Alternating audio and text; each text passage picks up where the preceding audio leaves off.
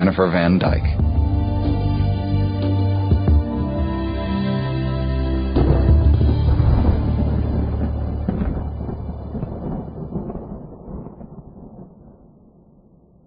Prologue. Family Dunne alive. 1. Easing through the marina's sapphire blue water at a leisurely 3-knot clip, Captain Stephen Preston took a long pull off his Marlboro Red, casually flicking the ash into the cool island breeze. Then, after waiting for just the perfect moment, he punched the horn of his 46-foot Bertram sport fisherman until everyone on the dock stopped to look. Yeah, that's right, boys and girls. Take a gander at what Captain Steve reeled in. It was 11:15 in the morning. His charter, the Bahama Mama, wasn't due back to shore until that afternoon at 2, the same time as always. But today was different. Fucking A, it's different, thought Captain Steve, hitting the horn another time. When you spear the biggest, baddest, giant bluefin tuna ever seen around the Bahama Islands, you're done fishing for the day. Hell, you might as well be done fishing for the year. "What do you think she's worth?" asked Jeffrey, the Mama's first mate and Steve's brother. He'd been with the boat for 11 years, never took a sick day, and rarely ever smiled. Before that morning, anyway. "I dunno," replied Captain Steve, pulling on the rim of a Boston Red Sox cap. "I'd guess she's worth somewhere between a boatload of money and a shitload." Jeffrey continued to smile widely beneath the brim of the tattered green visor he always wore.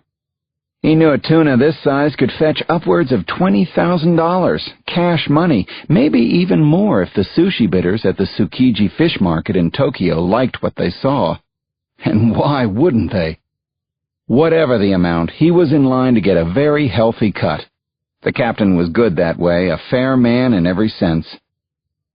"Are you sure those bozos signed the contract, Jeff?" Captain Steve asked. Jeffrey glanced toward the stern at the 6-man bachelor party from the island of Manhattan.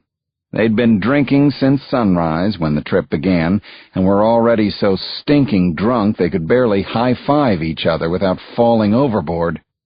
"Yeah, they signed the contract all right," said Jeffrey with a slow nod. "Though I doubt they ever read the fine print." If they had read the contract carefully, they'd have known that no binge-drinking, sunburned tourists would ever pocket a dime off a giant bluefin tuna. No way, not on the Bahama Mama. 100% of the proceeds went directly to the captain and the crew. Period. End of big fish story. "Well then," said Captain Steve, cutting the boat's twin engines as they approached the dock, "let's go cause a scene." 2. Sure enough, even in the ultra-laid-back Bahamas, it took less than a New York minute for a large and curious throng to gather around the fishing boat, the buzz swelling as a forklift carried the humongous tuna toward the marina's official scale. Christ, was that scale even big enough? Captain Preston beamed, giving a hearty slap to the back of the groom-to-be and announcing that he'd never met a finer bunch of anglers in all his life. "You guys are the best," he said, "and you proved it today." "Rather be good than lucky," one guy shouted back. Of course, the truth would stay strictly between him and Jeff. These big-city misfits had no clue what they were doing. They couldn't catch a cold, let alone a fish. Yet here they all were, basking in the relentless click-click-click of digital cameras, the crowd, the excitement, the anticipation of the weigh-in growing bigger by the second. "Tie her up good," urged Captain Steve as the tail of the tuna was wrapped with double-braided rope, the strongest on hand. On the count of 3, she was hoisted high into the air. The crowd oohed and awed appreciatively. This was some fish. 600, 700, 800 pounds. The arm of the scale shot up like a rocket. When it finally settled at a record-busting 912 pounds, the entire marina let out a tremendous roar, the bachelor party guys loudest of all. And that's when it happened. Plunk! Something very strange fell out of the tuna's mouth. 3. The mysterious stowaway landed on the dock and rolled right up to Captain Stephen Preston's knee-high black rubber boots. "What the hell is that?" someone asked from the back. "Let us in on the joke." But everyone else could see plain as day what it was, a Coke bottle, the old-fashioned kind, real glass. "That's some funny-looking bait you use, Steve," joked a captain from another boat. The crowd laughed as Steve bent and scooped up the bottle. He held it up to the bright morning sun and immediately scratched his head of curly blonde hair. There was something inside. What the hell was it? Quickly he removed the makeshift seal of a small plastic bag held tight by a knot made of vines. This was getting stranger by the minute. With 2 shakes he was able to reach the edge of the contents with his pinky. He pulled it out. It wasn't paper, more like some kind of fabric, and there was writing on it. "What's it say?" asked Geoffrey. The entire dock was silent as Steve Preston read the note to himself. The words were written in a deep crimson color, smudged but still legible. Could that be blood? He was wondering now. And whose blood is it? "Come on, what's it say?" asked Geoffrey again. "You're killing us with suspense." Captain Steve slowly turned the note so that those around him could see for themselves. The collective gasp that followed was instantaneous. "That family! They're alive!" he managed. "The Dunne family!"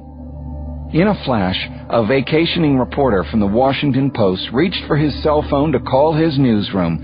He was back on the job. Meanwhile, Captain Stephen Preston just stood before the crowd and smiled. All he could think about was how the note in the bottle ended, the part about the reward. The $sign, the number 1, and all those amazingly beautiful zeros after it. "Jeff," he said slowly, "this tuna's worth a hell of a lot more than we thought."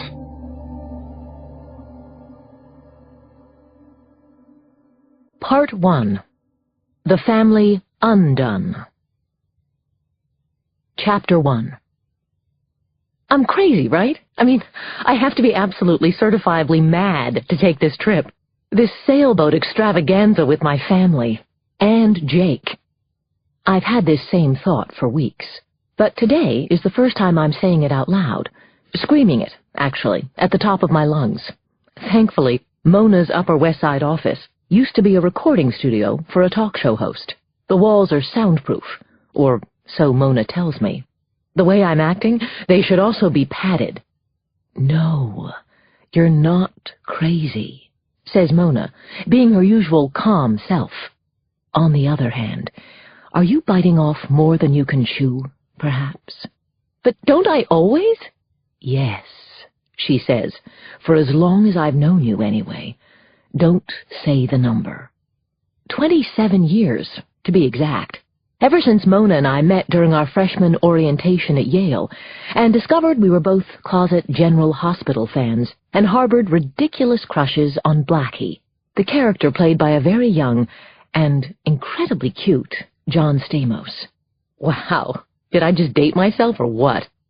Anyway, for the past 2 months, Mona has been more than my best friend and the sister I never had. She's also been Dr. Mona Elian, my psychiatrist. Yes, I know, on paper, that arrangement might not be a good idea. But who lives on paper? Not me. I live on caffeine, adrenaline, and relentless 16-hour shifts at Lexington Hospital, where I'm a heart surgeon. I just didn't have the time or patience for the get-to-know-you phase of therapy. Besides, there's no one's opinion I trust more than Mona's. There's no one I trust more, period. It's not that I'm weighing it against the sailboat trip, Catherine. In fact, I think it's a great idea, she says. My only concern is how much hope you're pinning on it, the pressure you seem to be putting on yourself and the kids. What if it doesn't work? That's easy, I say. I'll just kill them and myself and put us all out of our collective misery. Well, says Mona, straight-faced as always, it's good to know you have a plan B. The two of us crack up. How many other shrinks could I do that with? Mona's right, though. I am pinning a lot of hope on this sailing trip. Maybe too much. Only, I can't help it. That's what can happen when your family is falling to pieces before your eyes, and you believe that it's all your fault. Chapter 2. Long story short, boring personal story made palatable. The problems really kicked in 4 years ago, when my husband, Stuart, suddenly died. It was a devastating shock. Even though Stuart had strayed on me, and more than once, I blamed my career and work schedule at least as much as I blamed him. At any rate, Stuart's death was even worse for our 3 children. I just didn't realize it at first. Maybe I was too self-centered. For some reason, I thought our family would all rally around, that we'd pull through by pulling together. I was fooling myself. Stuart was the family's anchor. He was almost always there, while I was more often than not at the hospital, or at least on call. Without him around, the kids became their own little islands. They were angry, confused, and worse, they wanted little to do with me. Not that I could blame them. In all candor, I've never been in danger of winning any Mother of the Year award. I'm living proof, like so many other women, I suppose, of how hard it is to have both a successful career and time for a great relationship with your kids. Not impossible, just very hard. But that's all about to change. At least, I hope so. Desperately. Starting this Friday, I'm taking a 2-month leave of absence from Lexington Hospital. Dr. Catherine Dunne is officially checking out. The kids and I are setting sail for the bulk of the summer on the Family Dunne, the boat that always used to bring us together when Stuart was alive. It was his pride and joy, and that's probably why I could never bring myself to sell it. I couldn't do that to the kids. Of course, Carrie, Mark, and Ernie hate this whole idea, but I don't care. Even if I have to drag them kicking and screaming, they're getting on that boat. Oh, here's some good news, I tell Mona as we wrap up our session. The kids have finally stopped referring to this as the dysfunctional Dunne family vacation. That is good news, says Mona with a tinkly laugh I love. Yeah, I say. Now they're just calling it Mom's guilt trip from hell. Mona laughs again, and I join her this time. It's either that or start crying, and maybe do a swan dive out her window. What have I gotten myself into? And how can our family survive? 2 very good questions that I can't answer right now. Chapter 3. After a light drizzle that persisted all through Friday morning, a noontime fog settled over the Labrador Island Marina in exclusive and very tony Newport, Rhode Island. Fog. How fitting, thought Jake Dunne, stretching his lean 6'1" frame as he stood on the teakwood deck of his late brother's boat. Maybe that was because he still wasn't clear about this trip, what to expect, how it would play out. Would he live to regret it? All he knew was how his former sister-in-law, Catherine, sounded on the phone when she called him a few weeks back. Desperate, compelling. The way she talked about needing to take this trip with the kids, you'd think it was her last hope in the world. So how could he say no to her when she asked if he would be their captain? He couldn't, of course. He always said yes to Catherine. Jake was about to resume his final inspection of the boat, admiring all the new lines and canvas, when he heard a familiar voice call out to him. "How you doing there, J.D.? Good to see you." Jake turned to see Darcy Hammerman, the launch skipper for the marina. Darcy was standing directly below him on the dock. She was dressed in the same blue polo shirt with the Labrador Island logo that everyone on the staff was required to wear. Only Darcy's shirt was a lot more faded, a subtle sign of her seniority, and why not? She and her brother, Robert, owned the place.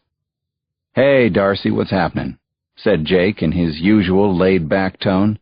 "Not too much," Darcy answered, flashing an easy grin. She was in her late 30s, slender, attractive, and always very tan. "Just another day of shuttling rich people to boats that cost more than my house." Jake chuckled, watching as Darcy turned her attention to the family Dunne. "So how's she looking to you?" Darcy asked. "Is she ready to set sail?" "She was a little rusty, maybe, but she's definitely seaworthy now," said Jake, who would know as well as anybody. Growing up in Newport as the youngest in a family of devout sailors, Jake found boating a lot like breathing. It just came naturally. In fact, of all the Dunnes, Jake had become the most accomplished sailor. Twice he won the cruising division of the prestigious and extremely arduous Newport-Bermuda sailing race. Still, Darcy didn't look entirely convinced by his breezy appraisal. As she continued to eye the boat, she actually seemed a little concerned. "What is it?" asked Jake. "You see something I didn't? Something come up in your overhaul?" "Nothing. Nothing at all." "How long have I known you? About 10 years? It's obviously something, so tell me." Darcy's eyes narrowed into a squint. "No, it's just a stupid superstition, that's all." Jake nodded and didn't press her on it. He didn't need to. He knew exactly what Darcy was talking about. Among sailors worth spit, the superstition was widely known. What's more, Jake believed in it, sort of, anyway. It had been weighing on his mind as well, like a 2-ton anchor. A boat that loses its captain at sea is forever a ghost ship. Stuart had died while scuba diving off the family Dunne. His tank had malfunctioned, cutting off his air. Stuart went down and never came up. That is, until his body was recovered. So to Jake, superstition or not, his older brother's boat was a haunting reminder of a tragedy he'd just as soon forget, if only he could. Had it been up to him, he would have sold the damn thing before the dirt even settled on Stuart's grave. But Catherine absolutely insisted on keeping it, presumably for sentimental reasons. Christ, a wedding band or a watch, those made for good keepsakes. Not a 62-foot luxury Morris yacht. Worse, the boat had done nothing but sit in some warehouse for the past 4 years. Catherine and the kids hadn't sailed it once. She hadn't even laid eyes on it. Darcy grimaced. "I'm sorry, Jake, stupid of me. I didn't mean to spook you with my typical bullshit. I'll shut my big mouth now." Better late than never. "No worries, Darcy. Everything's going to be fine." "Course it is. You're going to have an outstanding trip," said Darcy, smiling as best she could. "Do you need my help with anything before you head off?" "I'm good. Give my best to Robert," said Jake, glancing at the Tag Heuer strapped to his wrist. The Manhattan Dunnes were late, of course. The only thing I need now is for my crew to show up. Chapter 4. 40 minutes later, the Dunnes finally arrived. The junior contingent, at least. With the fog still hanging low around the marina, Jake heard his niece and 2 nephews before he actually saw them. Once again he thought, how fitting. The mouths on these kids were something awful. Maybe this trip was just what they needed. The last time Jake had had the ear-numbing pleasure of their company was when Catherine remarried, 11 months ago on Cape Cod at the ritzy Chatham Bars Inn. At least she had looked happy with Peter Carlyle, radiant, actually, but for that entire weekend it seemed as if the only thing Carrie, Mark, and Ernie Dunne could do was argue with each other. Wait, correction, it didn't seem that way. It was that way. And as Jake listened to their bickering voices getting closer, it was clear that nothing had changed with the Dunne crew, his crew now. "See, I told you it was this way, you idiots. I'm always right. I can see the boat." Jake nodded to himself. That's definitely Mark, slacker par excellence.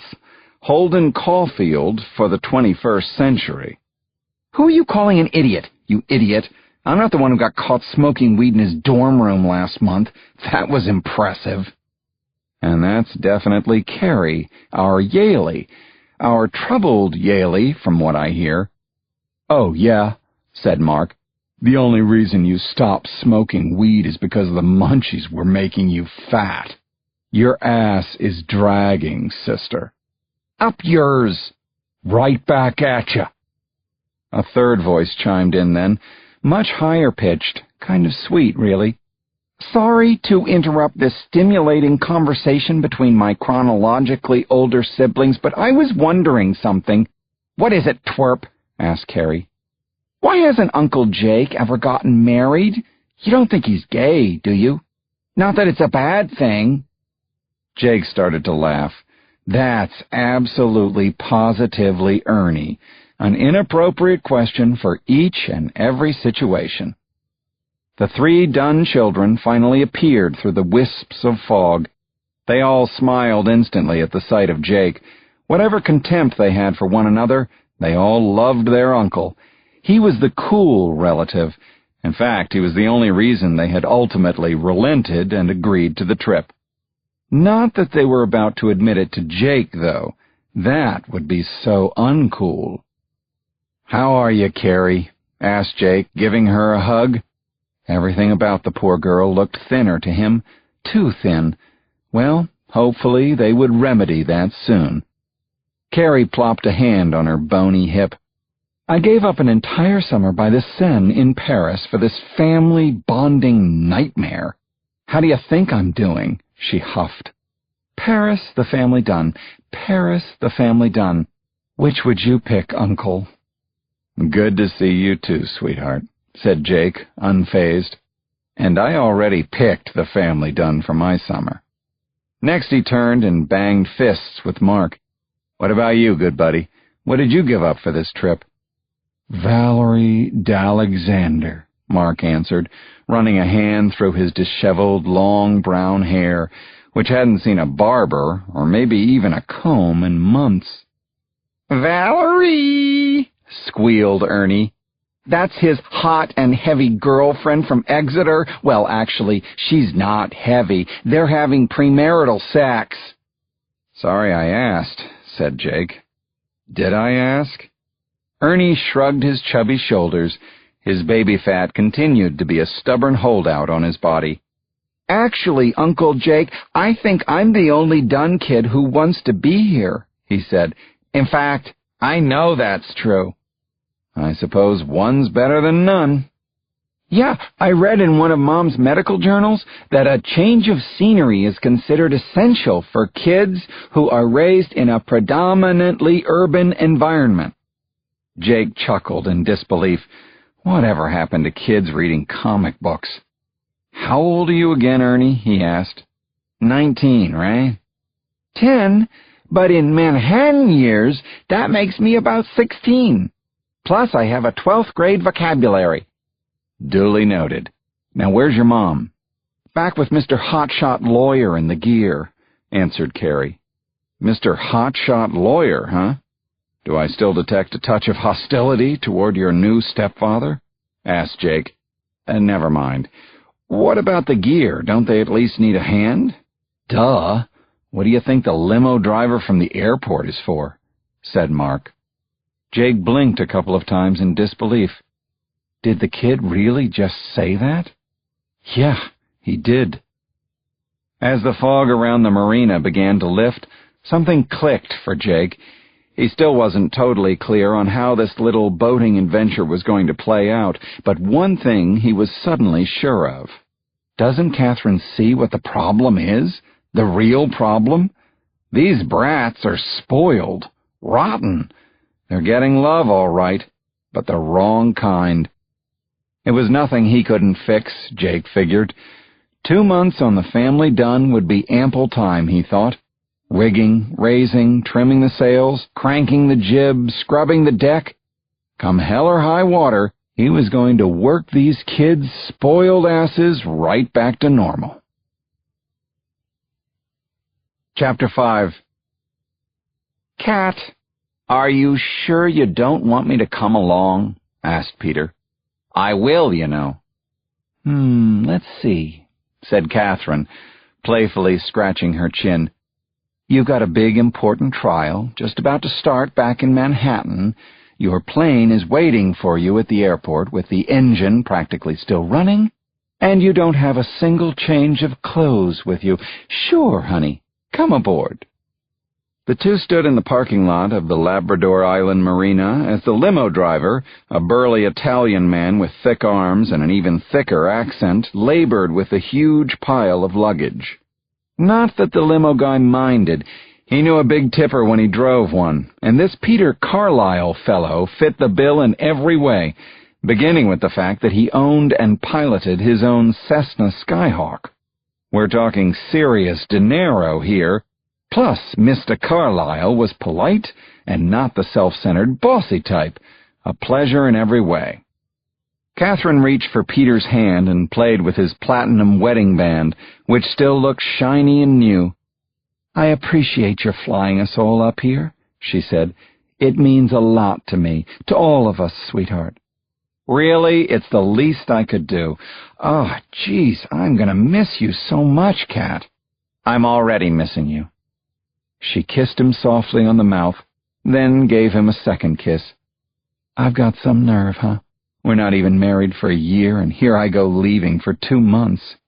It's okay, I understand. I really do. The kid's caught a really bad break in life. This is a good thing you're doing. It's great. That's why I love you so much. You do understand. This trip is so important to me, Peter. And I'm proud of you for making it happen. That's why I love you so much. You're a terrific person, Catherine Dunne." He leaned in, whispering in her ear. "And you happen to be damn sexy. Do we have time?" Peter winked at her. "The limo?" Catherine blushed a little, something she rarely, if ever, did. How did I get lucky enough to find him, she had wondered.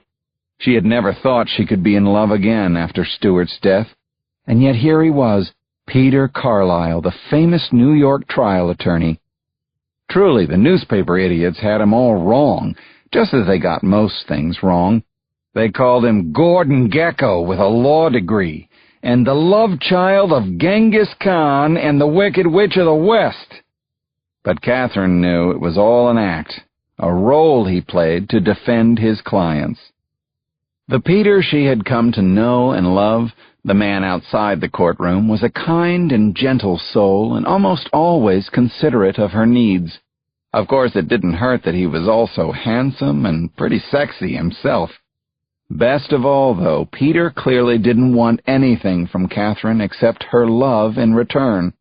Any jerk who could read the gossip columns of those same newspapers knew that she'd been left a substantial fortune by Stuart, over $100 million, and yet it was Peter's idea to sign a prenup. "I have money," he told her. "What I don't have is a whole lot of happiness. At least, I didn't until I met you, Cat." Like two lovesick teenagers, Catherine and Peter kissed passionately in the middle of the marina's parking lot, blissfully oblivious of the passers-by and their get-a-room looks, which Catherine equated with jealousy. And you know what? Who wouldn't be jealous of her and Peter? He suddenly stepped back as if remembering something. "Now tell me, do I have anything to worry about with Jake?" he asked. "No, he's an expert sailor," said Catherine. "He's first-rate all the way. Been sailing since he could walk." "That's not exactly what I meant, Cat." Catherine broke into a smile, giving Peter a quick poke in the stomach. "I know that's not what you meant, wise guy. And to answer your question, he was my brother-in-law, sweetheart." "Still, I saw the way he looked at you at our wedding," said Peter, gazing at Catherine as if she were a reluctant witness in one of his trials. "Don't even try to pretend you're jealous of Jake or anybody else." "Yeah, I guess not," Peter shrugged. "But I'd feel a little better if he didn't look like he walked out of some L.L. Bean catalog. Guys with permanent tans make me suspicious." Catherine folded her arms. "What about you, stud? All alone in the big city for 2 whole months?" "Alone? Aren't you forgetting about Angelica?" Our somewhat overweight and uncommunicative Guatemalan housekeeper notwithstanding, maybe I'm the one who should be worried. Peter grabbed Catherine in his arms again and pulled her tight against his chest. "I don't think so, Cat. I waited half my life to find you. I think I can wait another 2 months to get you back, especially since you're out here performing a mercy mission." "Pretty good answer, Counselor. You are a slick one, aren't you?" said Catherine with a quick peek at her watch. "Now come on, I've got a boat to catch." Chapter 6. Standing no more than a couple of 100 feet from the family Dunne, dressed in a teal Brooks Brothers polo shirt and tan Tommy Bahama shorts, another Newport boat person was busy hosing down the deck of a sleek Catalina Morgan 440. Except this man wasn't actually from Newport. In fact, this wasn't his boat. Gerard DeVoe was simply borrowing it for a while so he could blend into the Newport scene, as it were. To anyone who might look his way, he was just another multimillionaire pampering his baby. But no one was looking his way. So good was DeVoe at not being noticed, it was almost as if he weren't there on the dock. A trick of the mind, he knew, an illusion that he was very good at creating. No wonder his nickname for himself was the Magician. Through dark Maui Jim sunglasses, another prop borrowed just for the occasion, DeVoe watched as the Dunne crew prepared to set sail. One by one he checked them off in his head, a mental roll call to make sure all were present and accounted for. That was important, of course. DeVoe was in complete control of every aspect of his working plan, save for one thing: attendance. But there they were, the pretty MD mother, the equally handsome but petulant kids, ranging from 18 to 10, and the rebellious ex-uncle who looked like George Clooney in Docksiders. Oh, and let's not forget the loving new husband, the fancy-pants Manhattan lawyer. "What's the matter, Peter Carlyle? Don't you like to sail? Afraid to get your hair messed?" DeVoe smiled to himself.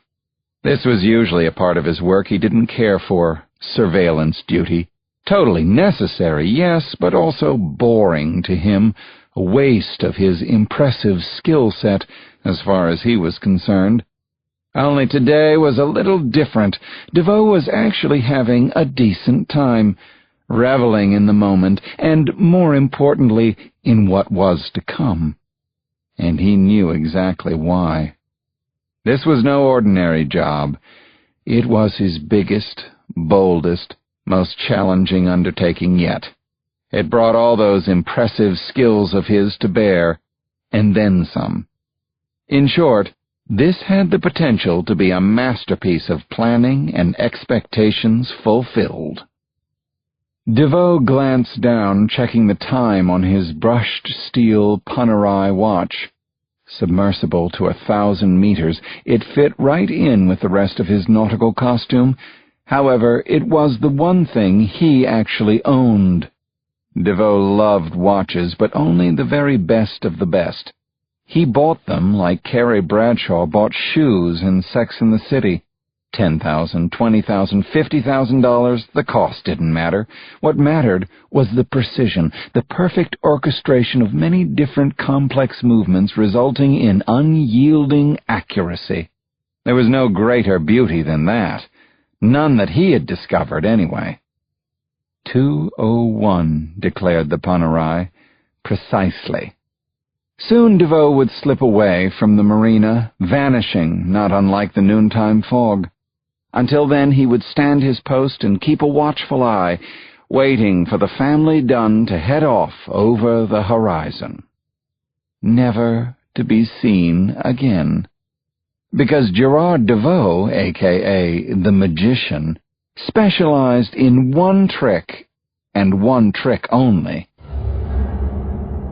He made people disappear.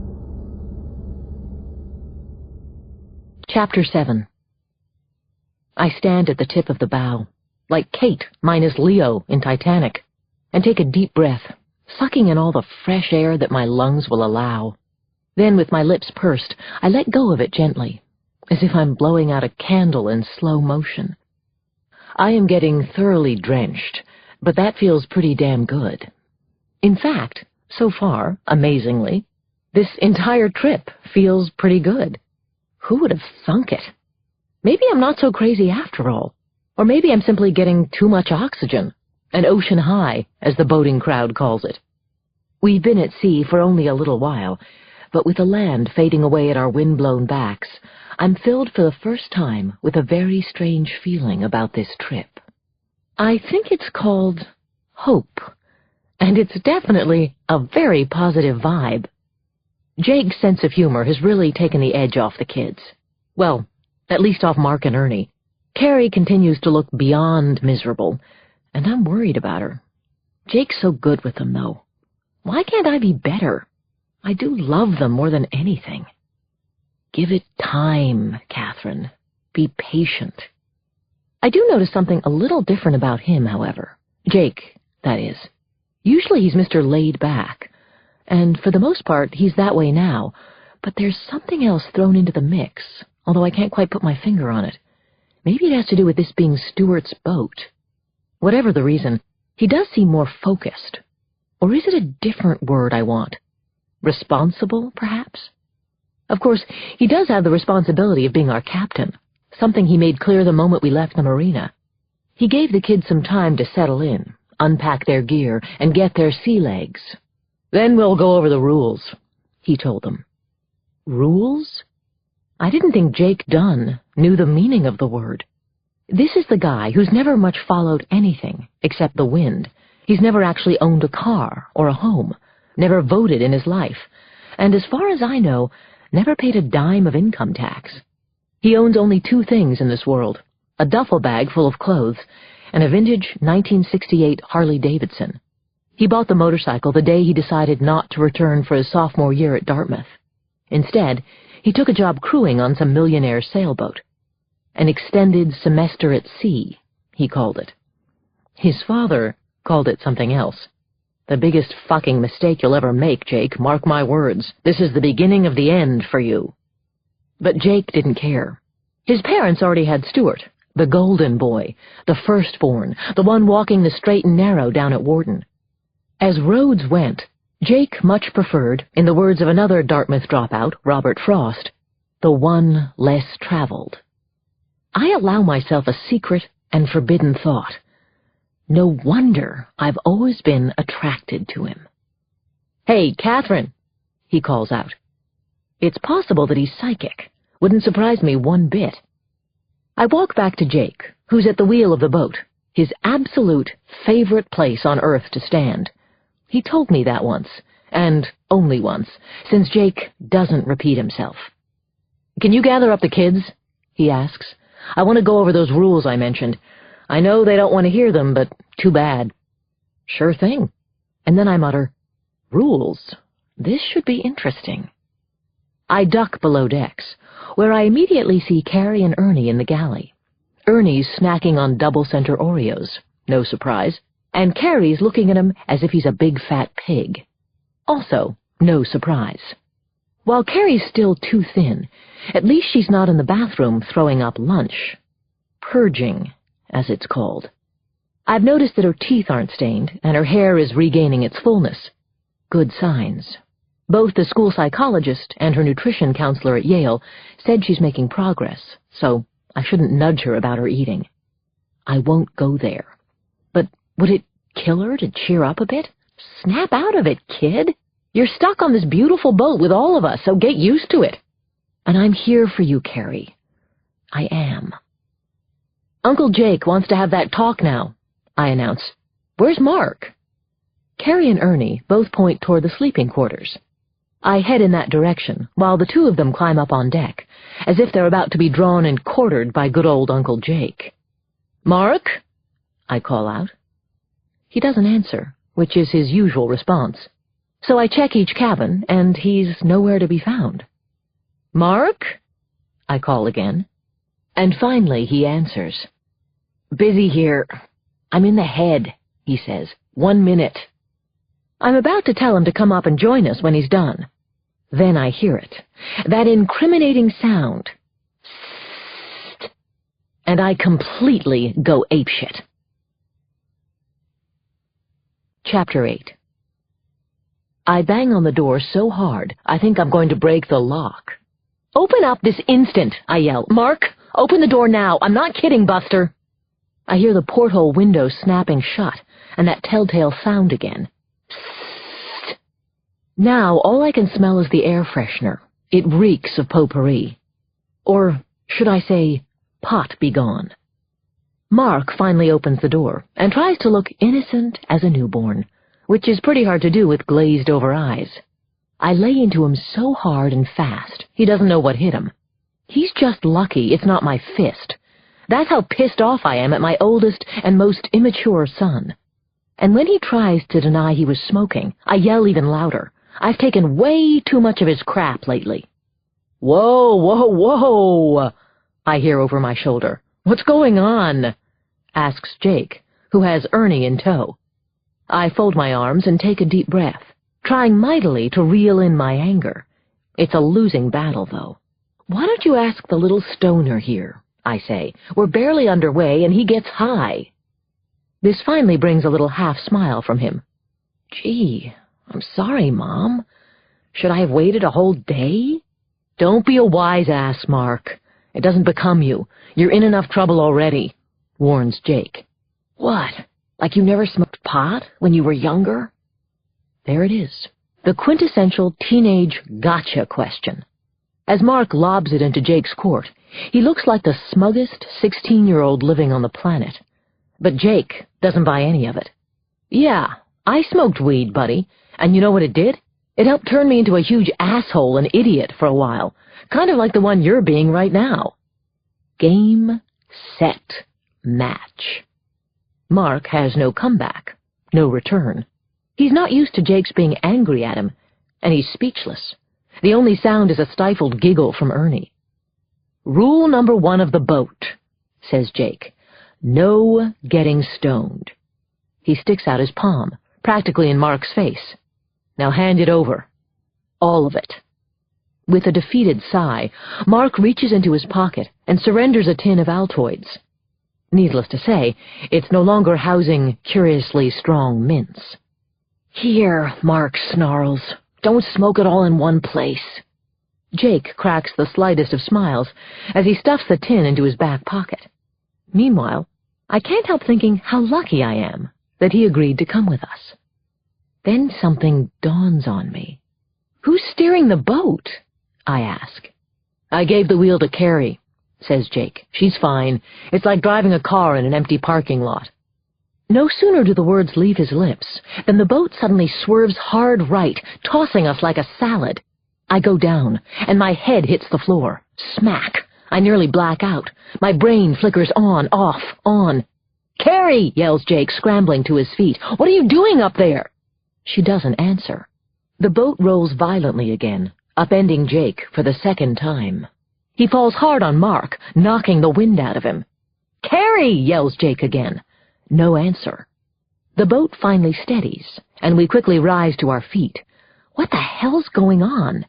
Jake leads the mad dash up to the deck. Frantically, we look around. Carrie's not at the wheel. Carrie's not anywhere. Chapter 9. Next, Jake points out to sea and screams at the top of his lungs. Man overboard! My heart plummets as I turn and track his finger off the starboard side. where I see Carrie's blonde head bob then slip beneath the water. For a split second of panic, I lock eyes with Jake before his instincts take over. "Grab the wheel and come about," he tells me. Then he grabs a life preserver and dives headlong off the boat. I watch him surface and begin to swim until Ernie reminds me, "The wheel, Mom!" Finally, my instincts kick in. Those gained from 2 summers of sailing sunfish boats at the YWCA camp in Larchmont, New York as a teenager, combined with whatever I gleaned from being Stuart's first mate on this boat when he was alive, and we sailed together every other weekend. It isn't much practical experience, but it's enough to tack the 62-foot family Dunne. I yell at Mark and Ernie to watch for the swinging boom as I furiously spin the wheel. I can't see Carrie anywhere. I keep checking on Jake's progress, his powerful arms ripping through the water in pursuit of my daughter. Oh, God, please don't let her drown. She must be hurt. It has to be that, I'm thinking. She was a superb swimmer at her prep school, choked, first team, all this and that, trophy after trophy. She could tread water for hours if she had to. Now she can't even stay afloat. "Hurry, Jake!" I yell, not that he can hear me out there. Mark and Ernie edge over to the side of the boat. All they can do is watch helplessly, same as me. None of us are particularly strong swimmers, and suddenly I'm incredibly guilty about that. And everything else. Jake reaches the spot where Carrie went under, although it's hard to know for sure with the shifting waves. I see him take a deep breath and disappear, leaving the life preserver behind. Why did he do that? But then I figure it out. It's for me to have a target. I steer for it as the boat does a full 180, cutting back through the wind. There's still no sign of Jake or Carrie, though, and all I can do is think about that feeling of hope I had just a short time ago. It's slipping away, so fast I can't stand it. I strip off my sweater, yanking it up over my head. "I'm going in after them," I tell the boys. "No," says Mark. "You'll only make it worse." "What's worse than losing Carrie?" I say to myself. I know Mark's probably right, but I don't care. I step up on the edge of the boat, about to dive, when Ernie shouts, "Look, Mom, look!" It's Jake, and in his arms, Carrie. They're both gasping for air as he grabs the life preserver and pulls it in close. "All right!" exclaims Ernie, raising his hand for a high five from Mark. But Mark leaves him hanging. He's too busy watching something else. That's when I see it, too. I was so relieved I almost didn't. Something's not right. In fact, something is very, very wrong.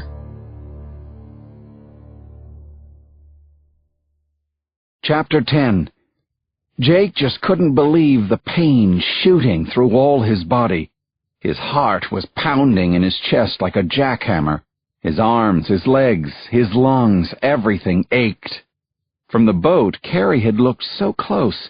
A good dive and a couple dozen strong strokes to reach her, that's it. But in the water, she felt much farther away. 1,000,000 miles. No matter, he got there somehow. He had her now. This wouldn't be a repeat of his brother, no. Carrie wouldn't be another Dunne claimed by the sea. She was alive. Only now she was maybe too much alive. As Jake struggled to hold her nose and mouth above water, Carrie kicked and screamed wildly in his arms. What was wrong with her?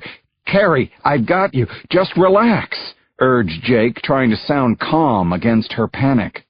That's what this is, isn't it? He thought.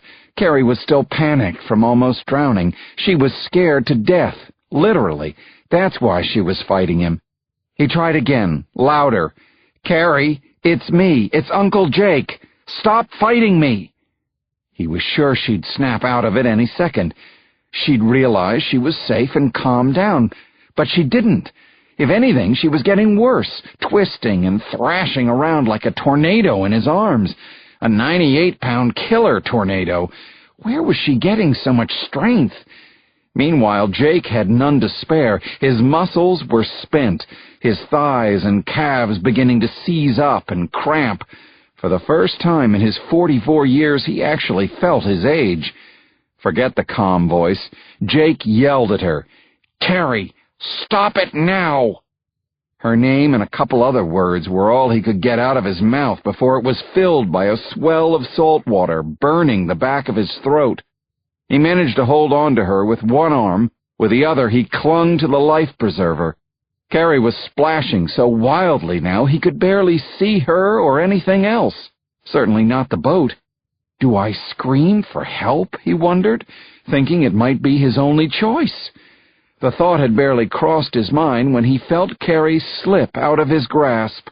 She immediately sank beneath the surface without so much as a struggle. What the hell's going on? Jake sucked in a quick lungful of air and went after her head first.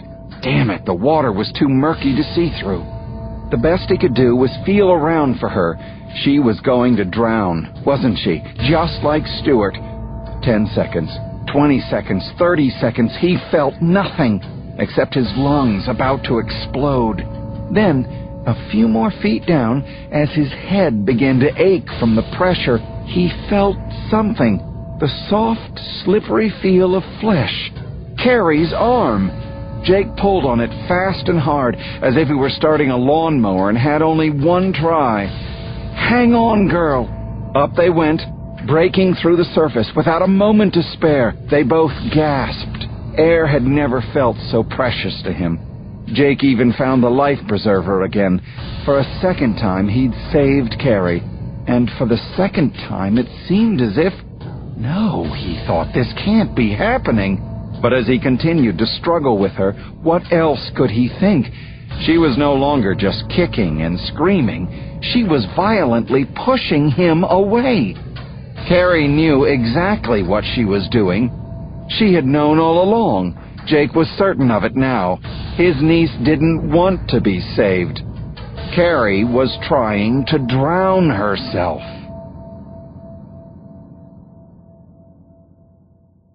Chapter 11. Mark throws up his hands in disgust. He can't believe this, and neither can I. What the hell's Carrie trying to do? Drown him? Shut up, I say. Please, Mark, not now. That's only because I know it's a good question, one that's too painful to answer. It certainly does look that way, though. Worse, Carrie seems to have the upper hand. Jake outweighs her by 80 or 90 pounds, easy, but it doesn't seem to matter. The way she's fighting him, he can barely stay afloat, let alone hold on to her. Carrie, it's going to be all right, I yell. Let Uncle Jake help you. Carrie! That's when the awful truth comes blaring out of her mouth. Let me be, she screams back. I don't want anybody's help. Let me go. Let me go? My knees suddenly go weak. Oh, dear God. Carrie didn't fall overboard. She jumped. She tried to kill herself. And she's still trying. Again, I'm about to dive in the water to help if I possibly can. I can't stand here and watch this. I have to do something. But again, I stop at the last second. The sound of Jake screaming in pain freezes me. There's blood streaked on his forehead. Carrie must have scratched him with her fingernails. As the blood trickles down his face, Jake's expression immediately changes. That does it. No more Mr. Nice Uncle. He's had enough of this.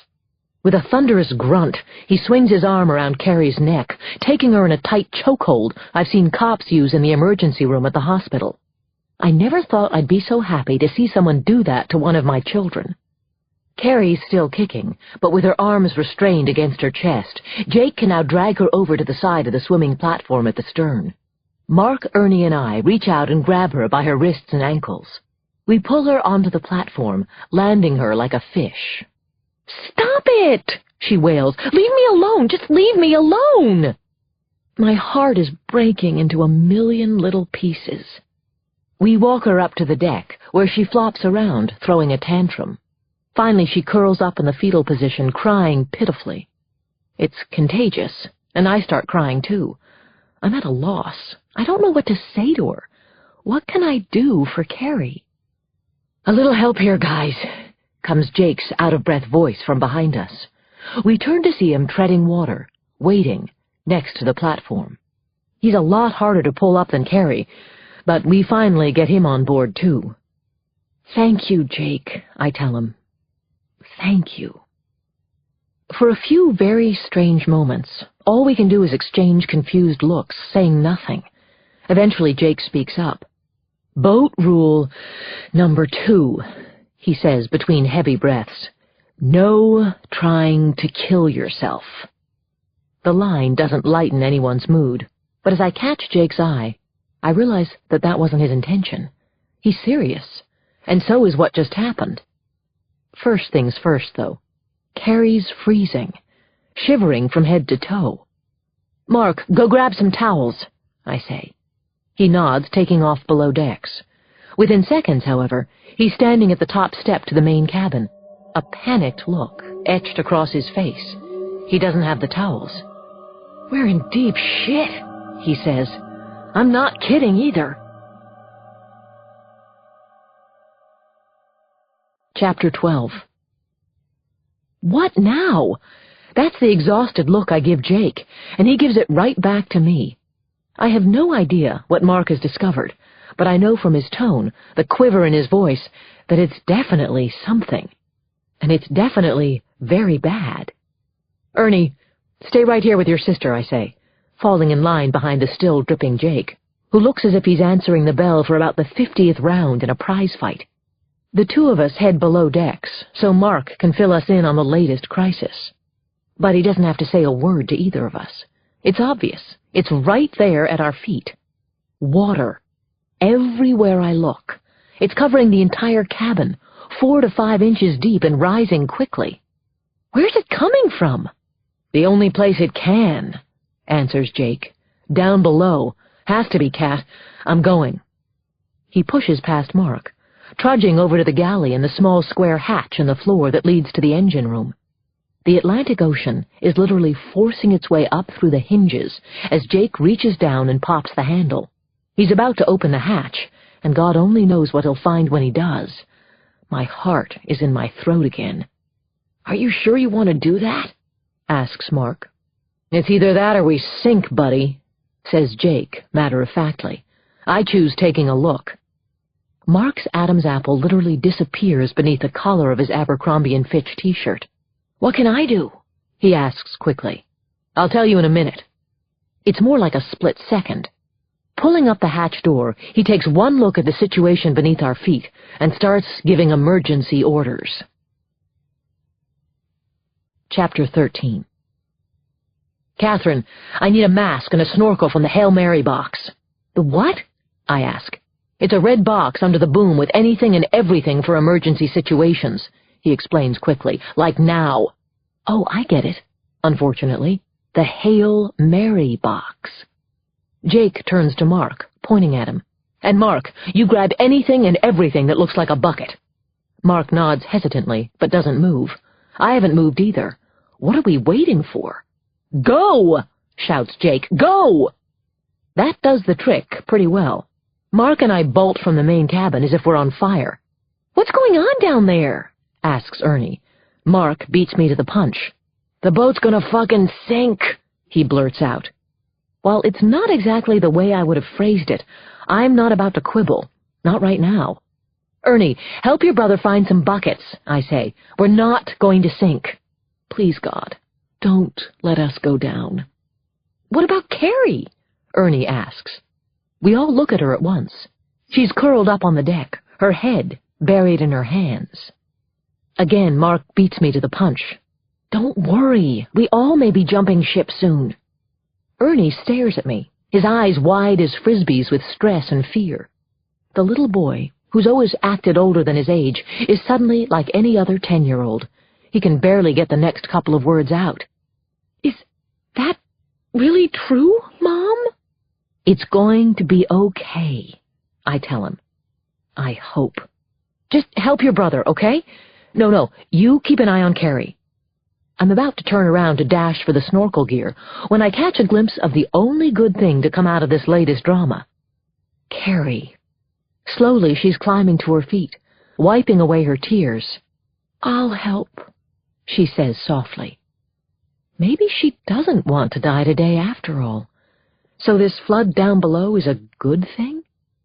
I take one step to hug her, to be the mother to her that I so desperately want to be, when I hear Jake's voice from below. What he yells puts all hugs on hold. "Let's hurry, folks. In 10 minutes or less, the family Dunne is going down." Chapter 14. I feel like I'm back in the hospital emergency room, or a badly equipped operating theater. I raid the Hail Mary box, rifling past a first aid kit, an inflatable raft, and God knows what else until I come upon the desperately needed snorkel and mask. Racing below decks, I toss them over to Jake. He's already assembled the hand pump and is feeding a hose down the hatch. The electric pump in the engine room, he tells me, will be too flooded to work. I look down at my bare legs. The water level's really climbing. The 4 inches in the cabin are now at least 6. It's cold, too. My ankles feel as if they're frozen in blocks of ice. "You think the boat hit something?" I ask. "I certainly didn't feel anything if we did," answers Jake, quickly slipping the mask over his head. It dawns on me. Maybe when you were in the water with Carrie, maybe we were all so caught up in watching you that we didn't feel it. "I doubt it," says Jake, straddling the hatch. "If something ripped this hull, you'd feel it all right. We didn't hit anything." "Then what do you think it is?" "I'm about to find out," he says. "Just in case, though, do you remember how to work the radio, the emergency channel?" "I remember," I answer. "In case of what, though?" "Nothing, I'm just making sure," he says with an unconvincing smile. "You never know. Here goes nothing." Jake shoves the mouthpiece of the snorkel between his teeth and eases into the flooded engine room. As he disappears like some kind of Navy SEAL, I stand almost comatose for a moment before realizing I've got work to do. I grab the hand pump and get busy pumping, even though I sense it's a losing battle. The only way we stay afloat is if Jake finds the leak in an awful hurry and can fix it.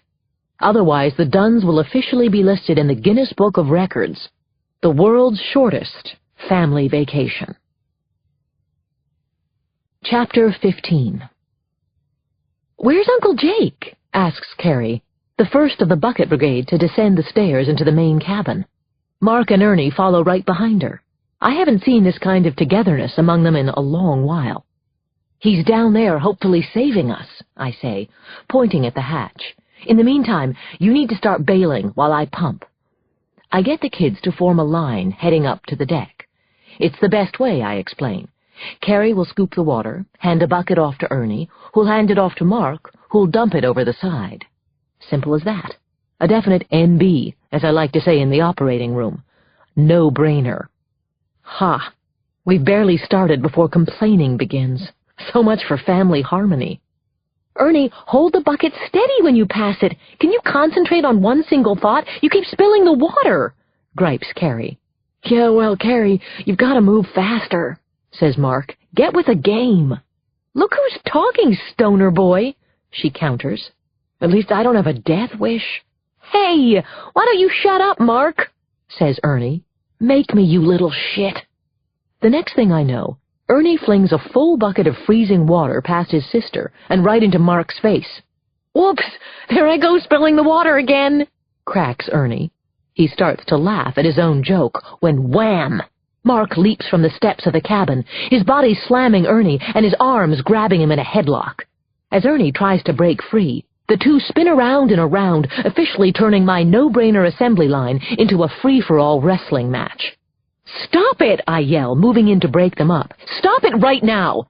But all I do is get knocked down for my efforts. The boys are too rough for me. They're really fighting. Where's Jake now? Wait a second. Where's Jake, period? Chapter 16. I turn back to the hatch, staring at nothing but rising cold water. I've lost track of the time, but he's been down there for at least a few minutes. How long can he hold his breath with just a snorkel? I don't really know the answer to that.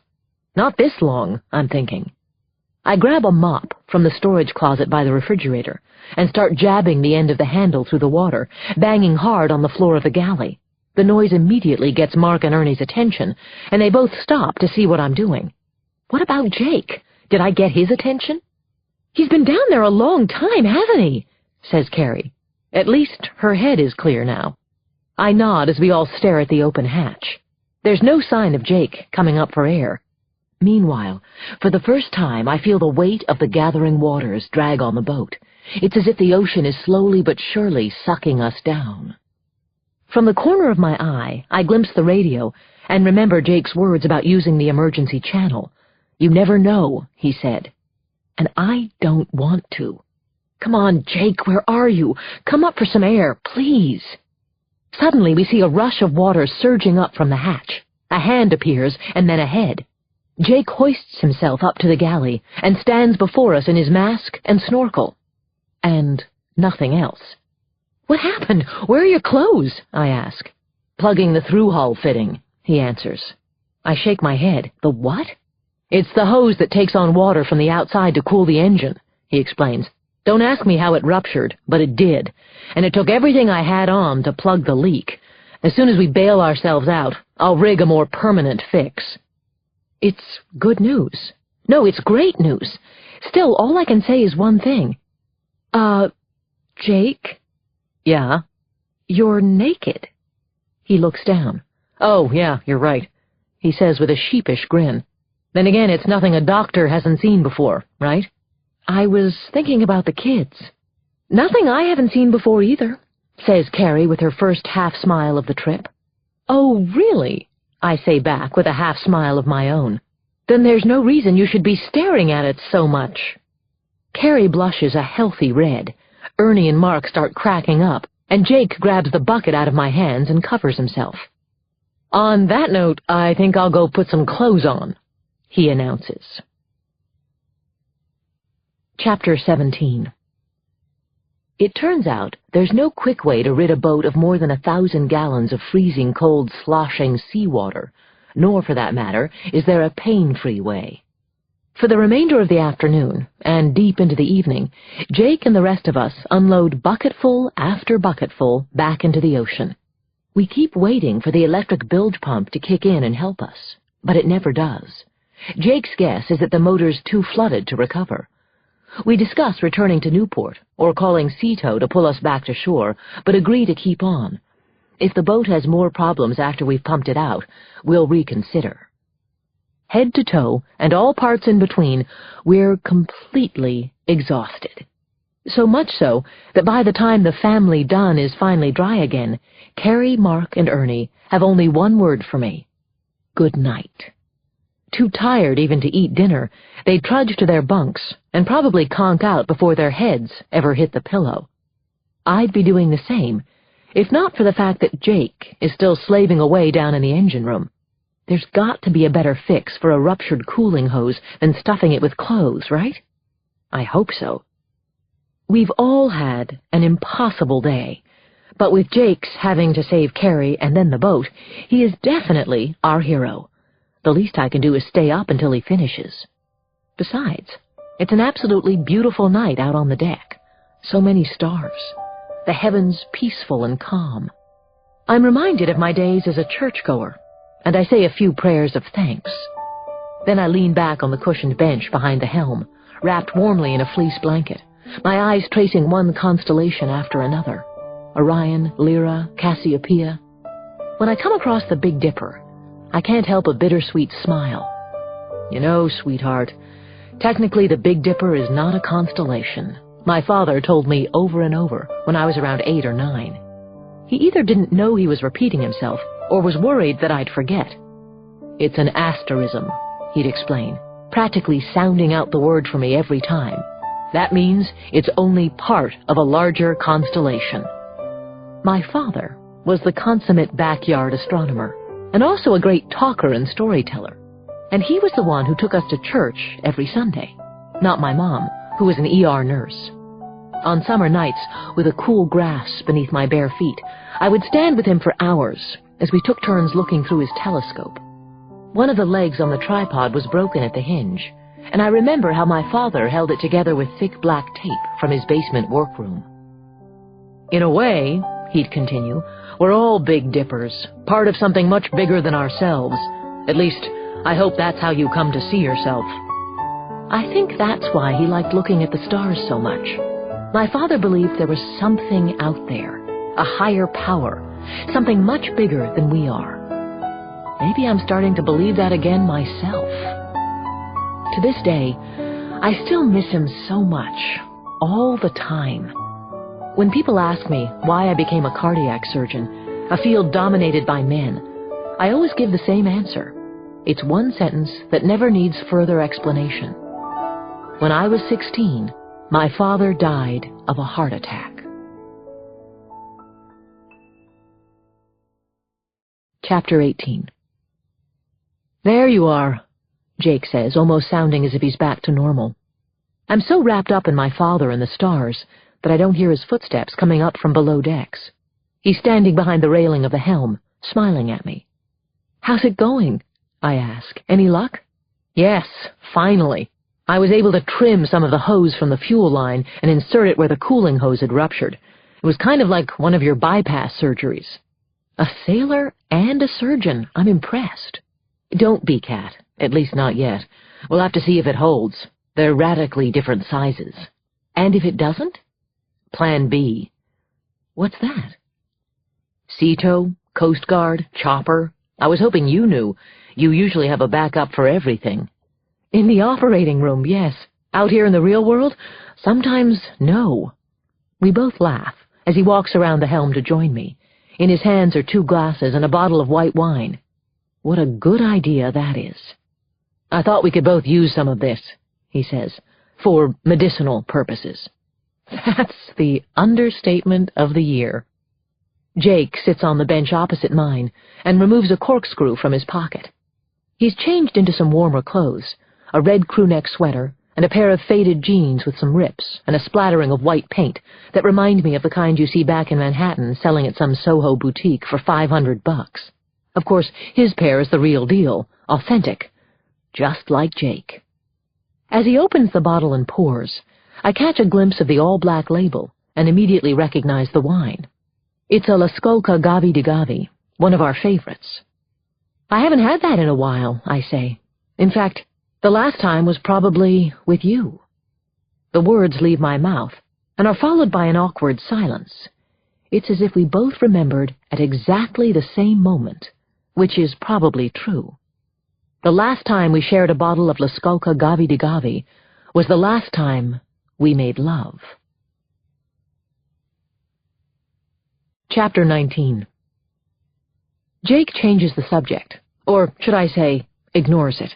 He hands me my glass, proposing a toast. Here's to smoother sailing ahead, and to a really good vacation. This is going to work out, Kat. I'll drink to that, I say. We clink glasses and sip, the wine tasting crisp and delicious as it rolls over my tongue. I've never been much of a wine aficionado, and probably wouldn't know a Bordeaux from a Burgundy, but I think I know good when I taste it, and this is good. Very, very good. Hey, do you hear that? Asks Jake. I sit perfectly still and listen. No, I don't hear anything. He grins. That's just it. Not anything. Nothing. Just peace and quiet. He's right, and it's wonderful. Only instead of enjoying it, all I can think about is how it won't last. The minute the kids wake up tomorrow morning, it's over, or rather it all starts again.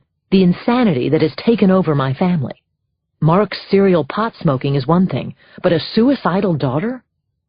Jake, what am I going to do about Carrie? There were signs, but I didn't believe she was this bad.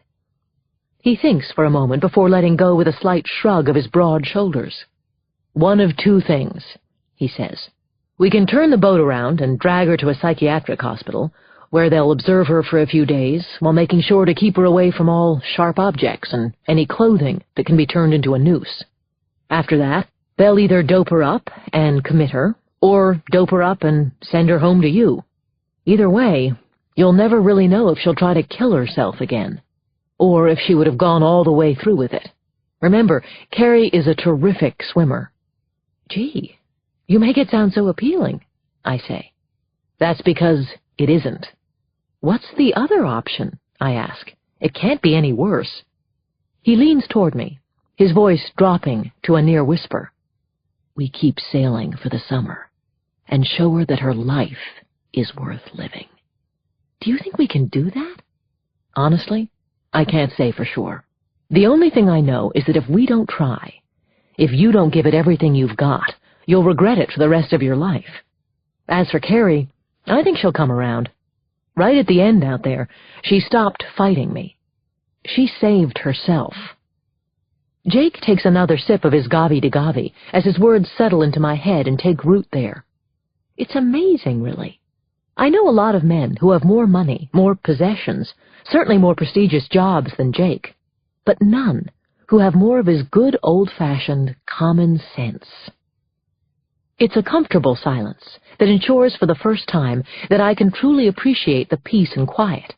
Of course, it won't last, but maybe that's what makes it so enjoyable, how fleeting it is, like life itself. It figures what happens next. I can't help it. I start thinking about Stuart's death on this very boat, the complications of our marriage, the mistakes we both made.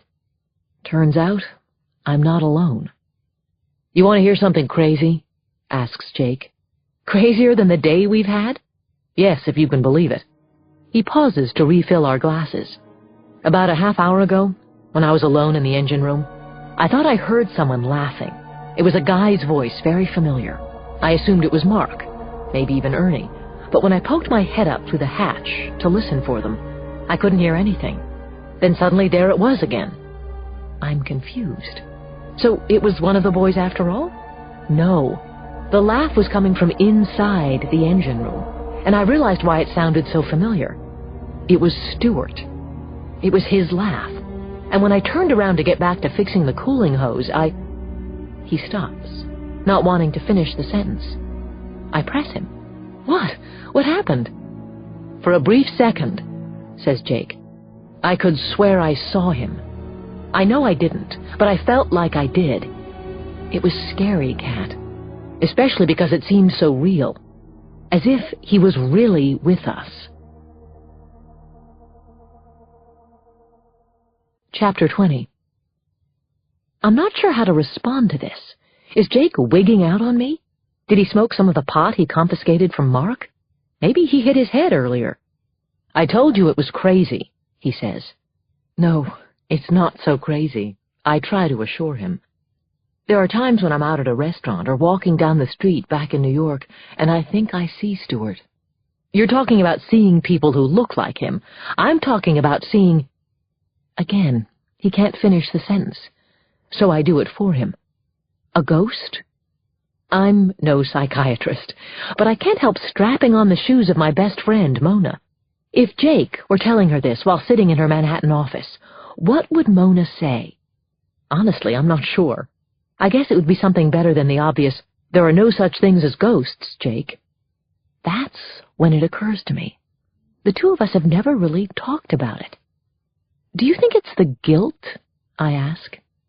He looks at me as if I just pulled back a giant curtain on his innermost thoughts. I was Stuart's brother. Yes, and I was his wife.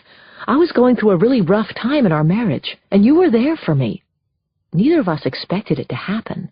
It wasn't the right thing to do, and after a while we both realized that. You sooner than me. I had to think about the kids, Jake, and Stuart, even though he was no angel." He nods ruefully. "I know you did. You were right. The thing is, we'll never be able to change what happened, and honestly, I wouldn't want to." "No, neither would I." He reaches over and touches my hand, then takes his away. Jake forces a smile, and the subject is dropped for now. We finish off the wine, and even manage a few laughs about our first day at sea, unmitigated disaster that it was. But as I say goodnight and settle into bed, my conversation with Jake begins to echo in my mind. I know all too well about the guilt our affair caused. It wreaked havoc on my conscience, and still does to this very day. Especially because even Jake doesn't know the whole truth. If there's any silver lining, though, it's this. I learned my lesson. I've been given a second chance at love, and he's waiting for me back in Manhattan. No matter what, I could never cheat on Peter. I love him more than life itself. Chapter 21. Bailey Todd slowly teasingly opened the door to her one-bedroom Greenwich Village apartment. She was wearing a devilish smile, and not too much else. Only a black bra and panties, to be precise. Exactly what Peter Carlyle was hoping she might pick out for tonight. Sometimes Bailey wore fire red, other times it was lily white, but nothing got Peter's blood pumping to all the right places more than black. Jet black was dirty, and Peter liked that the best. "Hello, handsome," she purred, putting it on a little, but not too much, he hoped. Peter remained in the hallway for a few moments, eyeing Bailey up and down as he would a spectacular and very expensive work of art. The thick auburn hair, the smoky eyes, the 25-year-old killer body still tight as a drum, and the sweet face, the look of an angel. What made her the masterpiece that she was? There was a rule about women, and a very good one: half your age plus 7.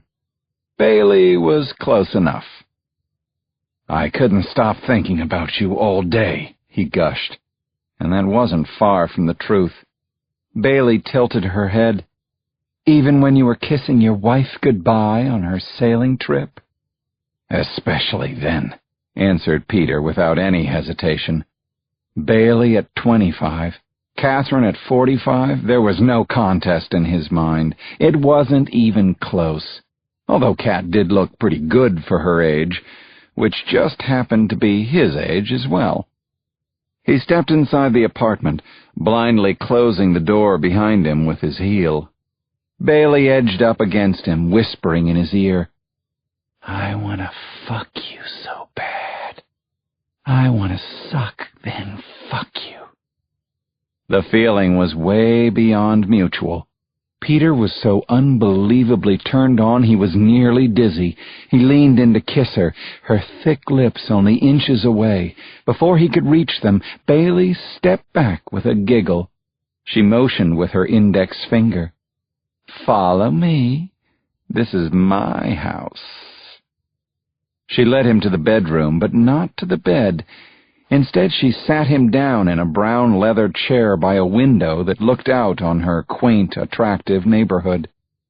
What was she up to, he wondered? So many dirty, hedonistic, illegal in 17 states kinds of thoughts crossed through Peter's mind. Then came another idea, this one comical. God bless NYU Law School. That was where Peter had met Bailey only a few short and deliriously thrilling months ago, when he was a guest speaker at a 1L class symposium on the role of Miranda rights in the criminal justice system. Bailey approached him afterward and tentatively, most respectfully, asked if she could pick his brain for a paper she was writing. Maybe she was hitting on him, maybe she wasn't. All Peter knew for sure was that she was double drop-dead gorgeous. Within a week, the two of them were between the sheets. And in the back seat of his limo, and in the men's room of the Guggenheim, and in the elevator of the Crowne Plaza overlooking Times Square. But as the third-year law student lit a few candles on her dresser and slowly closed the curtains on the downtown world, Bailey Todd was beginning to make a strong case for there being no place like home. Chapter 22. "Do you like the supreme beings of leisure?" asked Bailey, pressing play on her iPod Nano. "Do you even know who or what they are, old man?" Peter assumed that was the group whose music was beginning to fill the room from her small Bose speakers. True, he'd never heard of them, but they sounded decent enough, hypnotic. As for their name, well, what could be more perfect?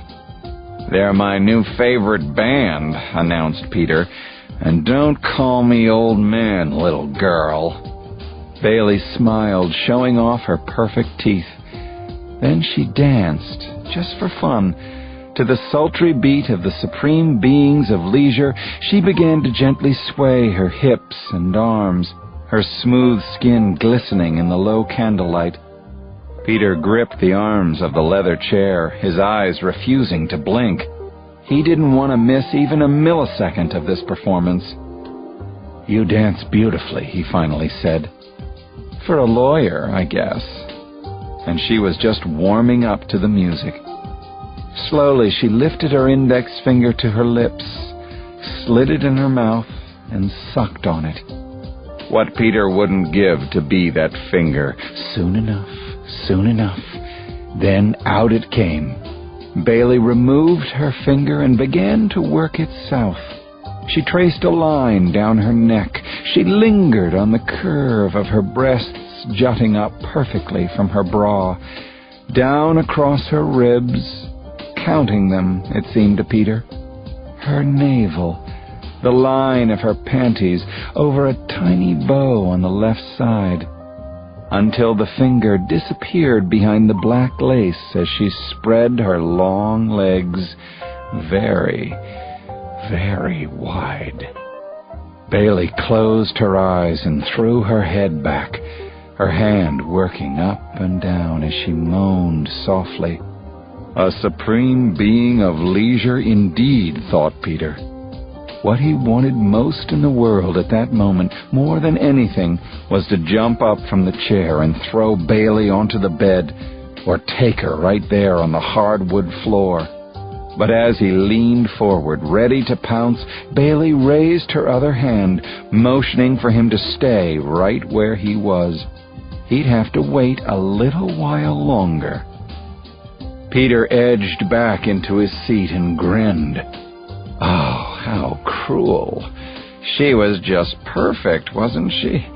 Bailey was like the master who trains the dog to sit with a treat perched on its nose. The longer he couldn't have her, the more he absolutely had to. And that was the whole point of her little show now, wasn't it? Clever girl, thought Peter. And one very lucky dog, he had to admit. Chapter 23.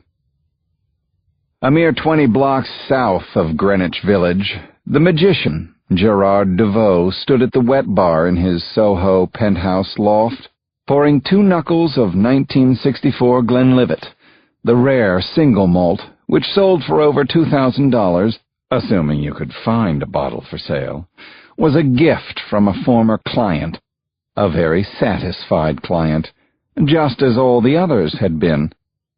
Glass in hand, Devoe strolled over to a built-in bookcase along an interior wall that separated the living room from his bedroom. On every shelf was a signed first-edition novel. In total, the collection numbered over 300 and included Joseph Heller's Catch-22 and Steinbeck's The Grapes of Wrath. There was also a leather-bound For Whom the Bell Tolls, although the signature on it suggested that Papa Hemingway had indulged in a fair share of good Scotch himself before picking up the pen to inscribe the book. But as valuable as these first editions were, what was behind them was even more so. With his right hand, Devoe reached for the spine of E.M. Forster's A Room with a View. Instead of pulling it out, though, he gave the valuable book a push, all the way back, until it seemed to disappear into the wall behind it, like magic. Patiently, Devoe waited for the sound, that soft hydraulic hiss of the pressure seal being released. Then, slowly, the bookcase slid 4 feet to the left. As in a James Bond film, perhaps, but this was very real. His office was now open for business. The room itself was only 10 by 10, but it was spaghetti-wired with enough sophisticated computer and surveillance equipment to tap into almost any cell phone conversation, hack almost any secure website, or jam trading on the New York, NASDAQ, Nikkei, and Hong Kong exchanges. All in a day's work for a highly disgruntled former CIA man, an asset who had once been at the top of his craft. Tonight, however, there was only one thing on the agenda: to chart the progress of a certain sailboat out at sea. How was your first day, my dysfunctional family and friends? Anything interesting happen? Perhaps a ruptured cooling hose?" DeVoe made a few keystrokes, chuckling as he pictured poor Uncle Jake going to the rescue. "There's no way you turn back to shore for repairs. Not you, sailor boy. Not your style. You cut a piece from the fuel line to fix it, didn't you?" Of course you did. After a few more keystrokes, DeVoe's monitor glowed brightly with the exact coordinates of the family Dunne. The homing beacon he'd planted on the boat the night before was working nicely. Like magic. Part 2. Mayday. Chapter 24. Ricardo Sands, alias Hector Ensuego, alias any number of false or stolen identities, sat alone watching a Spanish-dubbed rerun of Friends on the huge plasma TV in the presidential suite of the Bellagio Hotel in Las Vegas. The sun had just set. He hadn't slept for 2 days and was working on the third. That's what you get for sampling your own product. Suddenly there was a knock on the door. Sands reached for his gun. He wasn't expecting anybody. Even if he had been, he'd still be reaching for his gun. Occupational hazard. "Who is it?" he called out, rising quickly from the couch. He was dressed in the official outfit of drug traffickers, made famous by Alfred Molina in the movie Boogie Nights. Skin-tight skivvies, an open robe, lots of jangling gold. "Housekeeping," came the faint voice of a woman behind the door. He edged closer. "What do you want?" "I don't need nothing in here." "Turn down service," she answered. He peeked through the peephole. Hotel staff uniform? Check. A maid's cart loaded with towels and toiletries? Check. Still, he didn't need no turn-down service. Then again, he really did like those little chocolates that had been on his bed when he checked in. They were shaped like seashells and were laced with some kind of liquor. Rum, maybe? All he knew for sure was that they were addictive. He peeked again through the door. Maybe she would give him a box of chocolates. He could probably work out something with her. This hotel maid was actually cute. Young, too. If she ditched that ugly gray uniform and let her hair down, she'd probably be quite the hot little number. "1 second," he told her. Sands tucked the gun down the back of his skivvies and tied up his terry-cloth hotel robe. He opened the door and let the pretty maid come in. In walked Agent Ellen Pierce of the DEA. "I brought you some extra towels, too," she said. Chapter 25. The floor plan of the suite's layout fresh in her mind, and her arms piled high with fluffy white towels, Ellen made an immediate left turn and headed straight for the master bedroom. The real chambermaid would know exactly where she was going, right? It was details like that, or rather overlooking such details, that could blow an agent's cover. Worse, get an agent shot, especially when a scummy dealer like Ricardo Sands was involved. Not Ellen, though. She'd been on this case far too long to let a stupid mistake bring it all crashing down. Not today, and not ever. And she knew how dangerous Sands could be. Sands called after her. "Hey, lady, you got those chocolates you put on the bed, right?" "Yes, they're on my cart," answered Ellen over her shoulder. Satisfied, the drug dealer returned to the television show. It was the Friends episode in which Phoebe sings the smelly cat song. Only in Spanish, it was Un gato que huele mal. He stood watching it for a bit before sitting down again. At the last second, he remembered the gun tucked above his backside. Pulling it out, he gently placed it in the right front pocket of his robe. "Hey, is that a gun, or are you just glad to see me?" Meanwhile, in the master bedroom, Ellen was getting down to work. She and her team had been charting Sands and all his aliases for the better part of a year. They almost had him back in New York, where he had operated out of Spanish Harlem. It was assumed he felt the heat, because one day he just disappeared. Now he was back, in Las Vegas, with 2 black Samsonite suitcases filled with what they suspected was uncut Colombian cocaine. The street value was $4 million, which the agency would probably announce to the press as $10 million. Ellen hated the bullshit lying and the politics, but there wasn't anything she could do about it right now. But before the DEA could bust down any doors, they had to be sure. Enter Agent Ellen Pierce, who had a reputation for doing her own dirty work. She placed the towels on the edge of the bed and began her search with the closets. Damn it. Nothing except a couple of tacky silk shirts and a pair of puke gold trousers. Next, she checked the lower drawers of the armoire that housed another large plasma television. Nothing worthwhile there either. No coke. Where was Diablo when you needed him? He was the agency's best drug-sniffing German shepherd. Unfortunately, letting him tag along with her would have been just a tad obvious. That's when Ellen caught a faint reflection from under the bed. It turned out to be the metal handle of a suitcase, a black Samsonite suitcase. She immediately dropped to her knees and dragged it out. Please don't be locked. It wasn't. As silently as she could, Agent Pierce popped open the case. The first click was nearly silent. So was the second. But as she opened the case and found it stuffed with bag after bag of snow-white powder, the third click scared the living shit out of her. That click was Sans cocking his gun. Ellen quickly straightened up. "What the fuck are you doing?"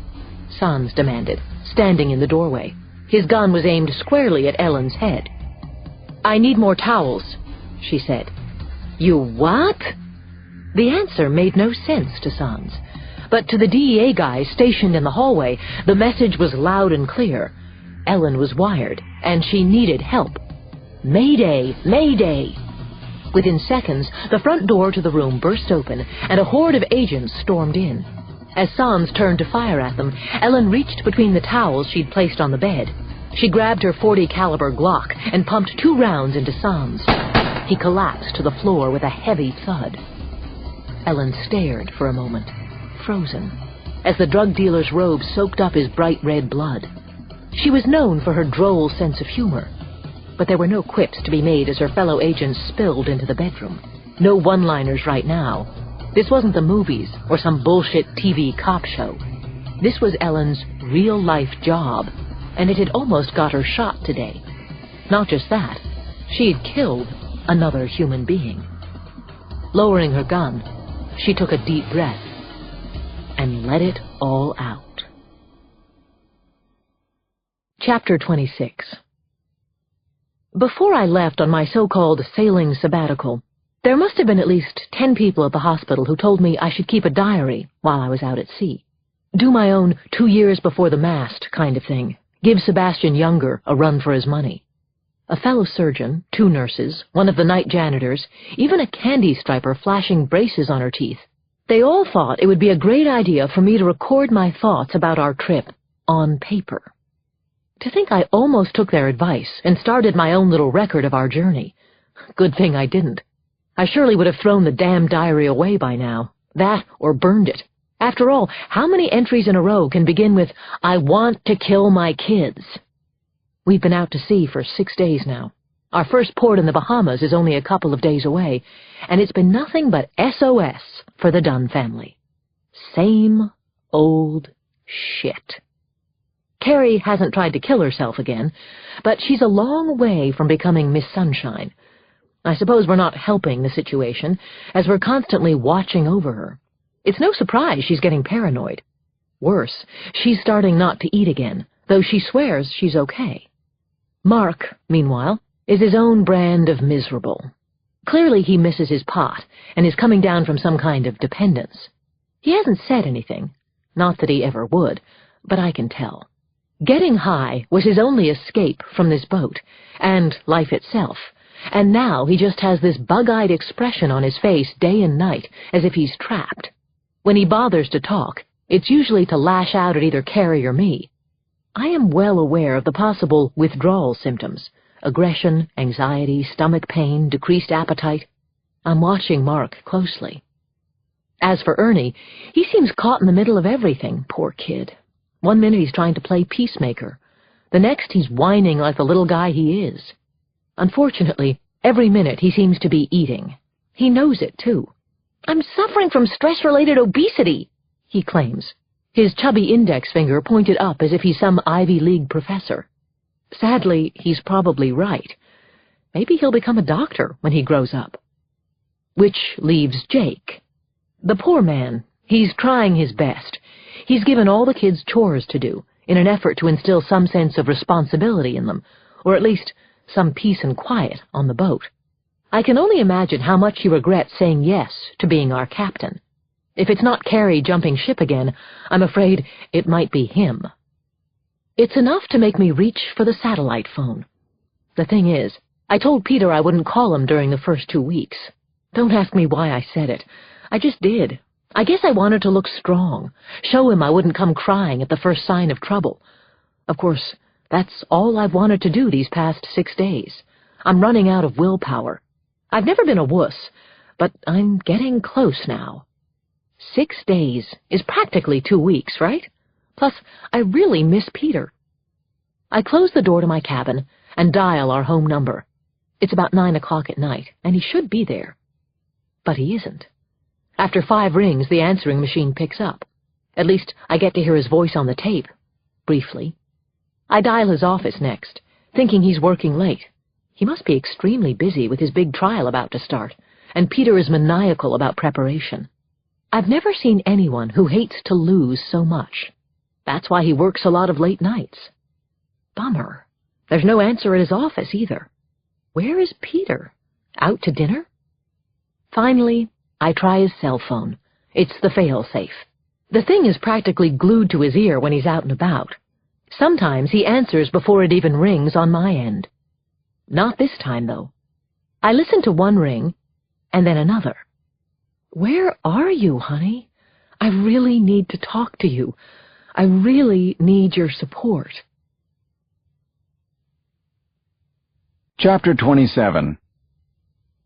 In the 3+ months since Peter had begun his affair with Bailey Todd, not once had she asked him about his marriage, and until the sailing trip she hadn't even mentioned Catherine. In fact, the only time his being married had ever come up was that very first night they met on the NYU School of Law campus. That's when Peter told her flat out, "You know I'm married, right?" "Yes, the ring on your left ring finger sort of gives it away," answered Bailey. "Of course, what your wife doesn't know won't hurt her. Will it?" she added, with a carefree laugh reserved for the young. It wasn't so much the words themselves as how she said them. He knew right then and there that he was smitten. It was her confidence that got him, the way that she was able to will the situation to her advantage, unabashed, unashamed. It happened to remind Peter of someone very near and dear to his heart, himself. So that's why now, as the two of them lay in her bed after some spectacular, sweaty, someone-ought-to-pull-a-muscle-type sex, he was all the more surprised by the question Bailey asked him out of the blue. "Would you ever leave your wife for me? Just theoretically, of course." Peter was speechless, no small feat for a defense attorney of his caliber. As he scrambled in his brain for a response, though, Bailey let him off the hook. "It's okay. You can plead the fifth, Peter," she said. "I know she's worth $1.5 gazillion. Your silence is answer enough. Also, it's not a problem for me." Yeah, right, Bailey. Peter wondered. Worried, actually, whether maybe the affair had already jumped the shark. Bailey was too young and too beautiful. She had her whole amazing life ahead of her. It was a good bet she wouldn't waste any more time with him if the relationship had nowhere to go. But there it was again, that confidence of hers, a rare thing of beauty, from where he was lying anyway. She rolled onto her side and gave Peter a playful jab to the ribs. "Then again," she said, If I really tried, something tells me I could probably change your mind. Theoretically. Peter grabbed her and pulled her naked body close, nibbling on a breast. You might be right, he said. You just might be right. He was about to kiss her when his cell phone rang on the nightstand. It could have been anyone calling, and yet Peter immediately knew otherwise. He just had a hunch. So did Bailey. Chapter 28. It's her, isn't it? Bailey asked. The missus is thinking nice things about you. How sweet. I'm so glad I could be a part of this. Peter leaned over, glancing at the caller ID on his Motorola 1000. Sure enough. Yeah, he said. That's her satellite phone from the boat. The second ring filled the bedroom. Then the third. An annoyance, to put it mildly. Aren't you going to answer it? Asked Bailey. Come on, Peter. Be nice. Show me how sweet you can be. Not now, he said. Not here. She smiled. What? Are you afraid I might giggle while you're talking to her? Or moan? No, of course not. You wouldn't do that. A fourth ring. A fifth. Go ahead, then, said Bailey, and it was clearly a dare. You never know. She might get suspicious. You don't want that, do you? No, Peter didn't, especially because he always answered his cell when Catherine called. The only exception was when he was in court, and court was definitely not in session at this time of night. What the fuck? Peter scooped up the phone, flipping it open with a flick of his thumb. Hi, sweetheart, he began, making the seamless switch to his loving and faithful husband routine. Damn, he was good. No wonder Catherine adored him. Bailey lit a cigarette, inhaled slowly, and listened as Peter asked how things were going on the boat. Clearly not well. Bailey could hear Catherine crying. That satellite phone provided an amazingly clear connection, word for word. I don't think I can do this, Catherine was saying. I'm blowing it with the kids again. Listen, honey, replied Peter. You said yourself that the trip wouldn't be easy, but you can do this. You're so strong. That's why I love you so much. Finishing the sentence, he shot Bailey a wink. He was handling this a little too easily, and he knew it. Hell, he was proud of himself. So Bailey had an idea. With a devilish wink right back at him, she began to kiss his chest softly, her thick auburn hair caressing his skin as she slowly moved south beneath the covers. Peter squirmed, trying to shoo her away, but she didn't stop. She kept going, and he let her, mainly because he assumed she was kidding around. She wouldn't dare follow through with her tease. Would she? And what would it say about her if she went all the way? As Bailey began to lick tiny circles along his stomach, her last words about his not leaving Catherine echoed in his head. If I really tried, something tells me I could change your mind. She was trying all right. Her lips, her tongue, her entire mouth moved down past his belly button. This was no tease, and any thoughts of stopping her gave way quickly to the sheer pleasure she was providing. Peter could barely concentrate on the conversation, but he had to. The boat, the trip, everything. He had to listen to Catherine, give her the pep talk she so desperately needed. It's just so hard, Catherine was saying. I know what you mean, honey, he replied, and he was actually being honest for a change. It's very hard. Clearly Bailey wasn't giving up without a fight, and clearly she was a ballbuster, just the way Peter liked his women. Chapter 29. Jake felt it first. For the past 20 years or so, he'd spent more nights at sea than on land. Even in his sleep, he could detect the slightest shifts in the wind and the waves. But there was nothing slight about this, and given recent events aboard the family Dunne, he couldn't believe it was happening. The second his eyes popped open at a little past 4 in the morning, He knew this was a possible monster in the making. How, though? He had checked the weather before going to bed.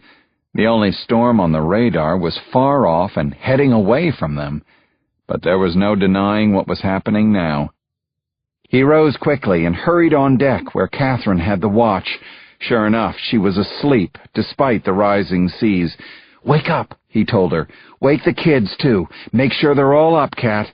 Life jackets on and ready to help." Before she could ask why, she felt a swell lift the boat, pushing it around like a bath toy that somehow, impossibly, she and her children were passengers on. "Yeah," said Jake, responding to the sudden fear in her eyes. "And it's coming fast." "All right, tell me what I have to do. I'll do it." On cue, the first crack of thunder shook the 1-inch glass of the porthole window. A few seconds later, it was as if a dam had burst in the sky. Down teemed the rain, hard and mean and unrelenting. Catherine gathered the kids and brought them up to speed while Jake ran and checked the emergency weather band in the main cabin.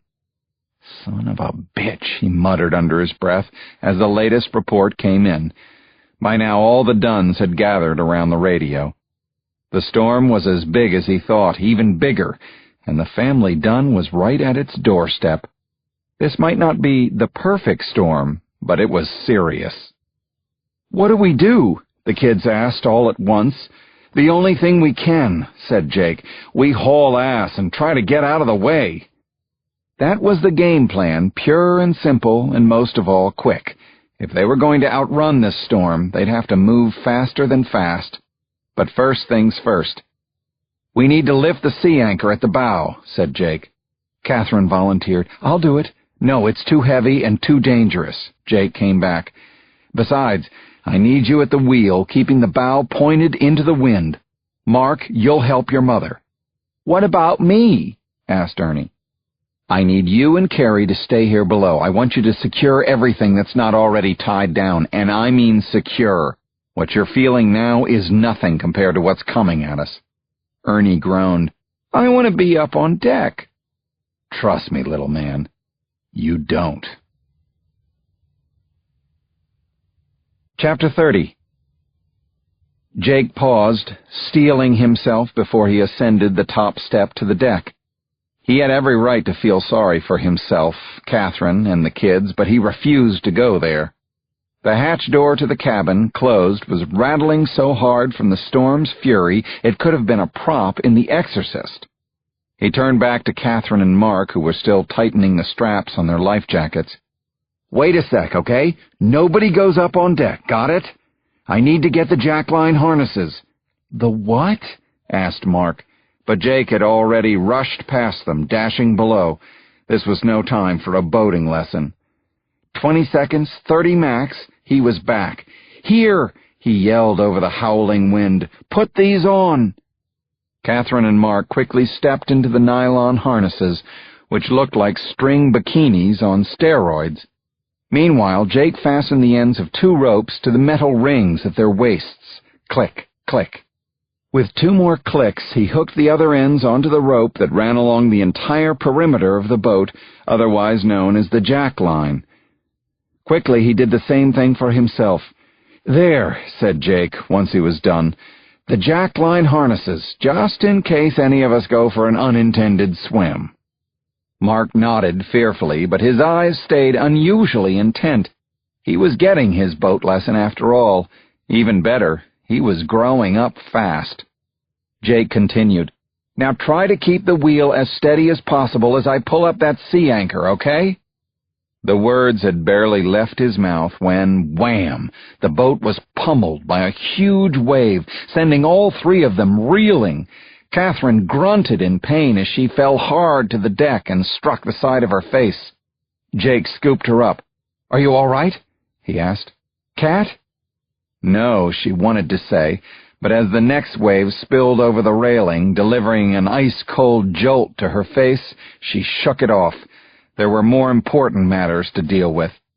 "I really got to get that anchor up," said Jake, "and I need to do it now."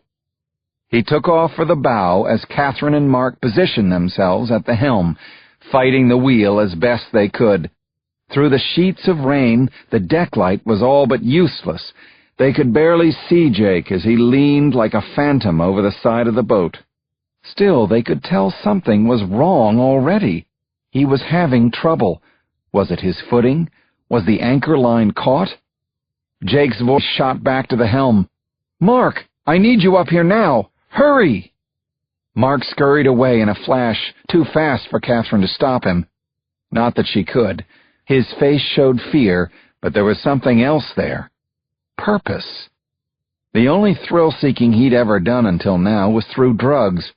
But here was this dangerous storm, a new and entirely different kind of experience. As scared as Mark was dodging up to the bow with a boat violently tossing, a part of him seemed to be enjoying the hell out of all this. At least for the first 5 steps. Then came the 6th. Chapter 31. This was the biggest wave yet, hurtling fast at the family Dunne with a white-capped curl that wasn't going to miss.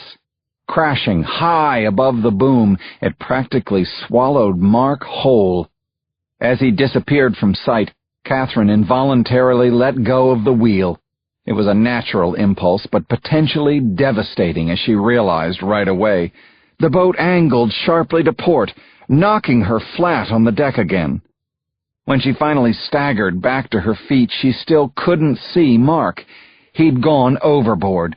She was almost sure of it. "Jake!" she bellowed. "Mark is gone!" There was no response. There was no Jake. The giant wave had apparently flushed him over the railing, too. Catherine didn't know what to do next. She had no answer. Who would? That's when she heard a gurgled yell from the ocean. Mark! She was only 20 or so feet from his voice, but as another wave slammed the boat, it might as well have been a mile. She could barely stand up, let alone get to Mark.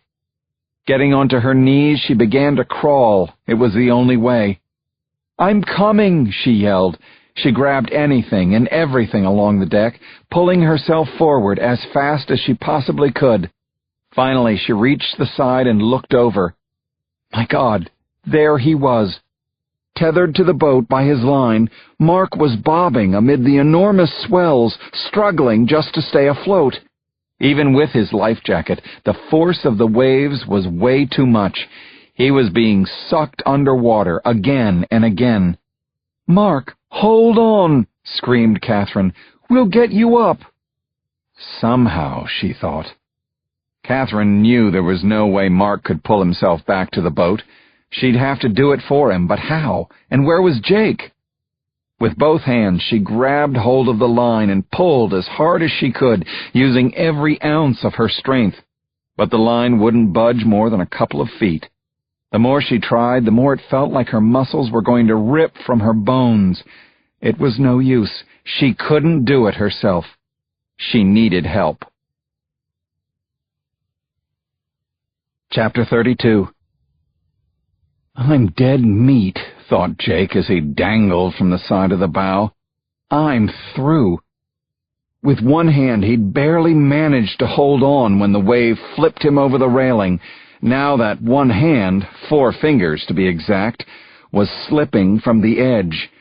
Portside, stern, starboard, anywhere else, and his harness could save him. Not at the bow, though. Not in this kind of storm. Not with the boat seesawing so violently.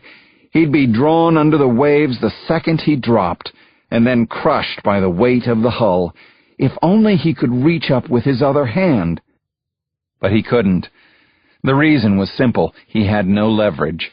The side of the boat was too slick for his feet to grip, and he couldn't push himself up. "Mark!" he screamed futilely. "Catherine!" Where were they? Had they gone overboard? Had they noticed he was missing? His throat burned as he desperately called out their names.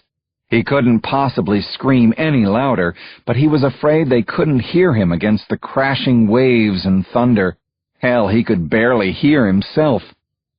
Then, like a sick, cruel joke, there was something he could hear. As the wind whipped against his cheeks, whistling fiercely in his ears, there came a familiar sound. His brother, Stuart, laughing again. "Shut up!" Jake screamed in vain. "I know what I did. That's why I'm here, trying to put your family back together again." Another wave slammed his back and knocked some sense into him. He could feel the boat slipping farther away from his fingers. The pain was shooting down his arm like fire. How crazy was that, drenched in water, and all he could feel was heat. Then, out of nowhere, it came to him, literally. There was a momentary break in the crashing waves, the break he was looking for. Dropping from the last crest, the boat suddenly plunged deep into a swell, so deep that the bow and Jake were submerged completely. If he could just hold on for a few more seconds, maybe Sir Isaac Newton would save the day. For every action there was a reaction, equal and opposite. Hell yeah! Like a slingshot, the bow of the boat soared back into the air, giving Jake the momentum he needed. Timing it right, he swung his other hand as high as he could, barely catching the edge, but doing it. Now he had the leverage. Tapping his last bit of strength, Jake pulled himself up and dragged his body onto the deck. He was safe. But as he spotted Catherine hanging perilously over the rail portside, he knew right away Mark wasn't. Chapter 33. Jake scrambled across the deck, every step treacherously off balance, the storm threatening to toss him right back into the sea. If that happened, he was finished for sure. As he ducked under the boom, the force of another wave finally took out his feet.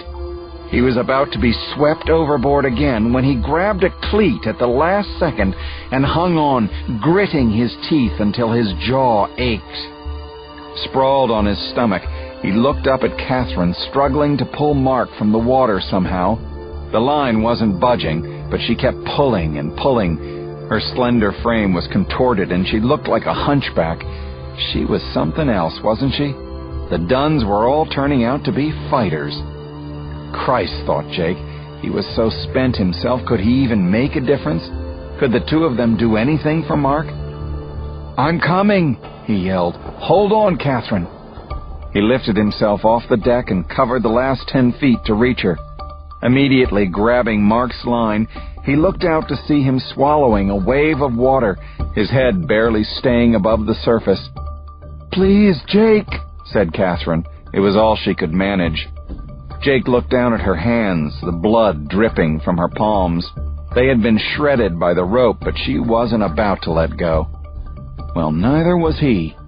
With everything he had left, he started to pull. Slowly, the line moved, inches at a time. It wasn't enough, though. Not nearly enough to get Mark back. Jake turned around to scan the deck, his vision one big blur through the sheets of rain. Then he saw something that might help. "The winch," said Jake. "The electric winch." Only it was too far away. Unless... Jake bolted toward the helm, using the rail to keep himself from falling. When he came back to Catherine, he had a coil of thick rope in his hands. Quickly, he tied a knot around Mark's line and pushed the knot as far as he could from the edge of the boat. Next, he grabbed Catherine's hands. "As I crank in the line, keep pushing the knot toward Mark. Push it out." She nodded as he fired up the winch. It creaked. It moaned. Slowly but surely, it began to pull Mark up from the storm. Then he was on the deck. He was shivering, but he was alive, and he looked a lot like the little boy he had once been. Catherine hugged him, holding him as tightly as she did the rope. She wouldn't let go of her boy, and tears came to Jake's eyes. "Catch of the day!" exclaimed Jake, overcome with relief now. "Now let's get below." "What about the anchor?" Catherine asked. "Forget it.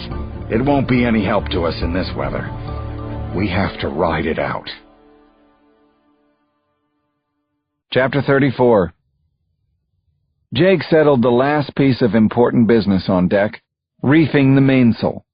With it trimmed more than halfway, the winds wouldn't be able to capsize the boat. At least he hoped not. The waves, however, were a whole other story.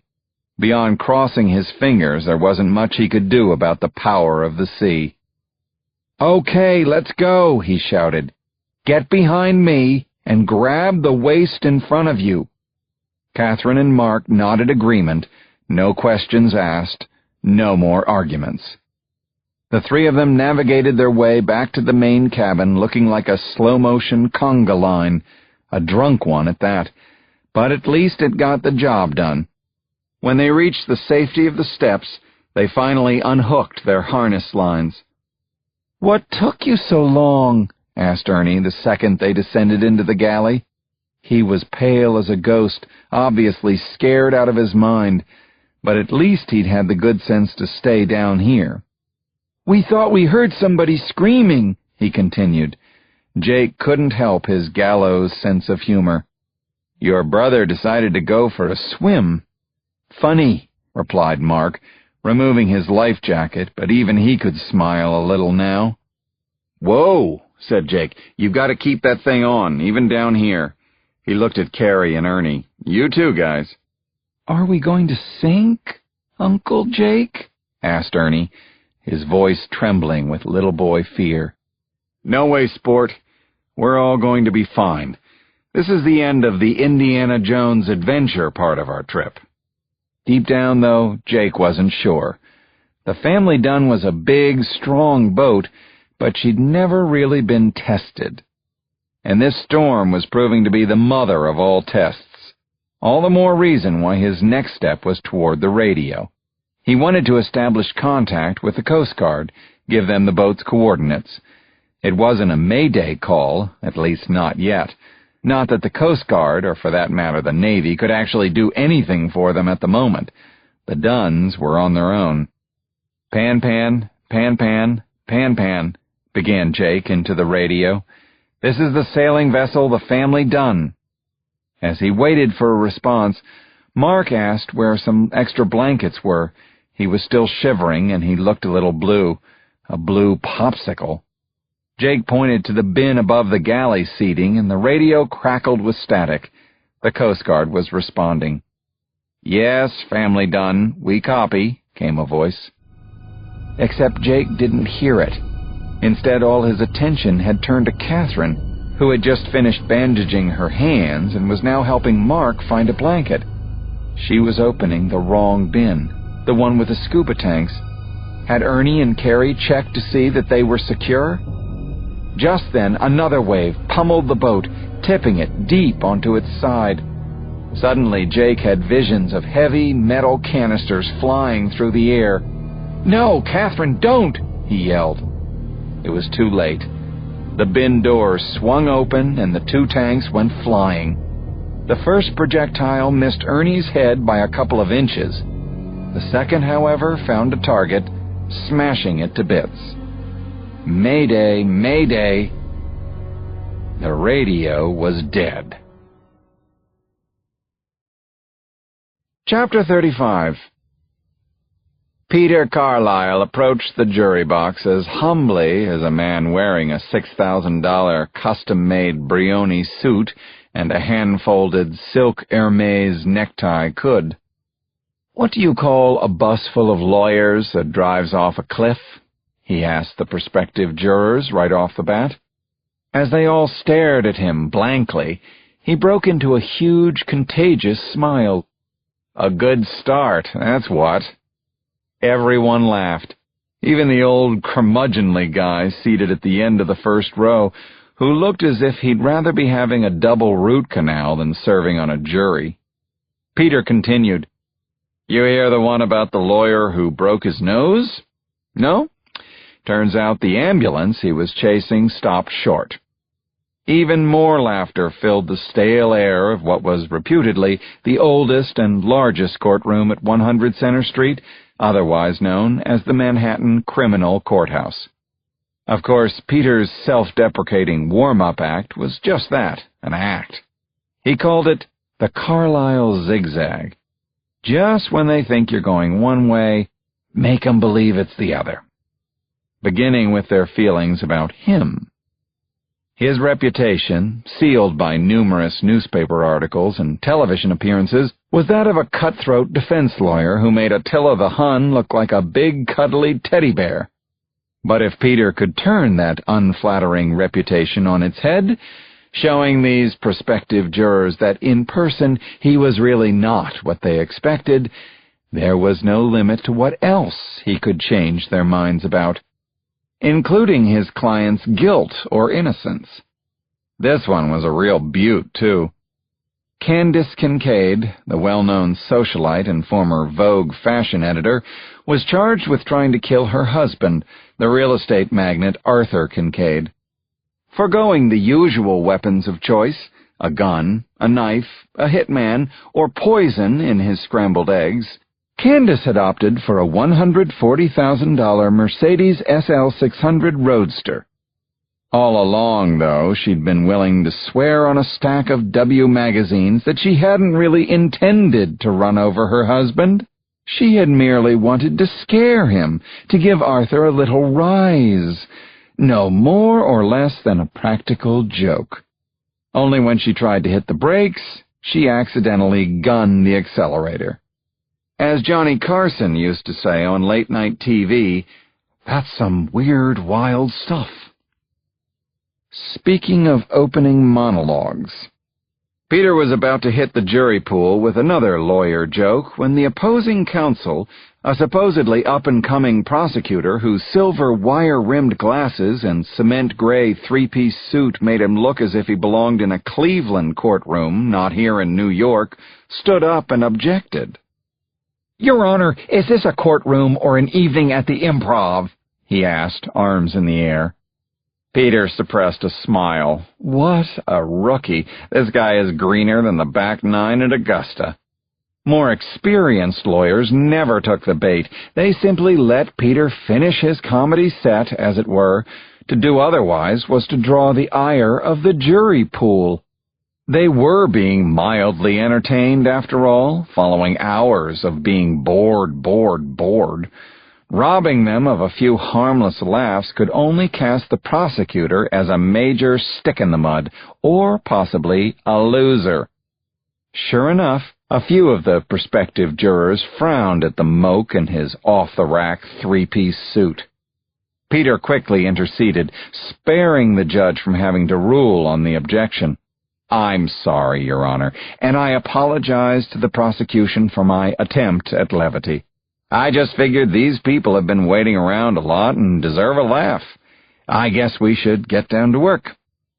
With that, Peter turned his attention to the first potential juror, a young Japanese woman wearing a floral print dress and running shoes. She promptly sat up in her chair, straightening her small shoulders. Before Peter could even ask her name, though, he was interrupted again, this time by Angelica, his Guatemalan housekeeper. Huh? What was Angelica doing here in the courtroom? Peter did a double-take as he heard her high-pitched voice from the back of the courtroom. excuse me, she was saying. "I have very urgent message from Mr. Carlyle."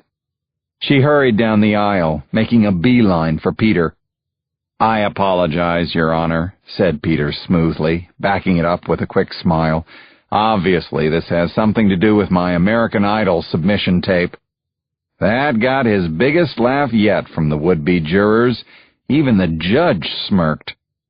But as Peter met Angelica halfway, with the eyes of the entire courtroom fixed upon them, it became clear there was nothing funny about what she was whispering into his ear. Chapter 36. Angelica's English was spotty and at times non-existent, but she managed to convey enough key words and phrases to get her message across. Or rather, the message she'd overheard being left by the Coast Guard on Peter and Catherine's home answering machine less than half an hour ago. Storm, boat missing, no hear from Mrs. Catherine or Mr. Jake. She'd also managed to write down a phone number that Peter could call for more information. Before he could dash off and do that, There was this little matter of jury selection in one of the highest-profile trials the city had seen in years. Peter approached the judge. Naturally, everyone in the gallery, especially those sporting shiny press badges, was extremely curious to find out what this impromptu sideshow was all about. The murmuring was contagious. This murder trial was certainly buzzworthy enough. Now would this added twist put it over the top? Also extremely curious was the young gun of a prosecutor. He feared that Carlyle was reaching into his renowned bag of tricks to gain the upper hand in choosing just the right jury. As fast as someone could say Marcia Clark, he hurried over to join the hushed conversation going on between Peter and the judge. Now even the court reporter and clerk were exchanging raised eyebrows. What the hell was going on here? What was Peter Carlyle up to this time? That's when the judge picked up his oak gavel and banged it hard 3 times. Quiet quickly fell over the courtroom. But what the judge had to say did absolutely nothing to enlighten anyone. All he offered, in a gravelly voice reminiscent of Tom Carvel's, was that voir dire in the Kincaid trial would be postponed until further notice. Again he went to his gavel, wielding it like a sledgehammer. Bang, bang, bang. And off Peter dashed, leaving everyone in the courtroom, including Angelica, in his pinstriped, wing-tipped wake. Chapter 37. Peter ducked into the privacy of an empty office near the courtroom and whipped out his cell phone. His thumb was a blur as he dialed. The number for the Coast Guard had a 305 area code, courtesy of a couple of drug smuggling cases he had worked as outside counsel over the years. Peter knew that code was Miami. Angelica had scribbled the name of the Coast Guard lieutenant who had called. Andrew Toten, it read. Or was it Tatum? Peter squinted at the piece of paper in his hand. Angelica wrote English only slightly better than she spoke it. No matter, he would get the correct information from this Toten Tatum. After 3 rings, a woman answered. "Lieutenant Tatum's office," she said curtly. Tatum, there was one question answered. That left only about 100 others. "Yes, this is Peter Carlyle calling from New York City. Lieutenant Tatum left a message at my home earlier this morning. I understand there's an urgent situation." "I'm not sure if he's available, Mr. Carlyle. Let me check, please. One moment." Peter blinked hard in disbelief. She's not sure if he's available? How urgent does the situation have to be? Before he could respond, "He damn well better be available," Peter was put on hold. Actually, his first thought was that he'd been disconnected. The Coast Guard apparently eschewed Muzak, preferring stone-cold silence instead. Finally, a man's voice came on the line. He sounded official enough, although younger than Peter expected. "This is Lieutenant Tatum," the man said. Peter hurriedly identified himself and asked what had happened to the family Dunne. "That's part of the problem. We're not quite sure," replied Tatum. "We know that the boat's been caught in a severe storm that boomeranged out over the Atlantic last night. We lost radio contact with it sometime about 4:30 this morning, Eastern Standard Time. It could be something with their radio." "Oh, my God," said Peter softly. "There is every reason to be optimistic, Mr. Carlyle. About 2 hours ago, we received an EPIRB signal." "What exactly is that?" asked Peter. "Emergency position indicating radio beacon," answered Tatum. "It's a tracking device, kind of like LoJack for boats. That's how we found you, in fact. The boat's owner, Dr. Catherine Dunne, listed Peter T. Carlyle, Esquire, as the emergency contact. Are you her attorney?" "No, I'm Catherine's husband. Wait, I'm confused. Is my family okay or not?" "I can't say for certain, Mr. Carlyle, but the device is manually activated. Somebody set it off. We'll be sending out a search and rescue mission as soon as we can." Peter's voice sharpened to an edge. "What do you mean, as soon as you can? What the hell are you waiting for?" "The storm, Mr. Carlyle," said Tatum, unruffled. "It hasn't fully passed through the area the signal is coming from. I can't send out a search and rescue effort unless I know the team can actually make a rescue, or for that matter, won't end up needing to be rescued itself." "So when will that be?" Peter asked, sounding desperate. "What's your estimate?" "As I said, it should be very soon." "What am I supposed to do in the meantime? I mean, what can I do?" "I'm afraid there's not much more you can do besides wait. I'll call you as soon as the situation changes and we know more." This struck Peter as wholly inadequate.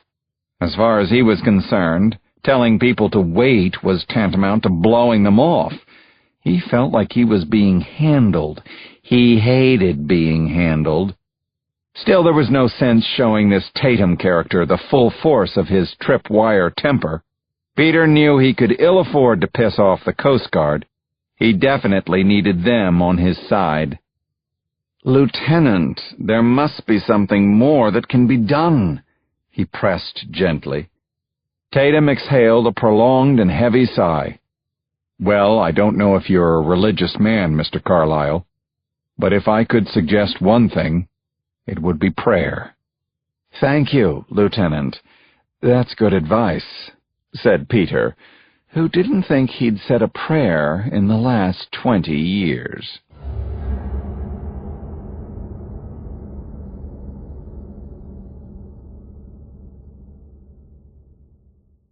Chapter 38. "Holy Mother of God," muttered Jake, emerging from below decks as soon as the storm had passed. "That was something else." Catherine and the kids, still wearing their life jackets, were right behind him. Their reactions echoed his as they gazed around. All in all, the third commandment never stood much of a chance. Mark, in particular, sounded like a broken record. "Jesus H. Christ," he kept repeating. And for good reason, too. The deck looked like a war zone in the middle of Iraq. There was splintered wood at nearly every step, shattered nautical instruments along the helm, and a veritable obstacle course of strewn ropes and seat cushions everywhere else. And it only got worse when they all peered upward. "Jesus H. Christ," said Mark again. "I don't believe it." "If you don't believe, then stop calling on poor Jesus," Jake finally said, but then he patted Mark's shoulder. The tremendous jolt they had all felt while riding out the storm the night before was exactly what Jake had said it was: lightning. The mainmast must have been hit dead on, which pretty much explained the second jolt, which immediately followed. The top of the mast had been completely sheared off, cut in two. It had plummeted 80 feet, smashing into the deck, or rather, what was left of the deck. The new developments were what had prompted Jake to activate the EPIRB. Even if they were lucky enough to survive the storm, he knew that without a workable mast, their sailing days on the family Dunne would be absolutely, positively, D-O-N-E, done. This vacation was over, and given the circumstances, none too soon. Now, standing on the deck in daylight, he could see that his decision was the right one.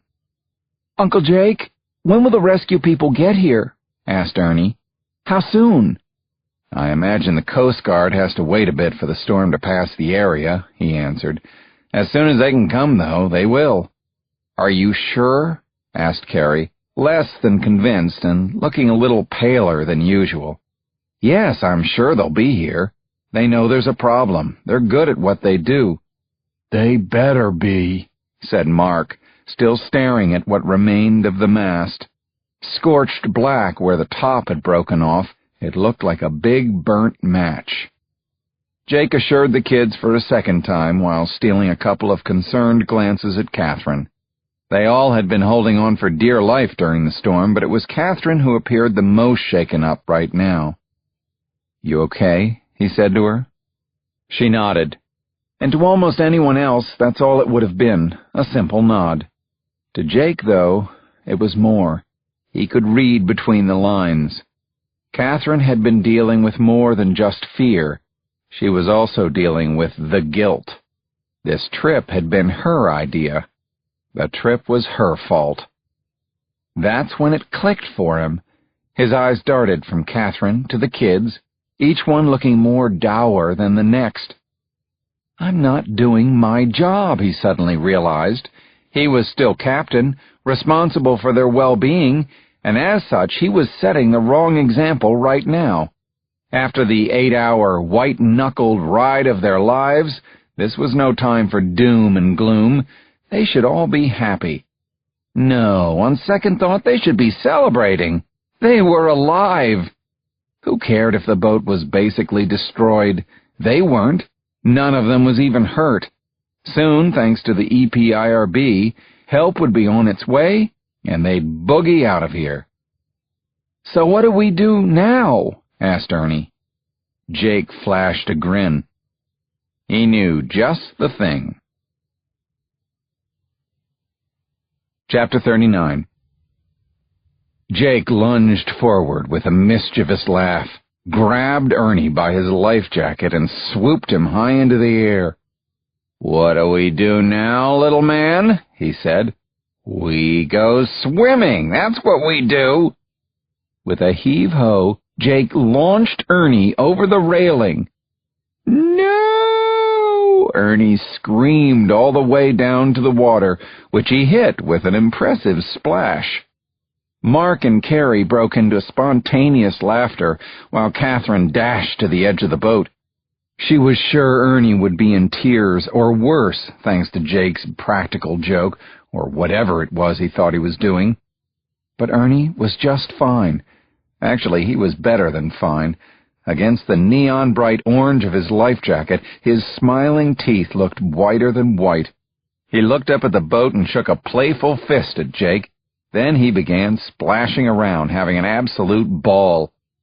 Jake spun on his heels, casting a devilish eye on Catherine, Mark, and Carrie. Who's next? He asked. It's one of you for sure. Who can I catch the easiest? Like bugs under a lifted rock, they all scattered across the deck. One by one, Jake hunted them down. He gotcha'd Carrie first. She wriggled in his arms hopelessly, trying to break free. I don't understand, joked Jake as he lifted her over the edge. I thought you liked going overboard. Carrie laughed uncontrollably. She couldn't help it. The first day of the trip and her suicide attempt seemed like a long, long time ago. Geronimo! Yelled Jake as he tossed her over the side. That's when Mark tried to turn the tables on his fun-loving uncle. At least he was finally taking some initiative. He snuck up behind Jake and grabbed him around the waist. I say you're next, he shouted.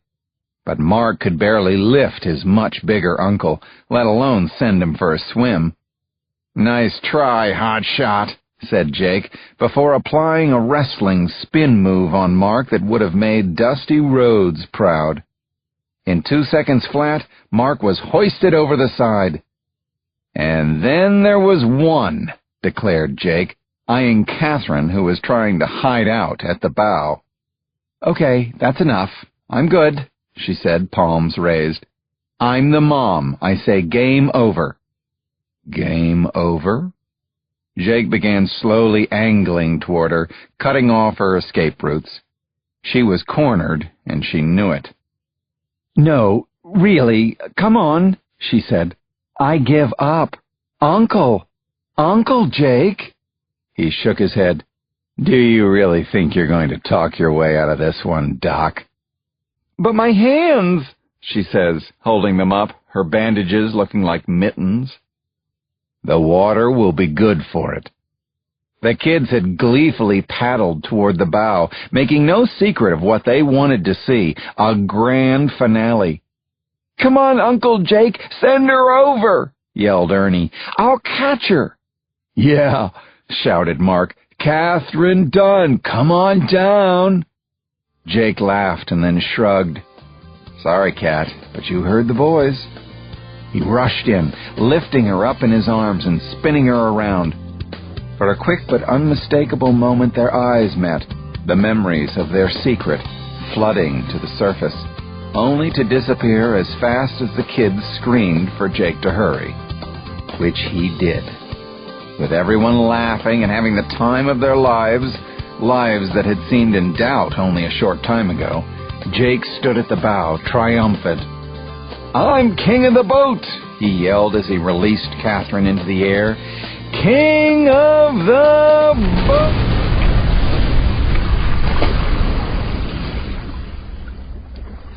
In the blink of an eye, the family Dunne exploded, the entire boat disappearing within a massive orange fireball.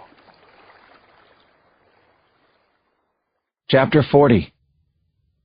"There he is! There's Carlyle!" shouted a reporter, wielding his arm like a jousting stick as he pointed down the long, echoing hallway of the courthouse.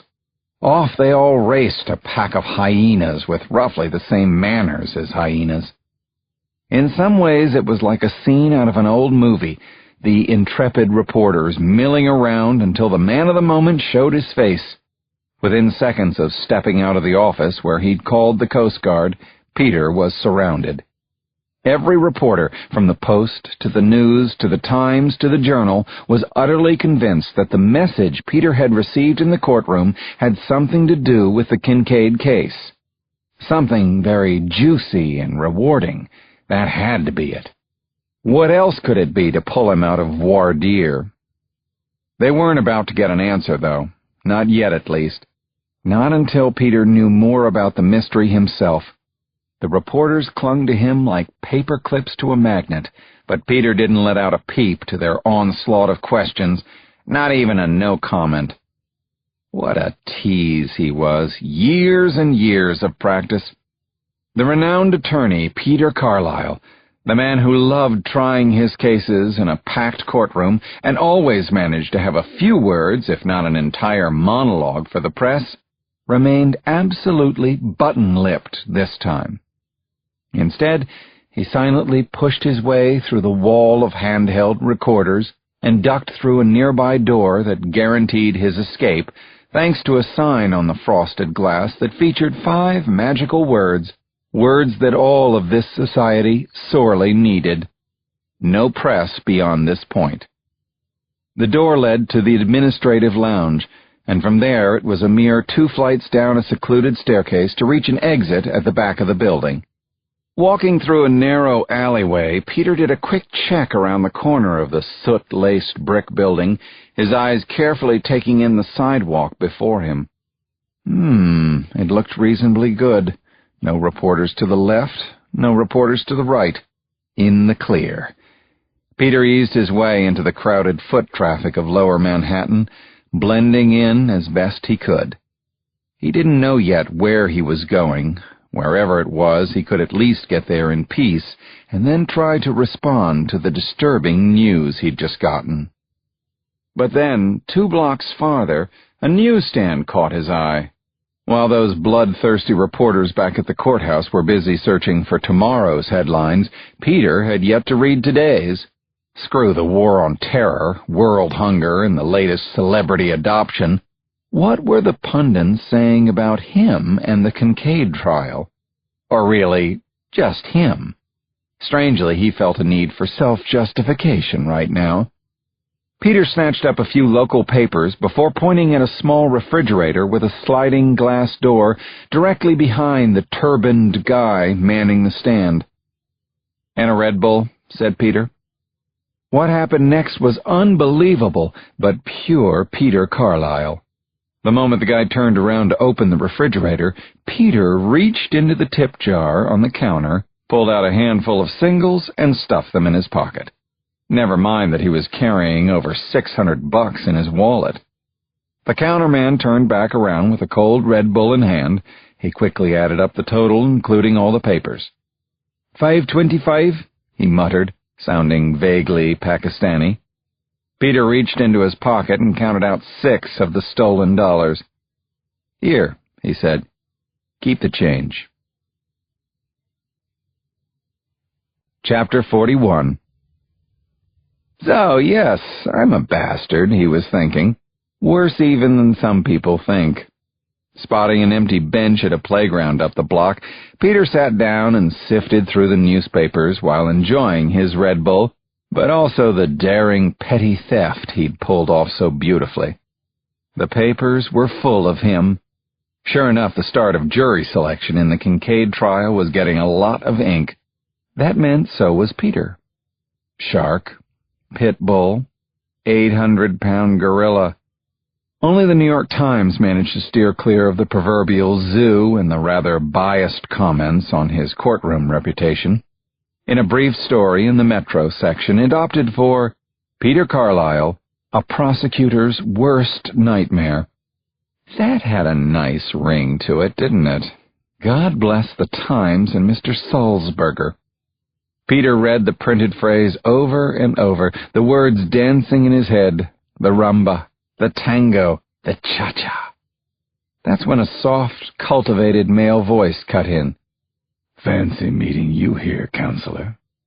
Peter lowered the paper to see his surprise visitor sitting on the bench right next to him. It was as if he had appeared out of thin air. How did he do that? Shouldn't you be in court? Asked DeVoe. Shouldn't you be anywhere but here? Peter spoke angrily. There was a fine line between mutual respect and contempt, and the two men were sitting right on top of it. In Peter's mind, what happened next would be crucial. There's no reason that you and I can't be seen together, said DeVoe. It's not like we've done anything wrong. You're right, agreed Peter. In fact, we haven't done anything at all, have we? DeVoe smiled behind black Armani sunglasses that matched his black Armani three-button suit. Spoken like a true lawyer. The same one who once saved your ass, if I'm not mistaken. Am I mistaken? Am I not returning the favor? For a damned good price you are. I gave you a terrific discount off my usual fee. How quickly they forget. I'm touched, said Peter. Of course, if you had only known Mother Nature might be willing to do the job for free. So you heard? Yes, said DeVoe. I assume you've already heard from the Coast Guard. Just minutes ago, in fact. The officer I spoke to said they lost radio contact with the boat, but he also said they were receiving some kind of signal. An EPIRB. Yeah, that was it, said Peter. The officer told me it's manually activated. Indeed it is. That means Catherine and the brats are still alive? Not necessarily. I would expect a little more logic out of you. The Coast Guard at least knows where to look for them, though, right? DeVoe smiled again, this time as wide as the Atlantic. So they think. What's that supposed to mean? It means they received the wrong coordinates. It means I'm very good at this. How? Asked Peter. Presto. That's how. Fair enough. Peter didn't need to know DeVoe's dark secrets. Better if he didn't. Besides, he could give a shit how he had rigged the EPIRB, just so long as he had done it. Good, said Peter. So the Coast Guard won't be able to find them. Is that what you're telling me? No, I didn't say that. Eventually they would. If not for one thing. Peter knew exactly what that thing was. It went without saying, but DeVoe said it anyway, clearly just to amuse himself. Trust me, if the storm didn't kill your loved ones, kablam kablooey, my bomb sure as hell will. It's a done deal. The family Dunne is history. DeVoe was a sick fuck, all right. Precisely why Peter Carlisle had hired him to murder his family.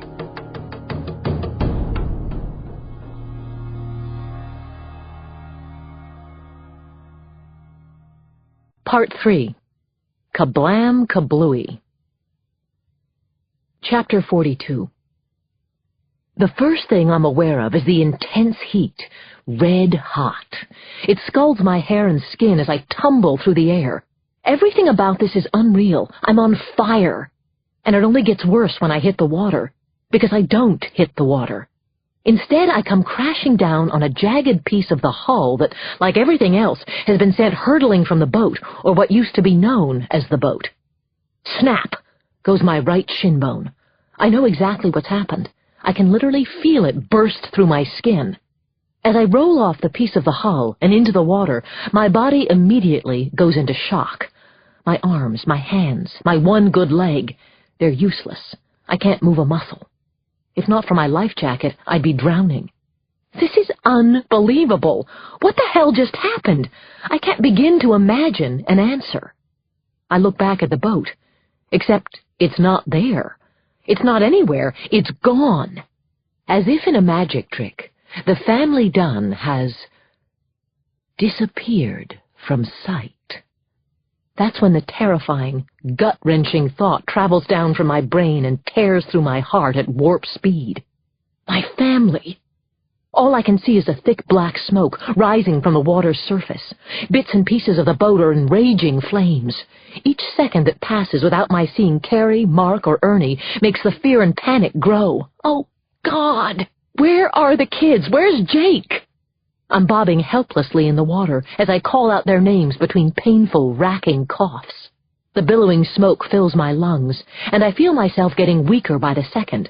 I'm losing too much blood from my leg. I'm on the verge of passing out. Still, all I can think about is the kids. Carrie! Mark! Ernie! I keep screaming their names, but I don't hear them call back. I don't hear anything around me. No one calls out to me. The only sound is a muffled, hollow ringing in my head. It's aftershock from the blast, I know. Blunt trauma to the ears. The black smoke surrounds me like a wall now, and I can barely breathe. Every attempt to scream for the kids turns into another cough as blood begins to spray from my lips. I cover my mouth, only to watch my hand turn bright red. Where is the blood coming from, I wonder? Did I fracture a rib? Is it poking a lung? Or did I just bite my tongue when I crashed into the water? And what about Jake? He was on the boat when it exploded. Now he's nowhere. Are they all gone? Am I the only one who survived? No, please, no! I can't even fathom the thought. Insidious. Horrible. My entire family is dead. Chapter 43. I continue to call their names. Then I hear a voice cut through the wall of smoke, filling me with hope, thanks to one small word, the most beautiful word in the English language right now. Mom! It's Ernie, and he's alive. My hearing snaps back, and I twist my body around to see him swimming toward me. His face is seared black from the blast, and he looks absolutely petrified, but he's alive. Oh, but he's so scared, poor guy. I forget about my leg at the sight of him, and try to meet him halfway. That's when a violent rush of pain reminds me that I'm in no condition to swim. Tears are all I can manage as I wait for him to reach me. I immediately throw my arms around his life jacket and hug him as hard as I dare. "Are you okay?" I ask. "I think so," he says. "Are you, Mom?" I'm about to lie. I don't want to scare him any worse. When he sees the blood around my mouth. "I'll be fine," I say. He doesn't quite believe me. "What is it? What can I do?" he pleads. "Nothing," I assure him as my field of vision begins to narrow. I can feel my eyes rolling back now. Not good. Really not good. I might pass out, and then Ernie will be all alone out here. Next I start to shiver, and my teeth are chattering. Not good. "Mom!" he yells. "Mom!" I blink hard, forcing myself to stay conscious. I need to think in straight lines like a doctor, like myself. I need to stop the bleeding in my leg. What I need is a tourniquet. The MD in me takes over, and I quickly remove one of the straps from my life jacket. Reaching down in the water, I fasten it as tight as I can above my knee. Within seconds, I can feel it helping, if only a little. There, that's better, I tell Ernie. Are you in any pain? Tell me if you are. No, I'm okay. You're sure? I'm sure. He nods, and I ask him about his brother and sister, whether he's seen them or not. I almost don't want to hear the answer. No, not so far, he says, shaking his head. What about Uncle Jake? I don't know, honey. I haven't seen anybody but you yet. Again, I'm about to lie. I want to tell Ernie that everything and everyone is going to be okay. I want him to believe me, and I want to believe it myself, but I can't do it. It's not the way I was trained, and it's not who I am. He reaches out and puts his hand on my shoulder. He looks so small, draped in that big orange life jacket. Don't worry, Mom, he assures me. It's going to be okay. I promise you. I want to cry. It's the sweetest lie I've ever been told. Chapter 44. Holy shit! What was that? Carrie's eyes fluttered open, only to be met by the cold, salty sting of the ocean. Her head snapped back, and immediately she began to cough her lungs clean of the smoke that was everywhere. She didn't feel particularly lucky, but that's what she was. Unbelievably lucky. She'd been lying with her face on the side of her life jacket, unconscious. Another minute or two, and she could have been dead, for sure, if her face had been in the water. At first, she didn't know where she was. Even when she saw Mark 10 feet away, she still didn't know. The only thing clear was that her brother needed help. Like her, he'd been knocked unconscious by the blast on board the family Dunne. Unlike her, he'd yet to come out of it. As fast as she could, Carrie swam toward him. With each labored stroke, she began to remember. Jake, chasing them all around the boat. They're getting thrown in one by one. Her mother being the last to go overboard. But wait, did Mom get off? Then everything had gone black on her. She still didn't know what had happened. Like, where was the boat? Where was the rest of the family? Mark, she said, reaching her brother. Wake up! Wake up! He wouldn't, though. She grabbed him by his life jacket and slapped his cheeks. Come on, Mark! I said, come on, Mark, this is important. Wake the hell up! Finally, his lids peeled back, and his pupils shrank into focus. What happened? He asked woozily.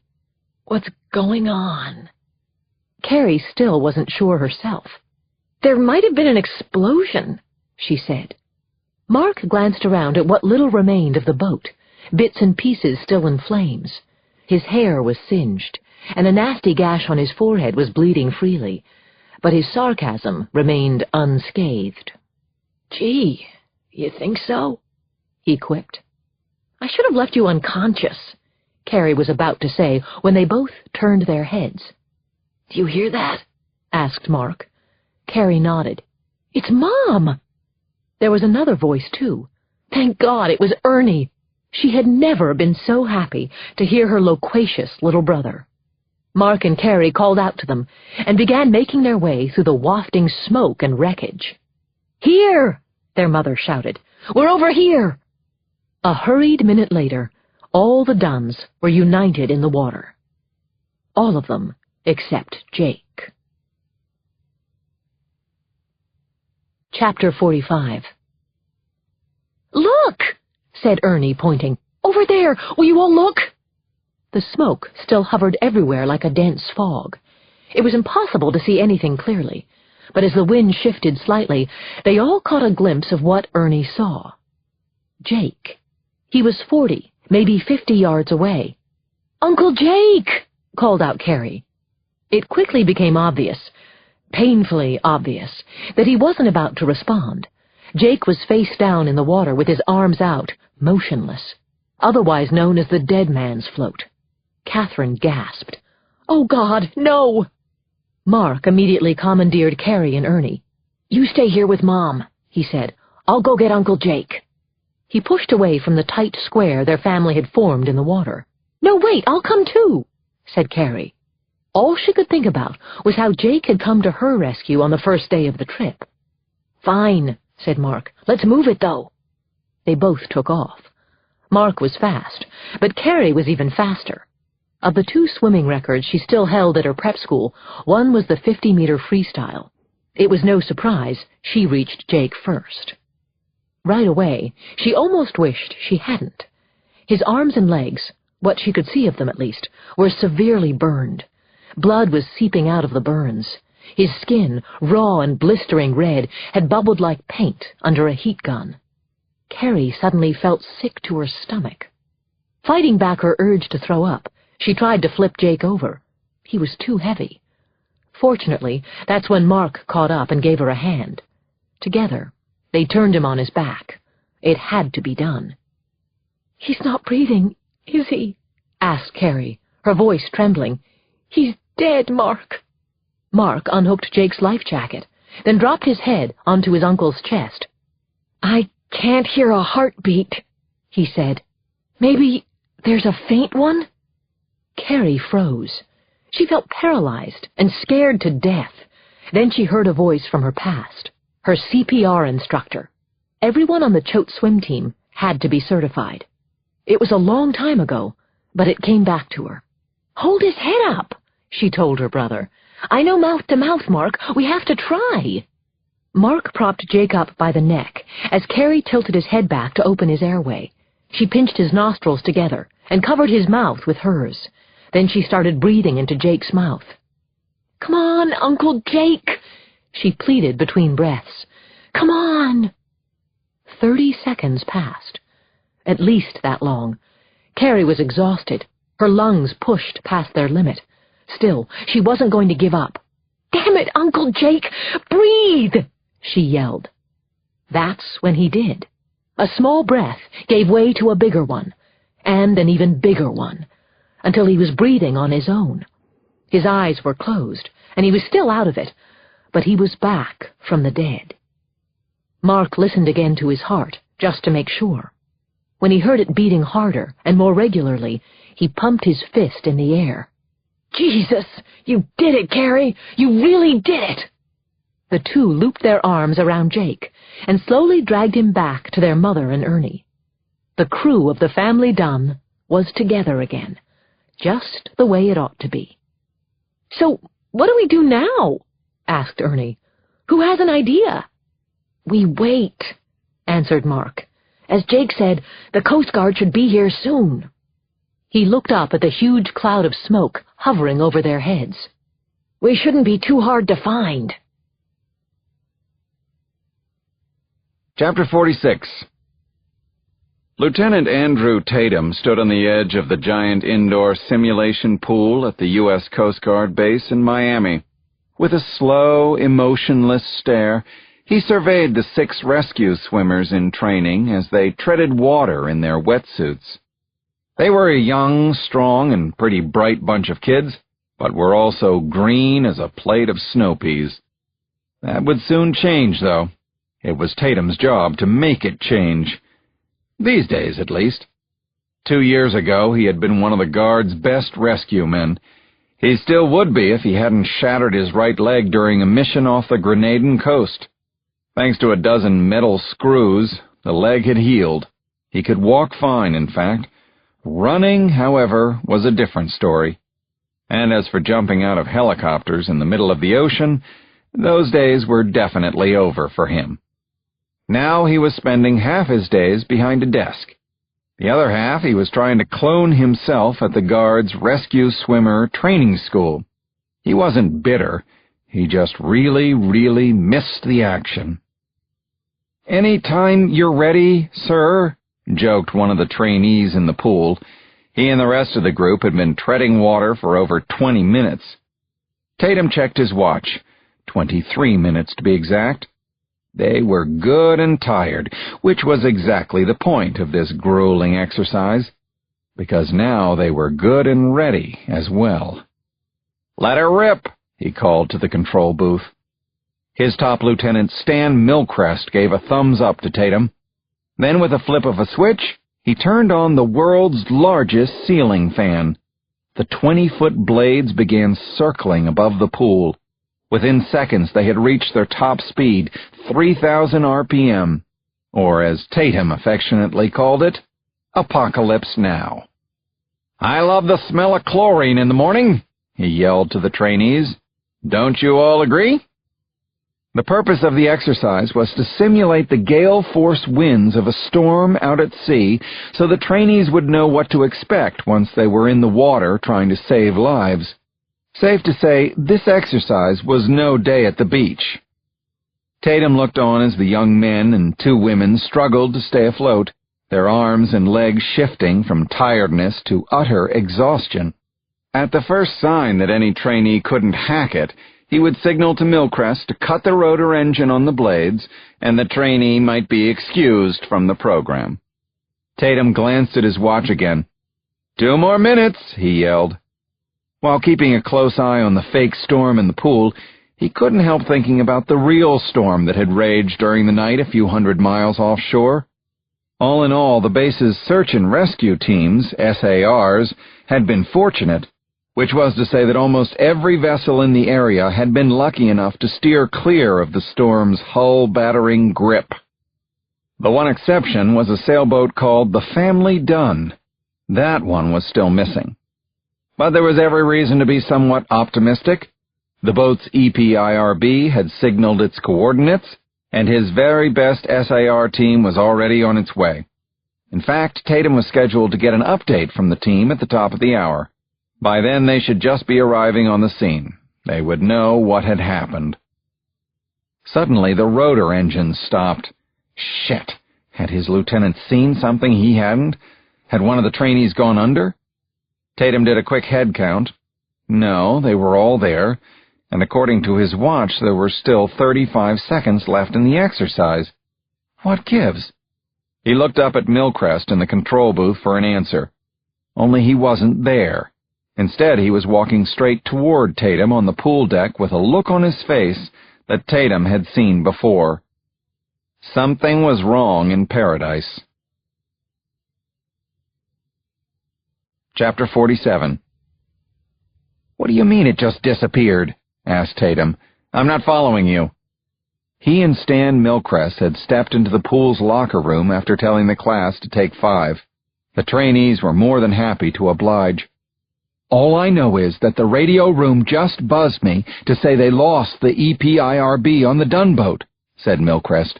"One minute it was loud and clear, the next it was gone." "Are they sure?" "Positive. It's not equipment failure on our part. Wouldn't be the first time. One of our dishes malfunctioning?" "That's the first thing I asked," said Milcrest. "They told me they checked everything on our end twice. No glitches. No anything." Tatum lit up a Camel. Smoking and poker were his only vices, and he usually didn't do one without the other. The only exception was when things went wrong at work, like right now. "I'm thinking it's one of 2 scenarios," continued Milcrest, displaying the trait that Tatum liked about him. He wasn't afraid to give his opinion to his commanding officer. "Either the battery went dead on the Dunne's EPIRB, or they turned it off for some reason." Tatum took a long drag and let it out slowly as he thought. Both scenarios were plausible, more than plausible in truth. But were they probable? That was the thing. In all his years with the Coast Guard, he'd never encountered an EPIRB that had stopped working once it had been activated. Of course, there was always a first time for everything. "Either way," said Tatum, "it's not as if the initial coordinates changed. We'll just have to expand the search area a bit to allow for the prevailing currents." "Well, that shouldn't be much," said Milcrest. "The storm's past now. It's pretty calm." "Exactly. But do me a favor, will you? Get on the radio with the SAR team and tell them to kick it into high gear. Call it a hunch, but the faster they can get to that boat, the better." Milcrest nodded before spinning on his heels. "I'll keep you posted," he said, walking away. Tatum hung in the locker room for another minute, guiltily finishing his smoke. For some odd reason, the voice of Peter Carlyle, the lawyer from New York who had called earlier that morning, was still lodged in his head. Something about the call was troubling him. Over the past 10 years, Tatum had dealt with countless people who were anxiously awaiting to hear something, anything about their loved ones stranded out at sea. On the surface, Carlyle seemed no different. He was impatient, somewhat emotional, and most definitely concerned. So what was the problem? Again, Tatum wasn't sure. Maybe he just didn't trust lawyers. Chapter 48. I'm freezing, says Ernie, his teeth chattering behind puffy purplish blue lips. We're all freezing. We've been waiting like this for hours. Our life jackets truly saving our lives this time. There's no more dog paddle in any of us. We're on empty. Physically exhausted. Emotionally, too. A creeping, horrible feeling is beginning to take hold of me. Then Carrie puts it into words that none of us want to hear. They're not coming for us, are they? Of course they are, I assure everybody. There's obviously been a delay. The Coast Guard probably had lots of boats to rescue because of the storm. We just have to wait our turn. I only half believe that myself. But to say anything less hopeful to the kids would only scare them, especially Ernie. Come here, I say, pulling him tight against my chest. This is a good idea for all of us, to form a tight circle, holding each other and Jake, trying to prevent hypothermia. That's what we'll do next. How's your leg? Ernie whispers in my ear. Fine, I whisper back. No problem, bud. I know it's not, though. I'm just not up to dealing with it right now. It's numb as rubber, and I'm trying not to think about it. Classic case of denial, says the doctor in me. Now I know what so many of my patients must be thinking when I bust their humps about taking better care of their hearts. Can it, Doc? Amen. Besides, I'm far more concerned about Jake. Although his breathing is holding steady, he's barely conscious. Worse, his burns need to be dressed. I'm afraid he's losing too much blood. And plasma. And he's dehydrating fast, too. If that happens, Jake will go into shock, and we'll lose him. Ironically, being submersed in the cold water helps with the plasma. One way or another, we've got to get out of this water, though. Even in the heat of the afternoon sun, the temperature's too low. Come sunset, I'm afraid it won't matter how tightly we're hugging each other. We'll suffer hypothermia. Maybe we can string together a makeshift raft, says Ernie, looking around us. There are still bits and pieces of the boat floating within sight. Not for long, though, given the wind and strong currents. Maybe, I say. Mark chimes in, his voice so raspy I can barely hear him. He echoes me. Maybe. Wait a minute. That wasn't Mark talking. All at once, we turn to Jake, whose head is barely clearing the surface of the water. He's awake, says Carrie. She's right. And he didn't say maybe. It sounded more like Mary. Jake, it's me, Catherine, I say. Can you hear me? Jake? His lips tremble, struggling to form words. All he can manage is the same one. Mary, he says again. No, Jake, it's me. Catherine. His eyes are closed, his face lifeless. Still the lips are moving. He struggles with a second word. Hail, he mumbles. Hail, Mary. It suddenly clicks, and I turn to Mark. The Hail Mary box, I say. It's got things we need, the answers to at least some of our prayers, so long as it survived the blast. What color is it? Asks Carrie. Red, I answer. Oh, I think I remember seeing it on the boat, says Ernie. Mark and Carrie immediately decide to go looking for it. They break away in opposite directions, agreeing to swim clockwise. Mark spins his finger. We'll cover the area in circles, okay? Got it, says Carrie. Stay close to each other, please, I call to them. Meanwhile, I try to keep Jake talking. Maybe there's something I can do to ease the pain. It's no use. His lips fall still again. It's okay, I tell him. He's barely conscious, and yet all he needed to help us was 2 words. Hail Mary. He's still our captain. Chapter 49. 10 or so minutes later, Carrie's voice cuts through the air. Her jubilation is tempered by sheer exhaustion. "I found it!" she yells. I can hardly believe it.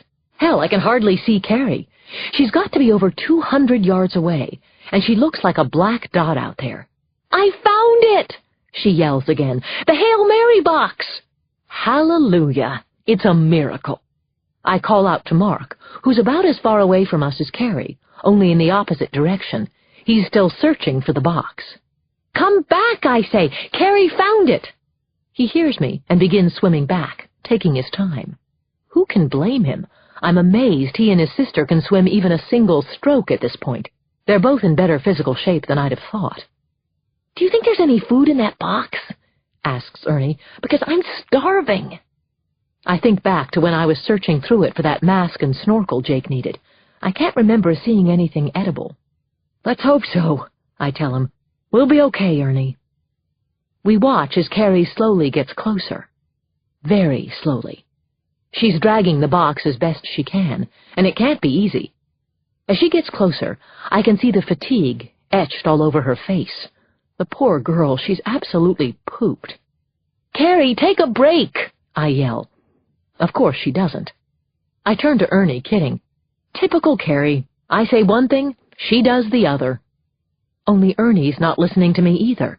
He's not even looking in my direction. I can't see what he's staring at, but my ears immediately tell me there's a problem. When he was a toddler, he used to make this strange clicking noise from the side of his mouth whenever he was scared, only it wasn't loud.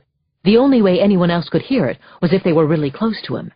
As I am now. "What is it, Ernie? What do you see?" "I'm not sure yet," he answers. "It's something, though." He points, and I squint. I still can't see it. If Mark is at 3 o'clock and Carrie at 9, whatever it is, or isn't, is directly at 6. "Ernie, I don't—" My mouth suddenly freezes. I do see it now. Oh, my God. Is that what I think it is?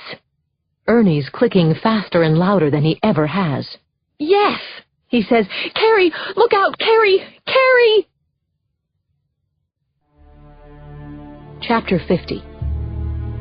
It's not the Coast Guard here to rescue us, that's for sure.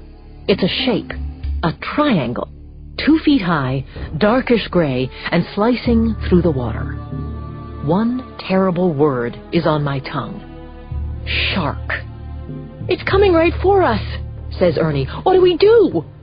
Every muscle in my body, every bone, broken or otherwise, is screaming panic. Panic like there's no tomorrow. But I don't allow this to happen. I have my operating room comm on now. "Mom," repeats Ernie, "what do we do?" "It's what we don't do," I say. "We don't move. Maybe it won't find us." "I think it already has. I'm pretty sure. Look." I glance at Ernie, who's staring down at the water. It's red. Between the blood from my leg and Jake's seeping burns, we've all but set the table for this creature. Great. We both look out again at the fin coming toward us. Actually, make that 2 fins. There's a smaller one directly behind it, about 15 feet back. Immediately, I think it's a second shark, maybe a baby. But then I realize something worse. Even more terrifying. That's no baby. That's the tail fin of the same shark. This mother's a monster. "Mark? Carrie?" I call out. Mark answers first, and there's no need for me to bring him up to speed. He sees exactly what we see. "Holy shit!" he yells. "I'm coming back!" "No!" I yell back. "Stay right there!" "But, no buts! You don't move, do you hear me? You stay where you are!" If we're about to be shark lunch, Mark doesn't need to be the dessert. "That goes for you, too!" I yell to Carrie. She's close enough that I can see the fear in her eyes as she stares at the fin. I'm sure her eyes look like mine right now, small, dark pinpoints. I grab Ernie by his life jacket and pull him so close we're practically touching noses. My broken leg is pulsing with pain, but I don't care. "Okay, here's what we're going to do," I say. "You're going to take Uncle Jake and get behind me." I have to stop talking for a second. Tears are pouring down Ernie's chubby little cheeks. "Mom," is all he can say. Mom! Shh. It's going to be okay, I whisper. You have to listen to me now. This is important. I take a breath, and then I go on. If that shark attacks me, you don't try to help. Do you understand? I know he doesn't. How could a child comprehend that? He stares at me blankly. Listen to me, Ernie. You don't try to help. You swim away to your brother as fast as you can, all right? What about Uncle Jake? He asks, his voice a shiver. I was afraid of that question. You leave him here with me, I answer. You just focus on swimming away as fast as you can. Now tell me you understand. He doesn't want to answer. Tell me! I finally have to yell. I can't help it. I love him too much. I can't let him die with me. No way. He finally nods, and I help him grab Jake so they both can get behind me. Ernie's too scared even to cry anymore. He falls silent. We all do. All I can hear is the slap of the water around us. Slish, slosh, ripple, ripple. Slish, slosh, ripple, ripple. I stare at the large fin slicing toward me, and I take the deepest breath of my life. I'm hoping against hope. It won't be my last. Chapter 51. Carrie's blue gaze ricocheted all around the water. The shark, her mother, her brothers, Uncle Jake. The damn shark again. Why won't it just go away? Does it sense how defenseless we are? Of course it does. It's a predator. She felt helpless, stuck in limbo. There had to be something she could do, though. What? That's when it hit her. Literally. The Hail Mary box. She didn't even realize she'd let go of it until a small swell sent it smack against her head. There would definitely be a bump later. If there was a later. What mattered was now. Was there something in the box that could help? Maybe? With a frantic burst of energy, Carrie grabbed the latch and snapped it open. Flipping back the lid, she quickly tried to push herself up from the water to look inside. It only half worked. She caught some glimpses, a first aid kit, some blankets, an inflatable raft. But even tilting the box to her eye level, she couldn't see what was buried underneath. Screw it. Just dump everything out, she thought. She thought again. What if some of the stuff didn't float? What if the one thing she could use sank to the bottom before she could grab it? She had no idea what that might be, but the thought was enough to make her try to reach deep into the box instead. She felt around. Come on, there's got to be something. Her hand desperately moved from one item to another. Was that a bottle of water? A flashlight? She glanced over her shoulder as she continued to search. The shark was no more than 100 yards from her mom and Ernie. Probably less than that. Hurry! Carrie's hand kept blindly jumping from one item to another. Then, with a depressing thud, her fingertips hit the bottom of the box. Damn. Nothing. Her eyes welled up, the frustration pushing out the tears, when all of a sudden she felt something tucked tight against the rear corner. It was cold. It was metal. It was a gun. She was pretty sure of it.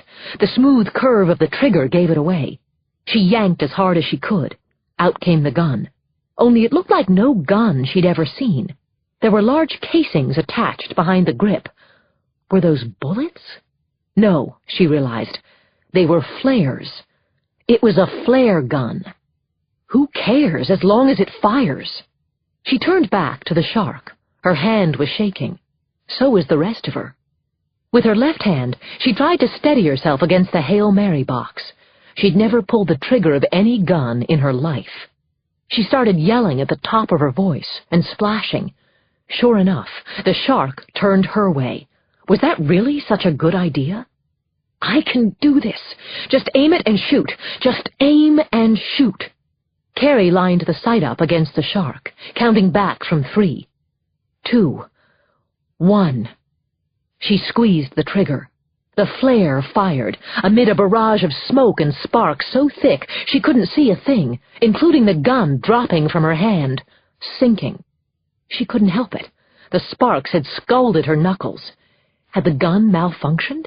How old were those flares? All she knew was that her hand was practically on fire. "Son of a bitch!" she yelled, and for a couple of seconds her voice was the only sound she heard. Then came another sound. Cheering. All at once, Ernie, Mark, and Catherine screamed for joy. As the smoke finally cleared, Carrie saw why. The flare gun had worked, at least well enough. The shark had turned around. It was swimming away. She'd scared the dumb beast. Lunch wouldn't be served after all. At least, not here. At least not the Dunnes. Chapter 52. DeVoe said goodbye to Peter Carlyle from the bench near the Manhattan Criminal Courthouse. He walked down the block until he had completely disappeared from Peter's view. Then he turned around. "Where to next, Peter? Pray tell." Clients were more than just clients to DeVoe. They were an investment, or if you really wanted to get down to it, a high-stakes gamble. Big risk, even bigger reward. So naturally one had to keep an eye on them. Carlyle especially. He represented the largest payday yet for DeVoe. But it was hardly money for nothing. All things considered, the dirty work was the easy part. DeVoe excelled at killing. He was trained for it, had a real knack. Up close, far away, and everywhere in between. The CIA, for sure, had hated losing him, but there had simply been no alternative. Once you go off the reservation, you can't come back. That's what had led DeVoe to Peter in the first place. He wasn't the first covert agent to freelance on the side, nor was he the first to get caught. He was, however, the first to hire a hot-shit attorney who marched straight down to Langley to negotiate a highly classified severance package, his client's life in exchange for his silence. It was a deal both sides could live with because they had no choice. Just to make sure, though, there was a sealed envelope in escrow hanging in the balance. "You hold a lot of my dark secrets," DeVoe had told Peter. "Let me know if you'd ever like me to hold on to one of yours. Be my pleasure." Yeah, the dirty work was the easy part for DeVoe. It was what came after, post-op, which caused concern in his newly found career, hoping a client wouldn't fuck things up and consequently fuck him over. In Carlyle's case, the key question was whether he could withstand the media glare and for how long. Sure, the Uber attorney was a cool customer who was used to intense pressure, but the stakes in a courtroom were one thing. In this game, there was a lot more on the line. So for the next 20 minutes, DeVoe followed Peter as he continued on foot, heading uptown. The guy wasn't really going to walk all the way home to the Upper East Side, was he? No, he wasn't. Near the NYU School of Law, Peter stopped in front of a pre-war brownstone with narrow windows. Before climbing up the steep stone steps, he glanced to his left and right. Watching from the end of the block, DeVoe chuckled. Peter, are you doing something you shouldn't be? Or someone? Of course he was. DeVoe had known it the first time they met and discussed his own case.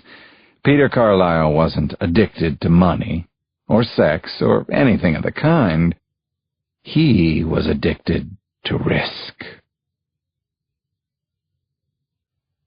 Chapter 53. Peter knocked on Bailey's apartment door, all too aware that this would be his first visit that didn't involve their having sex. It certainly wouldn't be for a lack of wanting on his part. It's just that he wanted something else even more. Catherine's estate. The ultimate score, over $100 million if he survived both her and her obnoxious kids. If that was to happen, he needed to start playing the role of the distressed husband right away, even with Bailey. especially with Bailey. She was a bit of a wild card, suddenly part of his life, but certainly not part of the plan. Hell, he hadn't even known her when he concocted this whole thing and made his pact with DeVoe. Now that he did know her and wanted to keep on knowing her, he had to make sure that she saw no connection between him and the family Dunne's disappearance. Like everyone else, she couldn't suspect what a cold-blooded bastard he was. Peter was about to knock on her door again when he heard that unmistakable New York sound of multiple turning locks. As Bailey opened the door, he prayed that she wouldn't be wearing anything too sexy. A man can possess only so much willpower. "Peter, what a wonderful surprise," she said. "I couldn't believe it when you called. I only got back from my last class 20 minutes ago." The good news was that she had considerably more clothes on than just her bra and panties, a pair of sweatpants and a fit T-shirt, in fact. The bad news was that she immediately leaned in to kiss him with those beautiful, bee-stung lips. He would have to pull back from her. "Just do it, Peter. This isn't the time for screwing." "What's wrong?" she asked. "Hey, wait," she said, a slightly confused look overtaking her face. "Today was your jury selection. Shouldn't you still be in court?" "Something happened," said Peter. "That Kincaid woman didn't try to run you over too, did she?" she joked, grinning. Peter didn't laugh. As much as he wanted to, he couldn't. What a shame, he thought, because that was actually a pretty funny line. Gorgeous, smart, and a great sense of humor to boot. Bailey Todd had the whole package. After stepping into her apartment, Peter first grabbed a Diet Coke from her fridge. Then he took her through the events of the morning, from Angelica charging into the courtroom to his call with the Coast Guard lieutenant. The conversation with DeVoe, of course, was conveniently omitted from his already far too melodramatic storyline. Bailey was stunned, to say the least. She couldn't believe it, had to sit down. She also felt incredibly guilty, and told Peter as much. "Why?" he asked. "No, forget it. I'm too ashamed." "It's okay. You can tell me anything." She hemmed and hawed and started to blush. Finally, "When you told me your wife's boat was missing, my first thought was that maybe I could have you all to myself. Isn't that horrible?" "It is. I feel like such a dick."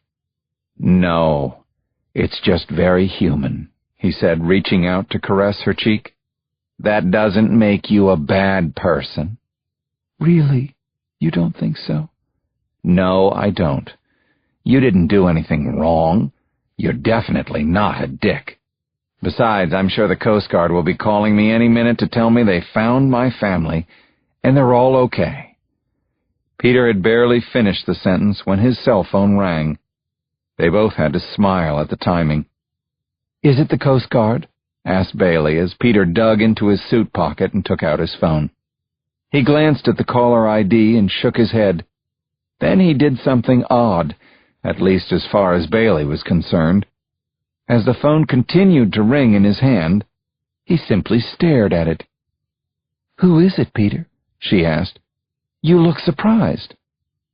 He definitely was.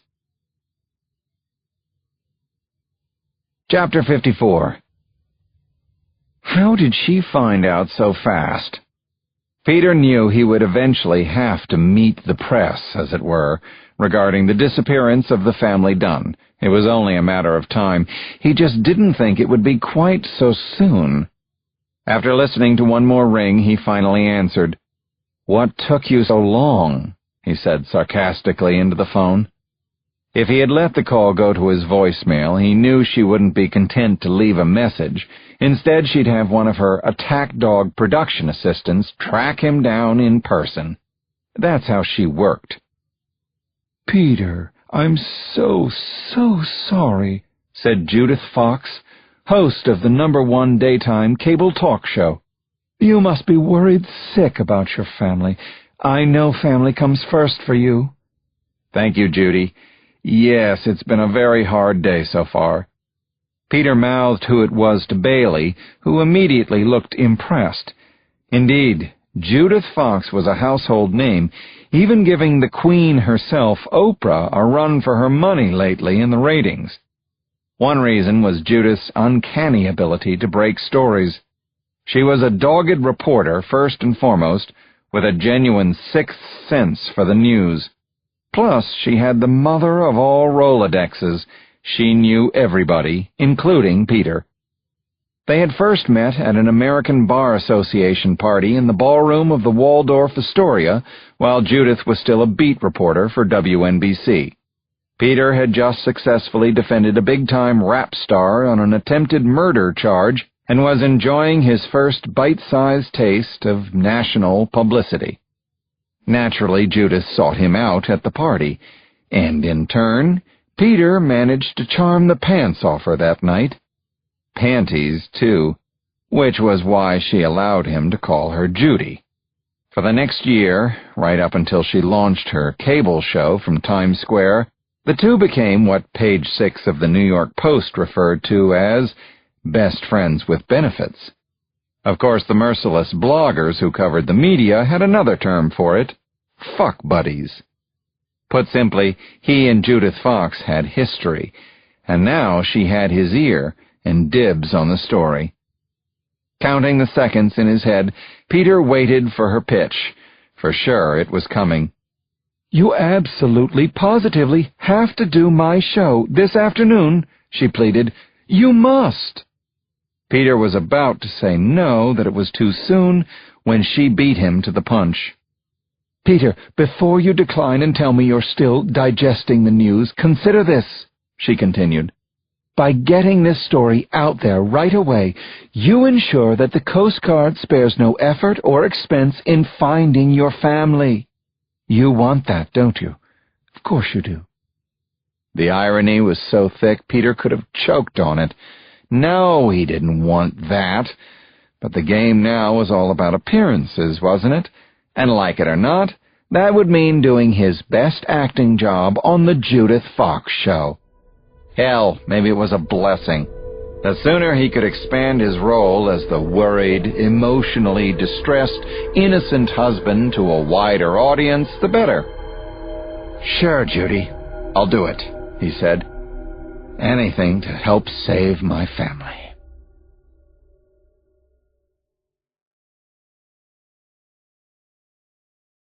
Chapter 55. What was that ad slogan you saw all over? Ellen Pierce wondered. What happens in Vegas stays in Vegas? Ha! Not if you're an agent with the DEA. What happens in Vegas becomes a nightmare of paperwork back in Manhattan. For the third straight day since returning home from Vegas, Ellen was stuck behind the desk of her small office at the DEA's New York division on the Lower West Side. This part of the job never made an iota of sense to her. Screw up and lose your bad guy, and you only had to file one report. Actually bring him down, and you had to file 3. It was almost as bad as being a doctor and dealing with insurance companies. The thought had probably come into her head because Ellen had once considered pre-med rather than pre-law at Wake Forest. No wonder she was procrastinating so much today. Her latest diversion was the New York Times crossword puzzle, and she was stuck on 7 across, a 6-letter word for non-ringer. "Single!" she finally shouted out, a quick smile pushing up her cheeks. She was surprised she hadn't figured out the answer sooner. After all, that was all her mother talked about. Why on God's green earth is my beautiful daughter still single? Because she's married to her job, Mom. That's why. And maybe she's not all that beautiful anymore. Getting back to her busy work, Ellen began organizing the receipts for yet another report. Expenses. In the middle of checking her math, she stopped cold at the sound of a familiar voice in the room, one that turned her stomach. Ellen looked up at the small television she always kept on in the office. It generally served as background noise, and she'd barely paid any attention to it all day. A couple of minutes of The View, an occasional look in at Sports Center. Until now. On the screen was none other than the defense lawyer, Peter Carlisle. Ugh! Double ugh! Ellen gnashed her teeth. How could she forget that arrogant prick of a lawyer's voice? To this day, it was like nails on a blackboard to her. She had spent 2 long years of her life gathering cold, hard evidence against a known mob boss for bribery and racketeering charges, only to have Carlyle prevail in the trial, thanks to his relentless grandstanding and, worse, outright lies on behalf of his scumbag client. Turn the channel, she told herself. Get rid of this piece of crap. She couldn't, though. It was like watching a car wreck, and she had to know what had happened. Ellen reached for the remote control on her desk and turned up the TV's volume. Carlyle was being interviewed by Judith Fox. Didn't they once date or something? Ellen listened. What was he promoting now, she wondered? A racy new book? A recent verdict? It didn't matter. What Peter Carlyle promoted above all else was himself. But that thought quickly gave way to a twinge of guilt. The interview was about his missing family. Hell, even a jerk like him didn't deserve to lose his wife and stepchildren out at sea. He was pretty shaken up, too. His signature voice was actually trembling a bit as he recounted the way in which he had heard the news. "I have every faith that the Coast Guard will find them," he said with a stiff upper lip. "I've got to stay positive, and I certainly will." "I think that's the only thing you can do," said Fox, turning to her live studio audience with a slow nod. "The Coast Guard is renowned for its search and rescue missions, and I'm sure its teams are doing everything in their power to find your family safe and alive, Peter." Without even knowing it, Ellen was nodding along with Judith Fox, completely wrapped up in the story already. It certainly made for compelling television. There was drama, suspense, and just enough hope in the face of severe sorrow. Suddenly Ellen couldn't wait to find out how it would end. That's when she got a strange feeling. She didn't know why she had it, only that she felt it strongly in her gut. The more she listened, the more she felt it. She stood up and got even closer to the TV. There was something in the way Peter Carlyle was telling his story, past tense almost, as if he already knew how it ended. Chapter 56. With a quick pull on a black strap, the life raft from the Hail Mary box inflates before our weary eyes. Thank God we're getting out of this water at least. No more dog paddling, no more sharks. Mark and Carrie climb aboard first, and then help Ernie on. I'm next. When they see my leg, or should I say, the white of my shin bone jutting out from my leg, the kids all fall deathly silent. It just about takes something like this to shut them all up, especially Ernie. "Is there a doctor on the boat?" I joke, trying to lighten the mood. The bad joke doesn't work very well. In fact, the raft only becomes more silent, if there is such a thing, after they struggle to pull Jake aboard. He's in even worse shape than I thought.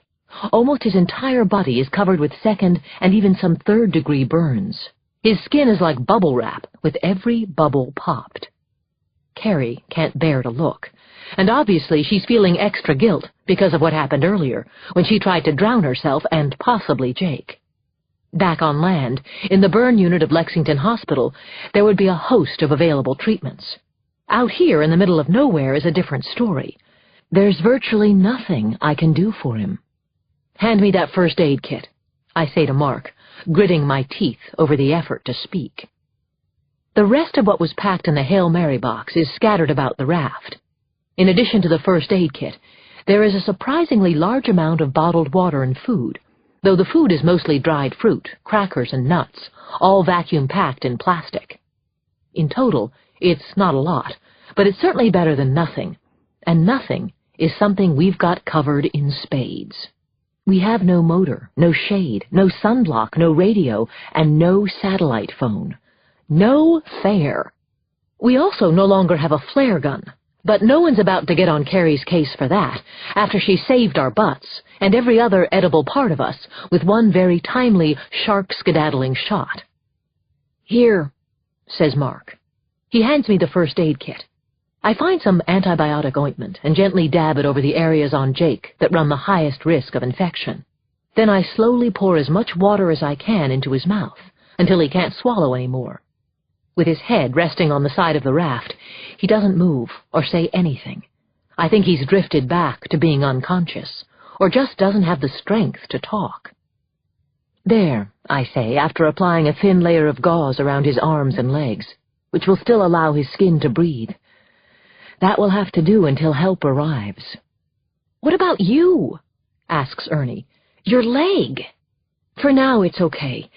It needs to be set, but there's about a 24-hour window before there might be any permanent damage," I explain.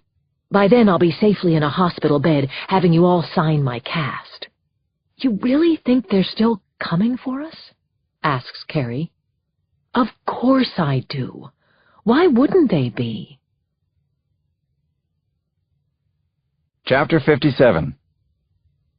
Lieutenant Andrew Tatum slammed down the phone in his small office at the Coast Guard base in Miami. His lieutenant had just given him the latest update on the family Dunne. The news wasn't good. In fact, it made no sense at all. Bolting out into the hallway, Tatum made a beeline for the SIT, short for Situation Room.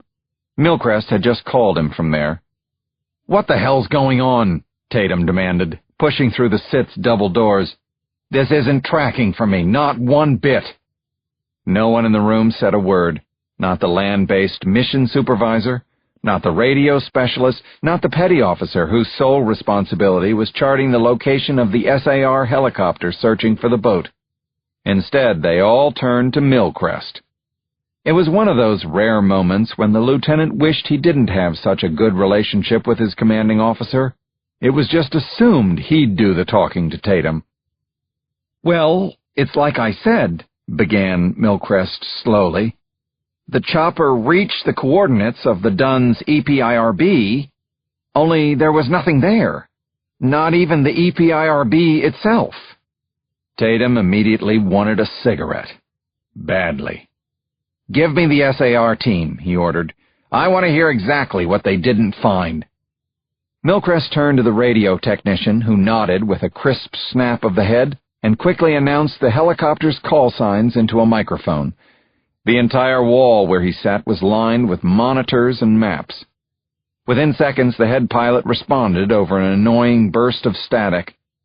"This is Rescue Wolf 1901, we copy," he said, his voice filling the room. The technician had put him on the loudspeaker. Tatum walked over and grabbed the microphone. His voice was booming. He didn't ask, he demanded. "What's the story out there, John? This isn't making a whole lot of sense yet." The pilot explained that he'd done 3 flybys over the given coordinates, and there was absolutely no boat, no crew, no sign of anything in the water. They were beginning to search the immediate area, but their fuel level would limit how much surface they could cover before they had to head back to base. "Any chance your coordinate readings are off?" Tatum asked. "No, sir," came back the pilot. "We double and triple-checked already." Milcrest shrugged again. "Perhaps it was the EPIRB, Andy. Maybe it malfunctioned before it went dead. Broadcast the wrong coordinates." "Maybe," said Tatum. "If that's the case, we'd better hope the numbers are off by only a little.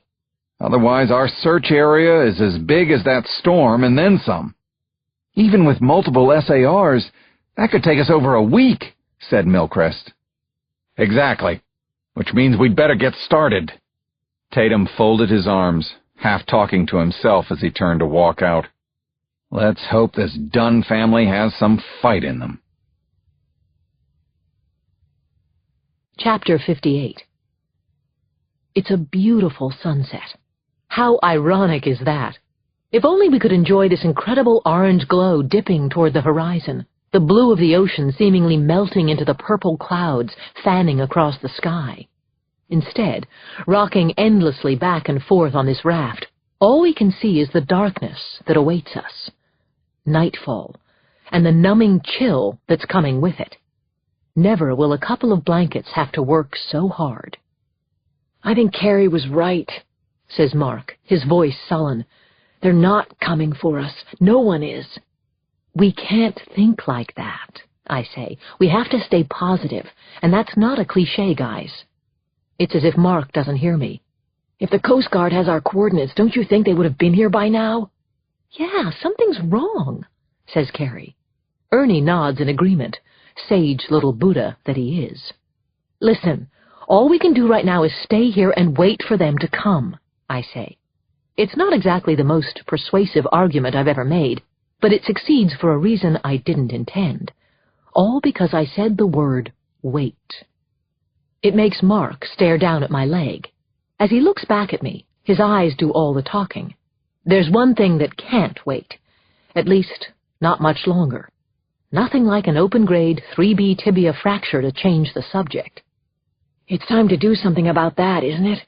he finally asks me. He glances at my leg again, and I do the same. "Yeah," I say, nodding. "I'm going to need some help with it, though." "Count me out," says Carrie immediately. "I'm sorry, Mom. I told you I couldn't do pre-med." Mark shoots her a look. "Come on. After all you've been through today, you're telling me you're afraid of a little broken bone? When it's a bone I can see? Yeah, that's what I'm telling you." Alas, my superhero daughter has met her kryptonite. Squeamishness. "It's okay, Mom. I'll help," offers Ernie. Wow, he says it in a way so incredibly sweet, I want to cry.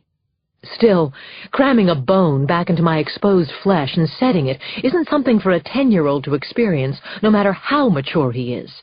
Hell, it's not something for this 45-year-old either, but I don't have much of a choice now, do I? "Thanks, sweetheart, but I only need your brother for this," I explain. Your brother and a whole bunch of morphine, I should add. That's when I watch Mark dig into his shorts. Our clothes have been dry for hours, although I'm thinking that whatever he's got in his pocket must still be a wet mess. That is, until I see the plastic baggie and the Bic lighter. He dangles the bag from his fingertips, giving it a shake before smiling. "Hey, what do you know? Dry as a bone." I suddenly don't know whether to hug him or hit him. Either way, "You were supposed to give all of it to Jake." "I know, what can I tell you? I always carry a spare doobie," he says. He removes the already rolled joint and hands it to me. "Think of it as medical marijuana. Perfectly legal, right?" A few seconds pass, as all I can do is stare at the joint. Am I really about to smoke my son's pot? That's when I gaze down at my leg again and consider the god-awful pain that awaits me. It's amazing how much your world can change in one day. "Hand me the lighter," I tell Mark. Chapter 59. The pot works. Kinda, sorta. It does reduce the pain a little. Instead of sheer agony, it's more like a mild form of torture. All I know is that when I get off this raft and back to the hospital, I'm going to hug all the anesthesiologists. It's not that I ever took them for granted. I just never gave them enough credit for what they do. Anyway, as far as I can tell, the operation was a success. Mark was a real trooper, never once flinching as we reconstructed my snapped shin bone. "You see a lot worse in those stupid chainsaw movies," he told me. Now I have to keep my fingers crossed that the wound doesn't become infected. In the meantime, I'm dealing with a side effect that I never anticipated. The munchies. Here I am, 4 hours post-op, with the kids all huddled together asleep, and I'm wide awake, doing everything in my power not to eat every last calorie of our rations. Oh, and did I mention how damn cold it is? And windy? I can't help wondering what's taking the Coast Guard so long. Is it the storm? Has it reached land, wreaking havoc with their rescue missions? Or what about the EPIRB? It was working, wasn't it? Yes, it was, I'm sure of it. I'm also sure we haven't drifted that far from the wreckage of the boat. All afternoon we've been paddling back against the current, trying to hold our coordinates. Even if we're off by a mile or two, we're still well within sight of any plane or helicopter. At least, that's what I keep telling myself. I lean back against the edge of the raft, looking up at the stars. Millions of them, it seems. I think of my father again, and his telescope in the backyard. I even hear his voice, so calming. We're all Big Dippers, part of something much bigger than ourselves. Suddenly there's another voice I'm hearing.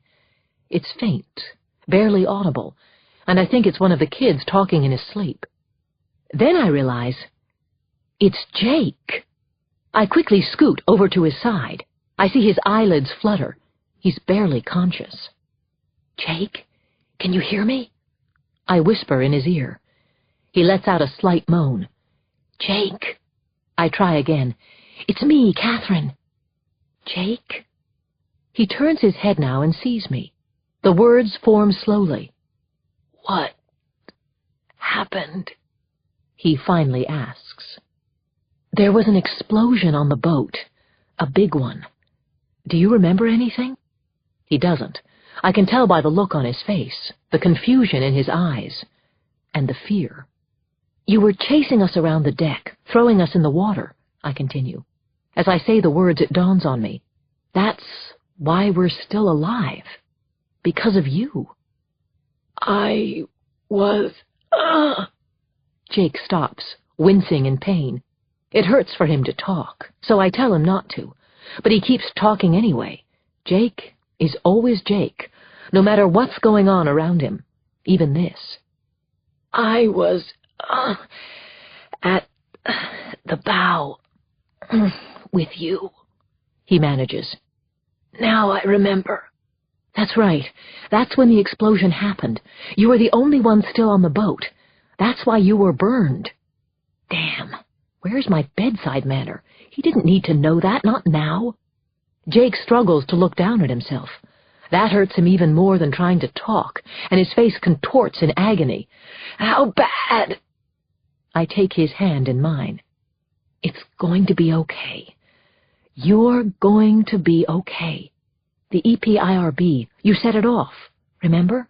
They're going to come and rescue us." I watch him trying to remember. He's breathing harder. I tell him he needs to rest.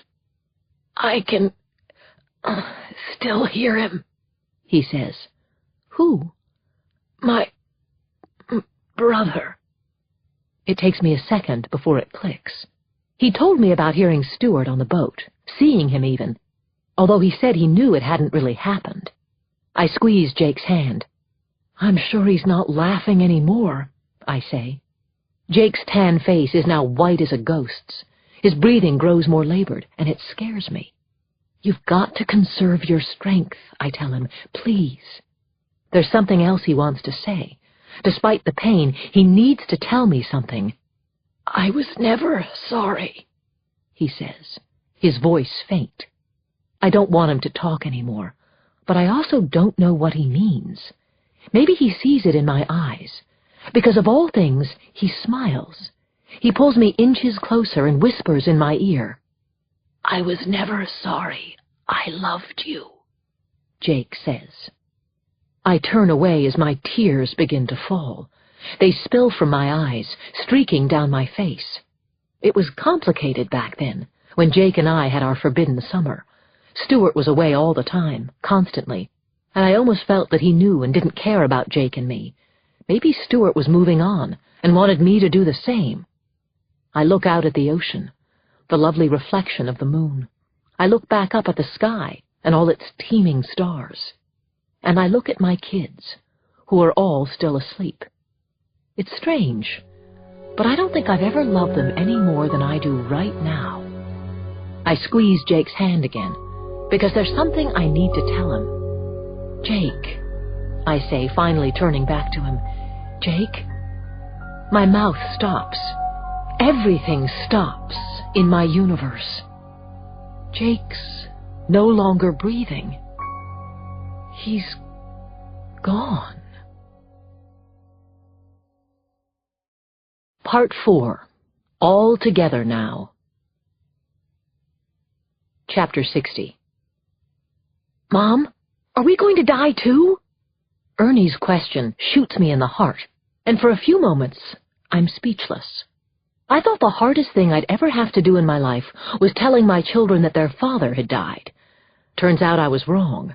Breaking the news about Jake, that he didn't make it through that first night, was even harder. When Stuart died, we all felt alone. With Jake gone, we truly are. For 2 days now, no less. We'd been burned beet red by the sun, and our food and water are beginning to run low, almost as low as our spirits. The sadness of losing Jake has taken the kids from overwhelming despair to something even worse. Fear. That we all might be next. We've been staying as close as possible to where the family Dunne went down, but there's been no rescue boat, no helicopter. The only planes overhead are like ants in the sky, mere specks that we probably wouldn't see at all if not for their vapor trails. For sure they can't see us. In short, we're lost somewhere in tropical waters, but we don't know exactly where. Apparently, neither does anyone else. So why do I keep telling the kids that we need to stay put? Why do we keep fighting the current? For 2 days, I've been a stubborn mule, saying that we need to give the Coast Guard more time. By now I know the kids suspect the real reason. I'm the one who needs more time. Jake's at rest at the bottom of the ocean, and I still can't let go. I can't move on.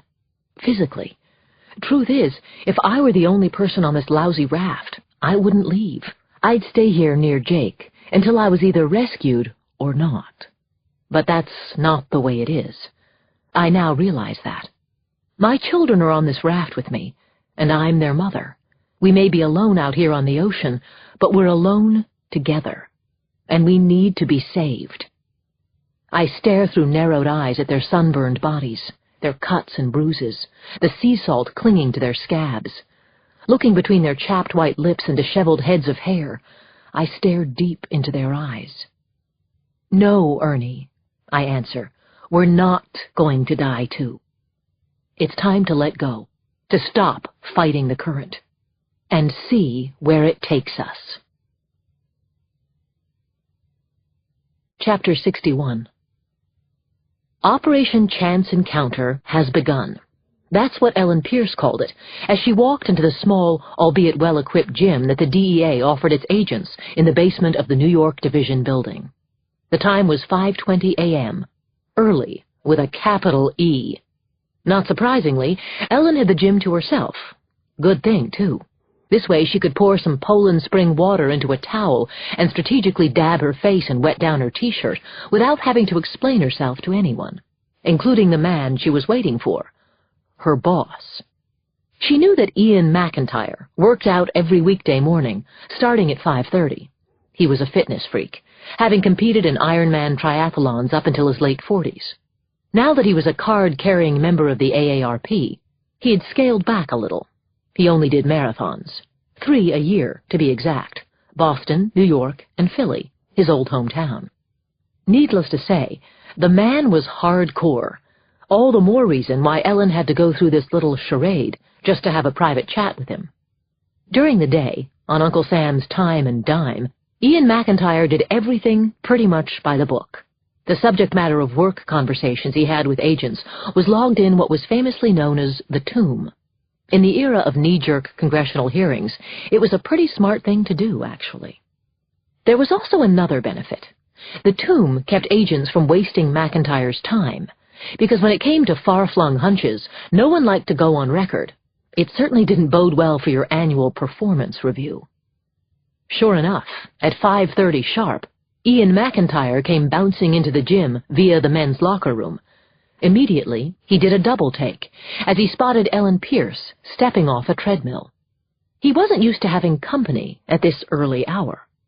"Good morning, Ian," said Ellen, wiping the Poland Spring sweat from her brow. "Morning, Ellen. What a surprise. I didn't know you even worked out here." "I don't. A pipe burst last night at the gym in my apartment building, so here I am, bright and early." McIntyre nodded as he dropped down to the floor mat to stretch. Ellen wanted the segue to seem natural, so she waited a few moments, toweling off the handrails on her treadmill. Then, as nonchalantly as possible, she asked, "Hey, have you been following that whole thing with Peter Carlisle's family?" "You mean their sailboat disappearing?" "Yeah, a little bit. Horrible, huh?" "Really horrible. Those kids, his wife. I never thought I'd feel sorry for the guy." McIntyre gave her a quick, knowing smile. "You and me both, at least for his family." She opened her mouth as if to speak, but stopped. This was the moment of truth. "What were you about to say?" asked McIntyre. "Oh, it's nothing," said Ellen with a shrug. "It's just that I got this feeling when I was watching Carlyle on the Judith Fox show." "What kind of feeling?" he asked. "Something kind of strange. It was as if he—" McIntyre cut her off like an axe. "Stop right there," he said. "I don't want to hear it." "Hear what?" "Whatever you're about to tell me." "You don't even know what it is, Ian." "I don't have to, Ellen. This isn't the time or the place." "Just hear me out, will you?" she asked. "It's the way Carlyle was acting. Something's not right. I'm 100% on this. Carlyle knows something." McIntyre stood up from the mat. In less than 2 seconds, he was directly in Ellen's face. "Listen to me," he began. "The guy's a first-class a-hole, and he made us look bad in court and blew up your case. I know you're still mad, and I can understand that. But what I won't understand, what I won't tolerate, is one of my agents letting her anger affect her better judgment. You keep that imagination of yours in check. You got that? That goes for your female intuition, too." Ellen stared blankly at him. Imagination? Female intuition? How about street smarts and common sense? "I said, have you got that?" She finally nodded. McIntyre turned and walked over to the nearest treadmill. Before stepping on, he turned back. "Oh, and the next time you want to fake a workout so you can have my ear, try not to make the sweat stain so perfect on your little T-shirt, okay?" Ellen grimaced. Ouch. Busted. So much for Operation Chance Encounter. It was time for Plan B. Chapter 62. It was barely 9 a.m. in Miami, and the temperature outside the Coast Guard base was already pushing up into the high 80s, and it was humid. As for the temperature inside, it wasn't much lower. The central AC was seemingly waving the white flag again, and the vents in Andrew Tatum's office were trickling the lukewarmest of lukewarm air. Great, just great, splendid, and now things get really hot, right? Tatum picked up the phone and dialed. As much as he hated to take shit from anyone, that's exactly what he was about to do in a big, unpleasant way. "May I speak with Peter Carlyle, please? This is Lieutenant Tatum of the Coast Guard." Another night had come and gone without finding the family Dunne and its crew. After ordering the search effort to continue around the clock and adding a slew of helicopters and man-hours, Tatum and his Coast Guard unit had turned up absolutely nothing.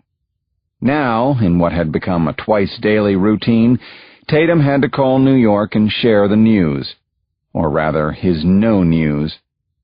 "I don't get it," barked Carlyle over the phone, his patience clearly waning, if he even had any. "You said you had their coordinates, am I right? Didn't you tell me that, Lieutenant Tatum? I made a note of it." "We thought we did." The bastard is making notes for the lawsuit, right? "What about your maps? Are you sure you're reading them right?" Tatum closed his eyes, blinking long and hard in an effort to maintain his usual even keel. "Reading our maps right? What does he think we're using, an old fold-out McNally from the glove compartment?" "Mr. Carlyle, this is one of the largest search efforts we've ever made. I assure you that we're doing our very best," said Tatum. "Then your best needs to get a whole lot better," he heard back. That was followed by a loud click. Carlyle had hung up on him, and he wanted Tatum to know he'd been cut off. Oh well. Such abuse was nothing new to Tatum. He was used to family members expressing their frustrations. More important, he understood it. It was only natural, very human, and thus forgivable. What struck Tatum as being a little odd, though, or at least different, was that he wasn't getting the abuse face to face. He'd been involved in over 100 search and rescue efforts for people missing at sea. Most of the time, loved ones felt compelled to travel to the base, especially if they could afford it. They wanted to be closer to the action, feel more part of the effort. "It's the least we can do," he often heard. Not Carlyle, though.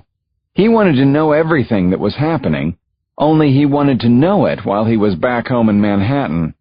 Granted, his rushing down to Miami wouldn't make any difference in the search effort itself. In fact, as the search dragged on, it could only complicate things, especially since the media had really latched on to the story. Carlyle's appearance on the Judith Fox show had all but set the table. Now, nearly 3 days later, with the Dunne family still missing, the feeding frenzy would only get worse. So why was Carlyle still up in New York? Chapter 63. I want to scream. I want to let go with a Grand Canyon deep, ear-piercing primal scream that rattles the heavens, and whoever may or may not be up there holding on to the deed for this planet. We're all part of something much bigger than ourselves? I'm losing faith, Dad. I'm feeling so small and insignificant you wouldn't believe it. We've been drifting for 2 days, and the view hasn't changed.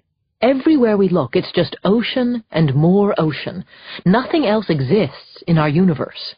This raft may still be inflated, but the blistering sun, combined with our dwindling food and water, has let the air out of all of us. We're exhausted, zapped, numb. The kids at least have been able to sleep. Not me. Here it is, the sun about to rise on another day, and I feel like I'm back, pulling 36-hour shifts as an intern. Only this is so much worse. Back then, I always knew that things would get better, that the shift would end. Which brings me to my leg.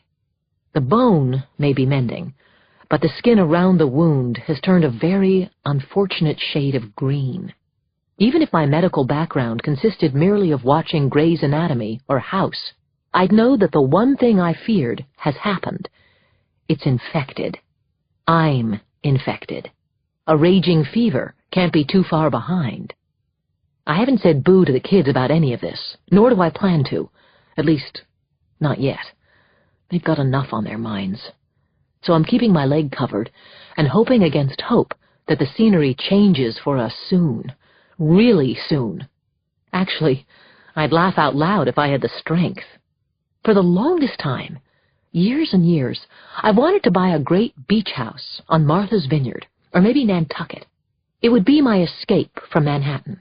Something with a private deck, a couple of chaise lounges, and most important, an amazing ocean view. Ha! To hell with wishing for that anymore. All I want to see now and forever is land. I want to be rescued. I want my kids to be safe. Then maybe I'll finally be able to sleep. I'm about to close my eyes and try yet again to sleep when both my lids suddenly pop open like jack-in-the-boxes. Oh my God! Is that a mirage? Am I so ridiculously sleep-deprived that I'm seeing things? No, it's for real, all right. I think it's real anyway. Way off in the distance, amid the first hint of sunrise, is the most beautiful sight in the world. "Kids!" I yell. "Wake up! Wake up!" They slowly begin to stir. Too slowly, I decide.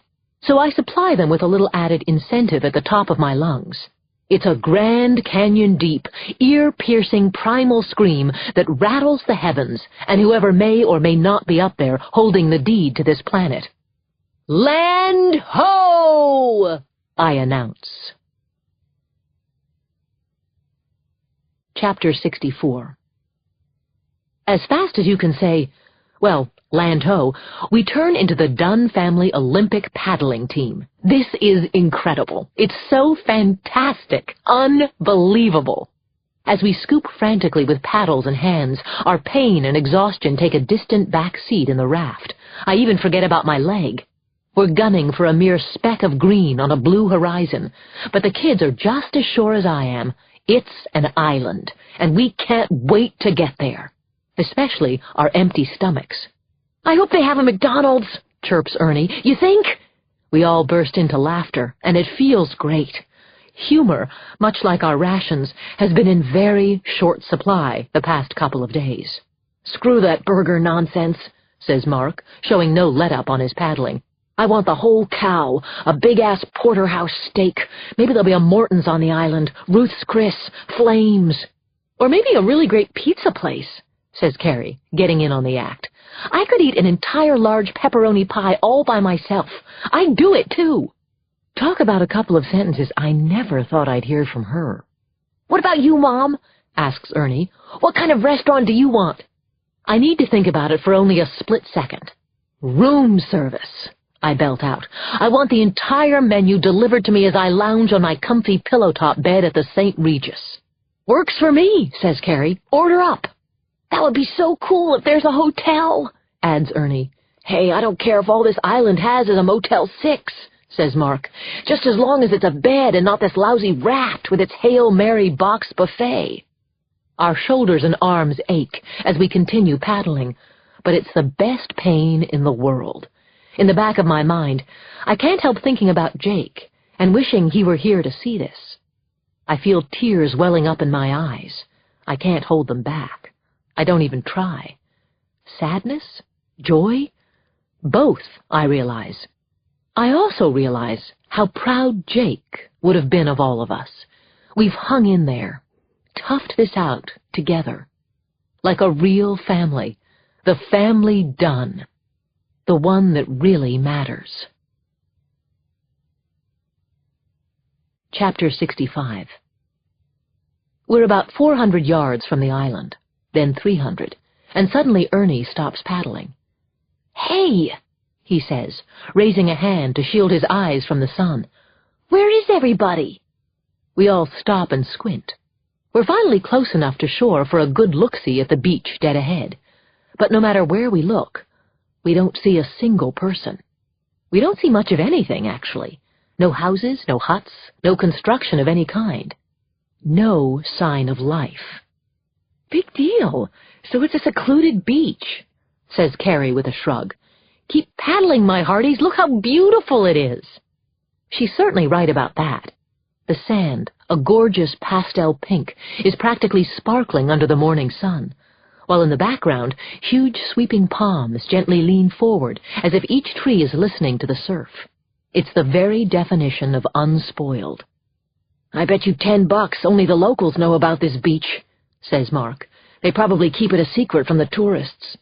Yeah, it would get way too crowded, adds Carrie warily. It's not very big. No, actually, it's very small. In fact, the whole island looks small, at least from this angle. For all I know and hope, my pillow-top bed at the St. Regis is waiting for me on the other side. Let's keep paddling, I say. We're churning on nothing but a mix of adrenaline and curiosity now, our mild joking giving way to a hushed silence. We're staring straight ahead at the best news we've had in 4 days, if not our entire lives. Land. And yet there's no escaping this weird feeling among us. It's as if Ernie's question is echoing in all our heads. Where is everybody? Or anybody, for that matter? We keep paddling. We keep looking at the perfect beach, with nobody on it. Chapter 66. From land ho to land here. The kids hop out into waist-high water and pull the raft up onto shore with me still in it. I'm nowhere near able to put any pressure on my broken leg, so Mark carries me over to a spot on the sand and sets me down with great care. I have never seen him acting like this, and it's impressive. Mark is impressive. No one says anything as we all look around, our necks craning left and right.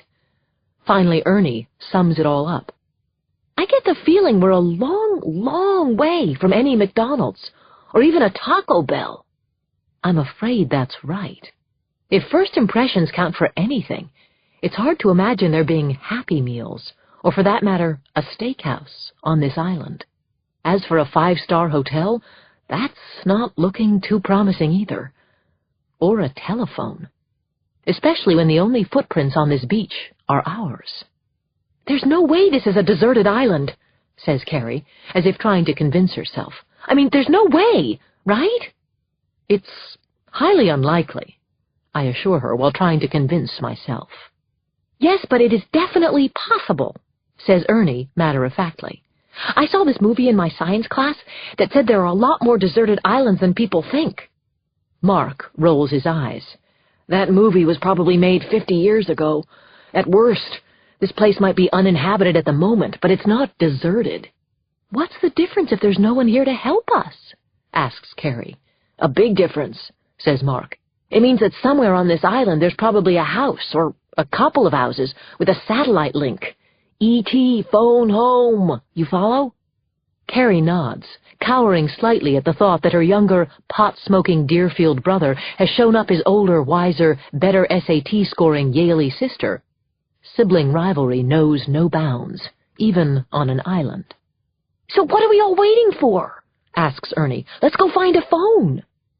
Of course, I'm not about to go anywhere, not unless a pair of crutches were suddenly to fall from the sky. Even if they did, I'd be having second thoughts about this proposed trek. Something doesn't feel right to me.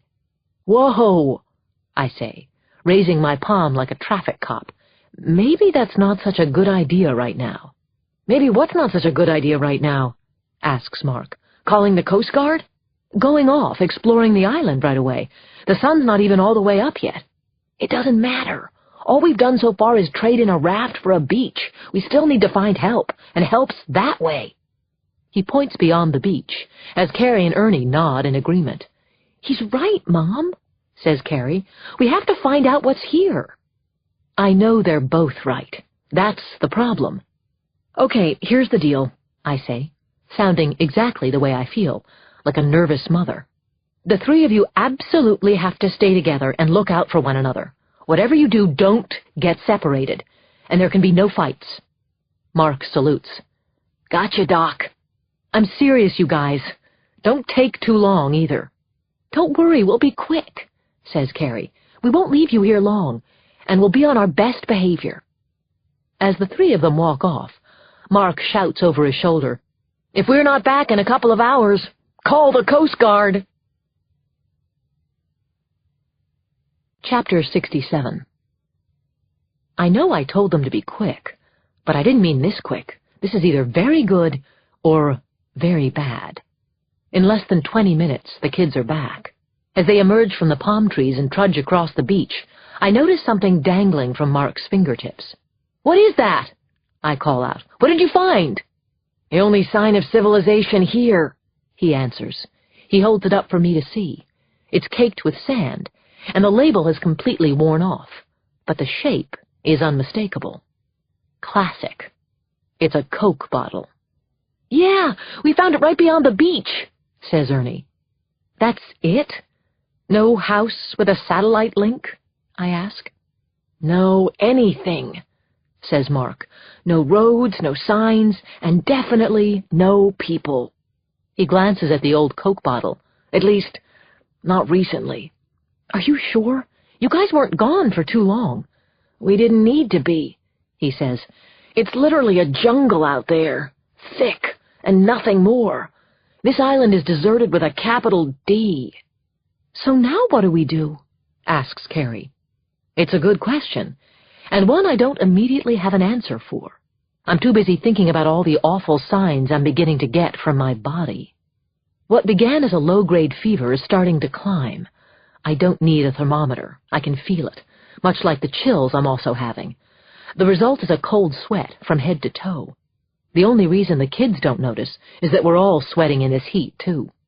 Meanwhile, Mark seems to have more energy and ideas than I've seen from him in a year. I think we need to do a few things, he says. First, we have to be able to signal boats and planes, right? We should spell out SOS with rocks and prepare a big fire we can light. We should also figure out where we'll sleep tonight. I vote for somewhere with a roof, says Ernie, pointing out over the water. We all turn to look at some very ominously dark clouds on the horizon. Shit! I thought we were done with storms for a while, says Carrie with a groan.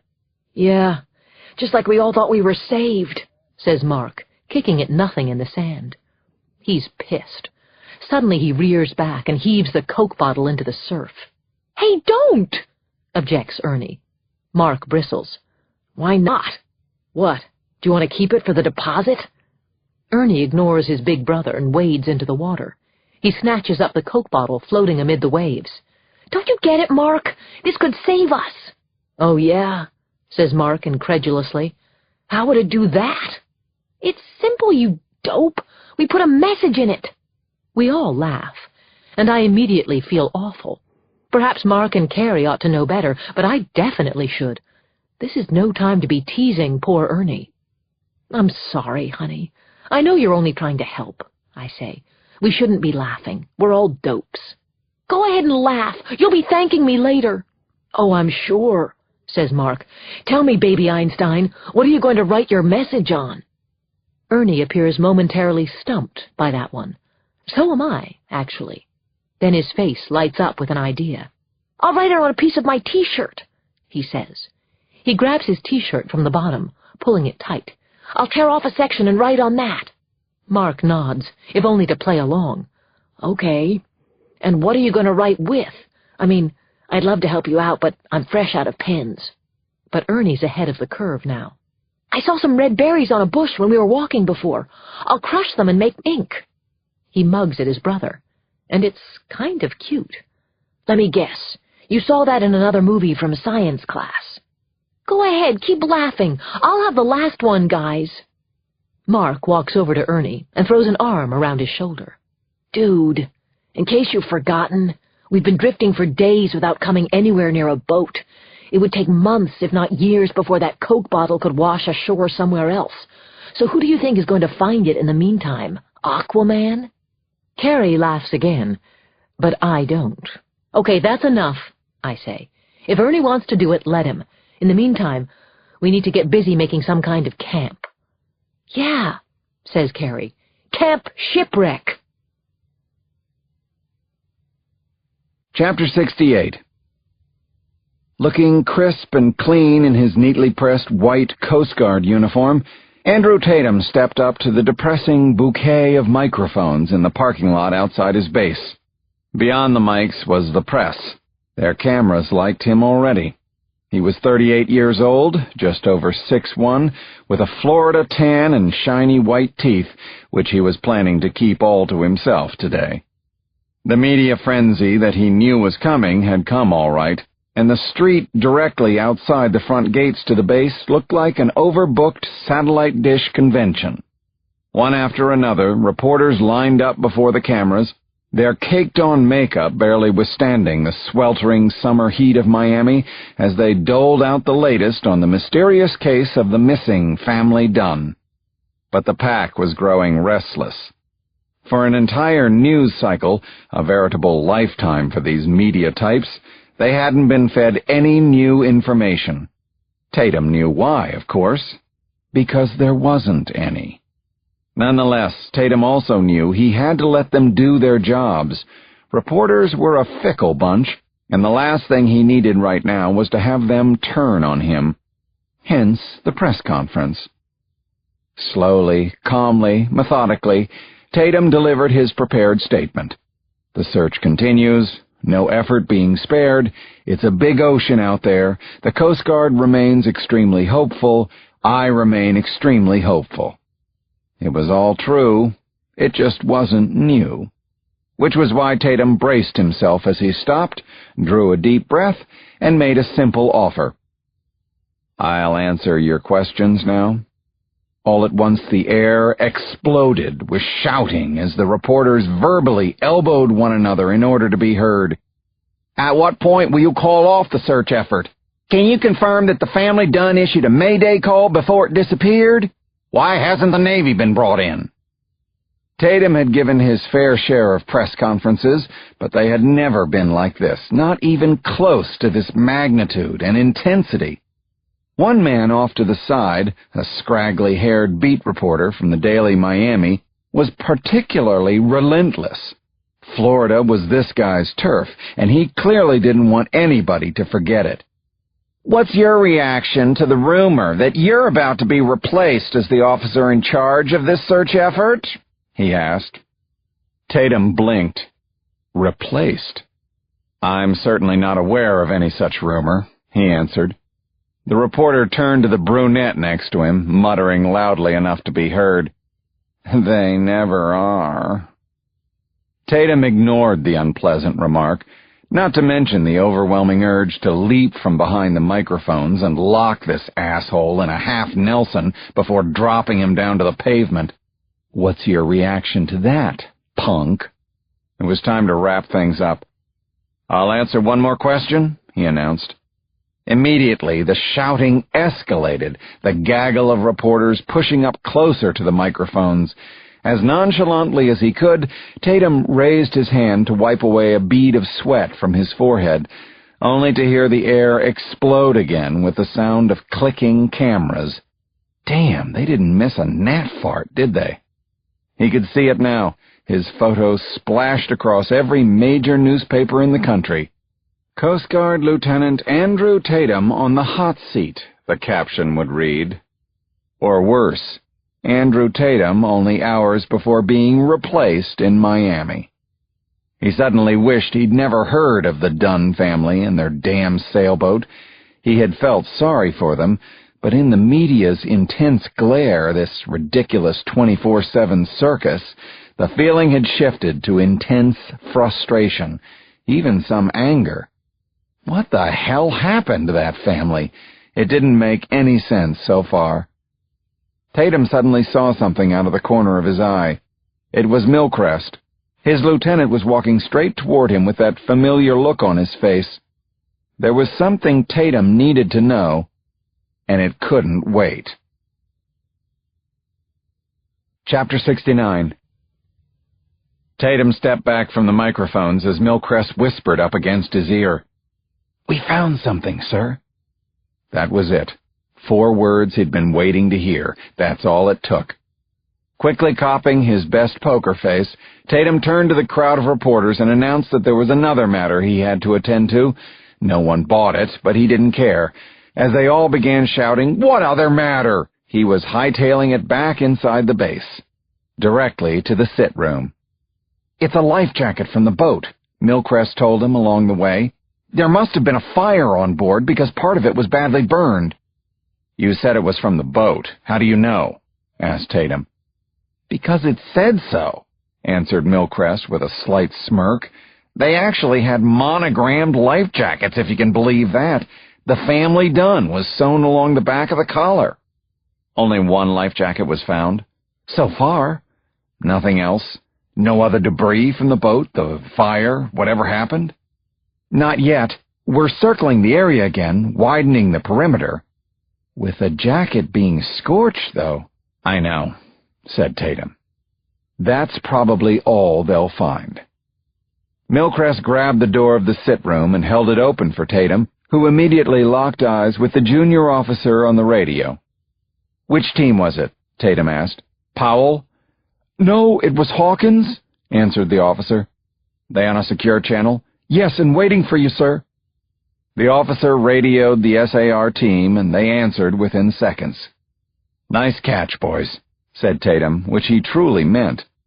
A life jacket floating in the ocean was the proverbial needle in a haystack.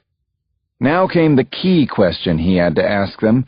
This was the gut-whacker. "How far from the original EPIRB coordinates are you?" "That's the thing," answered Hawkins, the SAR pilot, his voice echoing through the radio. "We're a whole lot farther away than any current or drift pattern could have taken them. Lieutenant, you know what that means." Tatum fell silent. On the one hand, this explained why the search teams hadn't found anything sooner. The family Dunne had never been at those original coordinates. On the other hand, it made the situation clear to him, from a Coast Guard perspective anyway.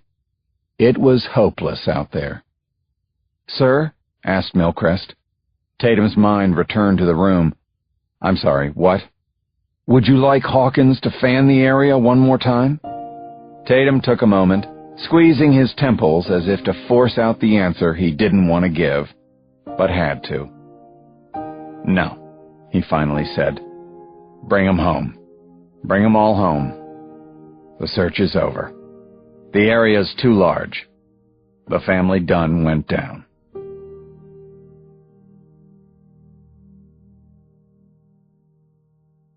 Chapter 70. Peter was alone and enjoying his morning cup of coffee in Catherine's 5-bedroom, 6,000-square-foot apartment on Park Avenue, but not for long. With the buzz of the building's intercom, he was told that Mona Elion had just arrived. Fucking great. Wonderful. Peter's first condolence call was from probably the last person he wanted to see right now, especially one-on-one in Catherine's apartment. Despite their socializing together on numerous occasions, Peter didn't truly know Catherine's best friend all that well, nor did he want to. It was nothing personal. Rather, it was professional.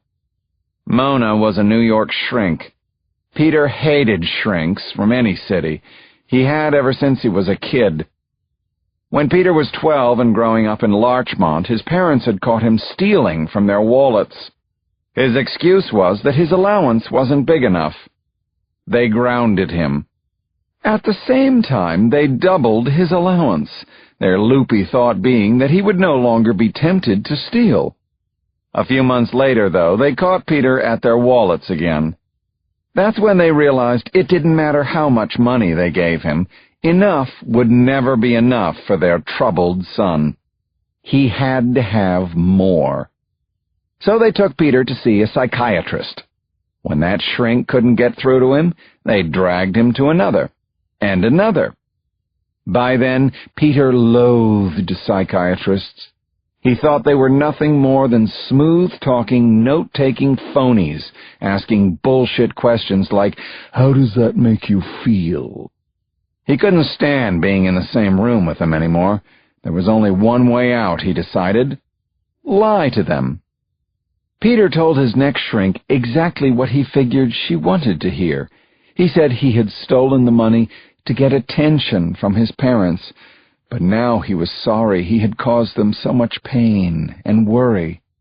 It worked. What's more, it changed his life. Peter realized for the first time that he could lie with the best of them, and that he was born to be a lawyer. A damn successful one, too. In fact, before meeting Catherine Dunne, he had been taking down over $2 million a year. That was enough for anyone to live on comfortably. Unfortunately for Catherine and her kids, it wasn't enough for Peter. He had to have more. He was well on his way to getting it, too. All he had to do was stick to his game plan. Next up, conning Catherine's friends and relatives as he had that psychiatrist when he was just a kid. How fitting that Mona Elion would be first. A shrink. Let the session begin. Chapter 71. The apartment's doorbell sounded with an elegant chime, which he despised and would change within the week. He'd do the same to the chimes at Catherine's country house up in Chappaqua. As Peter went to greet Mona, he stopped first in front of a gold-leaf mirror in the marble foyer. He wanted to make sure he looked sufficiently bereaved. Not quite convinced by what he saw in the mirror, Peter furiously rubbed his eyes for a few seconds to make them good and red, as if he'd been crying half the night. There. Much better. "Thank you for coming, Mona," he said, opening the door. She didn't respond. All she did was stare at him for what seemed like an eternity. There were no tears from her, no consoling hugs. Finally she spoke. "I know what you've done," she said. "Excuse me?" asked Peter. It was pure reflex. He had heard her perfectly. He just couldn't believe she'd actually said it. Relax. There's no way she could know. Right? Mona held his gaze as she entered the apartment. She put her handbag down on the silk-tufted bench below the mirror in the foyer. "I can see it in your eyes," she said. "The guilt." "Guilt?" "Yes. You've been blaming yourself ever since Catherine and the kids disappeared, as if somehow things would have been different if you had gone with them." "Oh," said Peter, barely able to contain his relief. "Silly rabbit. The shrink is just being a shrink." "It's a very common reaction, Peter," Mona continued. "But you have to know that you are not to blame for this tragedy. It's not your fault. Not at all." Peter didn't skip a beat. If he had, he might have actually laughed out loud. I know," he said with a slow, gloomy nod. "But it's been so damn hard." With that, he shot Mona a helpless look, and she promptly responded by giving him a hug. It was like Pavlov's dog.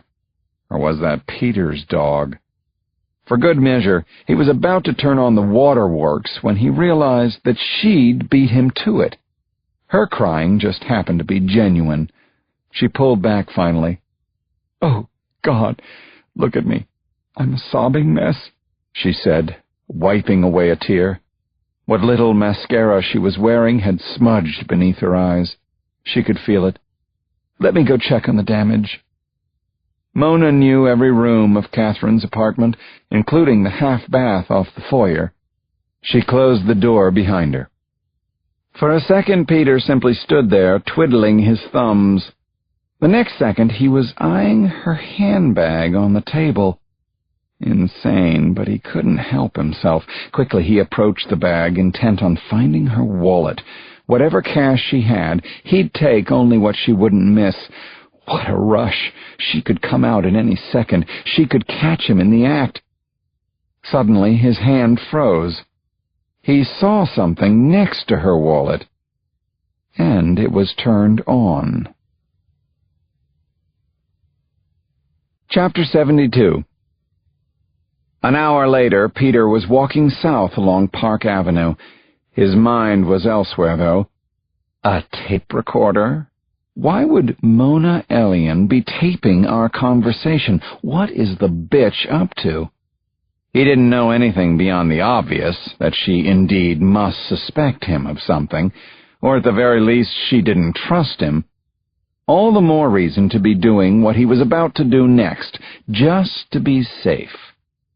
Peter cut over to Fifth Avenue and continued south for 10 blocks until straight ahead was the fountain outside the famous Plaza Hotel. Hordes of tourists and other people on their lunch breaks were using the perimeter of the fountain as a giant circular bench. Today was no different from any other. Good. Perfect for his purposes. Lots and lots of witnesses. Peter was wearing a red jacket and a baseball cap featuring the near-ubiquitous half-lab, half-boxer logo of the Black Dog Tavern on Martha's Vineyard. He and Catherine had visited the pub, but hell, so had he and Bailey. A mere block away from the fountain now, he gave a quick tug on the cap, pulling it down tight above his eyes. So tight, in fact, that he almost didn't see the 2 cops standing on the far corner chatting to a hot dog vendor. But he was glad he did spot them, very glad. He wrote them right into the script. How lucky can one guy get? I guess the good Lord must be looking down fondly on me. With a few quick glances, Peter scanned the sidewalk in front of the fountain, checking to see who was walking toward him. His eyes breezed over the women and children, as well as anyone who looked older than him. It had to be a guy, and a younger male at that. Bingo! There you are. Peter spotted him about 30 yards away, baggy jeans, T-shirt, Timberland boots, scowl. Mr. Timberland was maybe in his late 20s, lean and fit, but definitely not a gym rat by any means. More important, he had that look on his face, the expressionless dead stare that suggested he was a little annoyed with the world, if not outright pissed at it. In short, Mr. Timberland wasn't about to take any shit from anybody on the street, Peter included. Reaching into the pocket of his jacket, Peter removed a small sterling silver flask filled with Jack Daniels. Without breaking stride, he gave the cap a twist and promptly swigged about 4 or 5 ounces of pure liquid courage. It was showtime.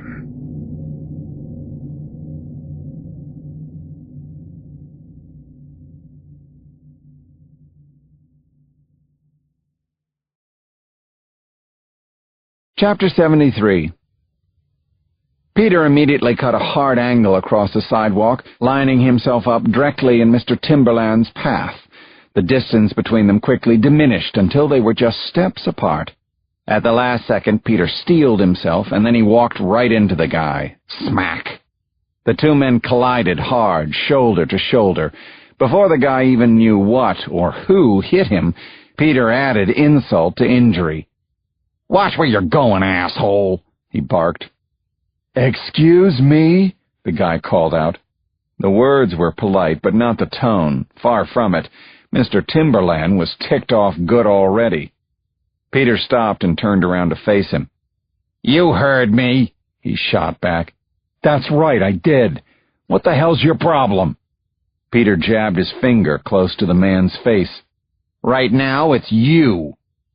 Peter could feel the eyes of several people around the fountain staring out over their stale tuna-fish sandwiches. They were beginning to take notice of this little altercation. Peter didn't look at any of them. He kept his eyes squarely on Timberland, who was beginning to edge toward him. Within seconds, they were toe to toe. "Why don't you chill out, man?" said the guy. Fat chance. The only thing Peter had to make sure of now was whether he'd truly picked the right mark. It wasn't just whether the guy could take a punch, but whether he could throw one in return, hopefully a lot more than one. It was time to press some buttons with this guy. More important, it was time to press some buttons with the press. "What are you, some kind of tough guy?" said Peter. "'Cause you look more like a pussy to me." "What the hell did you call me? You deaf or something? I called you a pussy, you pussy." Peter watched as the guy's face flushed bright red. His nostrils flared. The veins in his neck were bulging against his skin. Yeah, he'd picked the right guy, all right. Just as with jury selection, his instincts were golden. Peter, a southpaw, reared back, his left hand balled into a tight fist. As he let it fly, he could hear the collective gasps of all the witnesses gathered around the fountain. When the cops asked who threw the first punch, there would be no doubt. A unanimous verdict for sure. Crack! Peter's knuckles connected with Timberland's jaw, sending him staggering back in his boots across the sidewalk. The guy was dazed and wobbly, but he didn't go down. Not yet. Peter lunged forward and followed up his first punch with a couple more.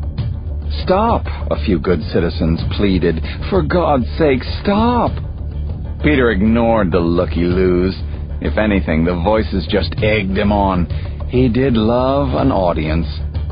As blood leaked from Timberland's nose, Peter kept pummeling away until finally the guy went down. Peter yelled at him, "Come on, you asshole, get the fuck up! Fight, you bastard!" That's exactly what the guy did. He pushed up and charged Peter like a bull, wrapping both arms around his red jacket and taking him down in a flash. Faster still were the guy's fists as they connected, one after the other, with Peter's head as he lay flat on his back. Peter could easily have lifted his arms to cover himself, but he didn't. At least not immediately. Not until he swirled his tongue and tasted the blood oozing from the side of his mouth. That's when he knew he'd gotten what he had come here for. The two cops by the hot dog vendor were coming over to break things up.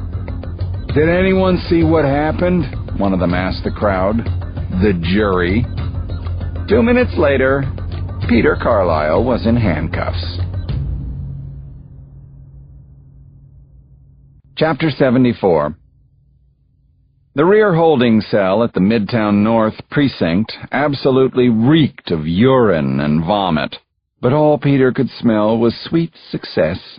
His head was throbbing, his vision was still blurred, and the butterfly bandages he'd been given while being booked and fingerprinted were barely holding his face together. But it didn't matter. He knew it would all be worth it. To the tune of over $100 million. "Holy shit," came a voice from the other side of the bars. "You're a mess, my man." Peter turned to see his one phone call staring back at him in total disbelief. "Nice to see you, too," said Peter. "What took you so long?" Gordon Knowles stood clutching his custom-made Louis Vuitton attaché as a cop opened the cell for him. After a brief nod of thanks, he and Peter were left alone. "Holy shit," Gordon muttered again. "I'm impressed." "You ought to see the other guy," Peter shrugged. "I know, bad joke." Every lawyer, no matter how good he was, still needed his own lawyer. In Gordon Knowles, Peter had one of the best in New York.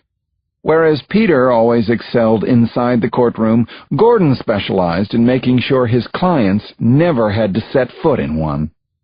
"I've got some good news and some bad news," he began. "The good news is the guy's not going to press charges. Once I explained who you were and that your family had just been declared dead, he backed off. Provided, of course, that you pay any and all medical bills, plus maybe a little sweetener." Peter shrugged his indifference. "So what's the bad news?" "About a half-dozen TV camera crews are presently camped outside the precinct." "Word travels fast, huh?" "Pictures even faster. On the way here, I heard that some tourist had a video camera at ringside. Your brawl should be up on YouTube in no time." Peter groaned convincingly. "Ah, great." "My sentiments exactly. All the more reason why I've arranged to sneak you out of here through the garage exit." "No, I don't want to sneak anywhere," said Peter. Gordon raised one of his bushy salt-and-pepper eyebrows. He had been expecting a thank you. "But—" Peter cut him off. "My public image isn't exactly of high concern to me right now," he said before dropping his head into his hands. But between his fingers, Peter was keeping a watchful eye on his attorney. Gordon represented the first and perhaps hardest test of Peter's added insurance plan. Gordon was a right smart fellow. Harvard law grads usually were. He was also one hell of a poker player, and that meant he was awfully good at reading bluffs. Could he read this one? If Peter was anything, he was thorough, and he wasn't about to take any chances with inheriting all of Catherine's money. Getting away with murder meant getting everyone feeling as sorry for him as possible. The sorrier they felt, the less they could ever suspect him. So if that meant randomly picking a fight with a bruiser in the middle of Manhattan, so be it. Because only a guy distraught over losing his family could ever do something like that. Gordon Knowles nodded slowly. "I'm sorry," he said. "Here I am thinking like a lawyer, when I should really be thinking like your friend. I'm forgetting how much you've been suffering. Catherine, the kids." Indeed, Peter's pain was now literally etched on his face. The blood and bruises were a very public reminder of his sorrow and his loss. "You shouldn't have to sneak anywhere," said Gordon. "We'll walk right out that front door together. I'm with you, kiddo." "Thank you," said Peter. "Thank you for everything. I couldn't do this without you." "Kiddo." Gordon called over his shoulder for an officer to open the cell. "Oh, there's one more thing," he said, turning back to Peter. "While I know this is the furthest thing from your mind right now, I received a call from Catherine's attorney. Did you know that your 3 stepchildren were the only beneficiaries named in her will?" "No, I didn't," lied Peter, who then shut his eyes briefly and shook his head. "Well, that means—" "I don't want the money," said Peter softly. "I just want them all back." "I know you do. In this case, though, I have to be your lawyer and look out for you." Gordon folded his arms. "What you do with that money is your business. Give it to charity. What's my business is making sure that it's you who gets to make that decision, not someone else. Okay?" Peter nodded slowly. "If you insist, Gordon," he thought. Chapter 75. The kids don't have to say anything to me. I can see it in their eyes. I look as horrible as I feel. And I'm getting worse. The aspirin in the first aid kit is long gone. The infection has definitely spread, and my body's literally burning up, trying to fight the poison on its own. With the raft propped under some branches, at least I've been able to stay in the shade. Mark, Carrie, and Ernie each take turns wetting leaves every 10 minutes or so, layering them on my forehead to try to cool me down. Beyond that, there's not much they can do. The fever needs to run its course. I just don't know how much longer I can keep up with it, and how much I can stand. I've never been this sick in my entire life. Twice already I've blacked out. The first time for a few minutes, the second for over an hour. What's going to happen the third time? What if I don't wake up? It's that thought that tells me I need to talk to the kids.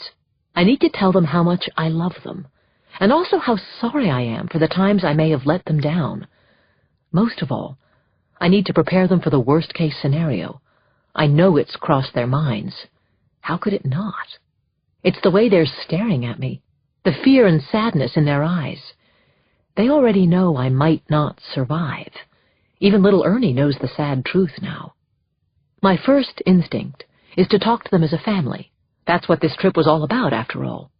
But I'm quick to realize that looking at the three of them together will result in a tear fest, like that hospital scene with Deborah Winger and her kids, in terms of endearment.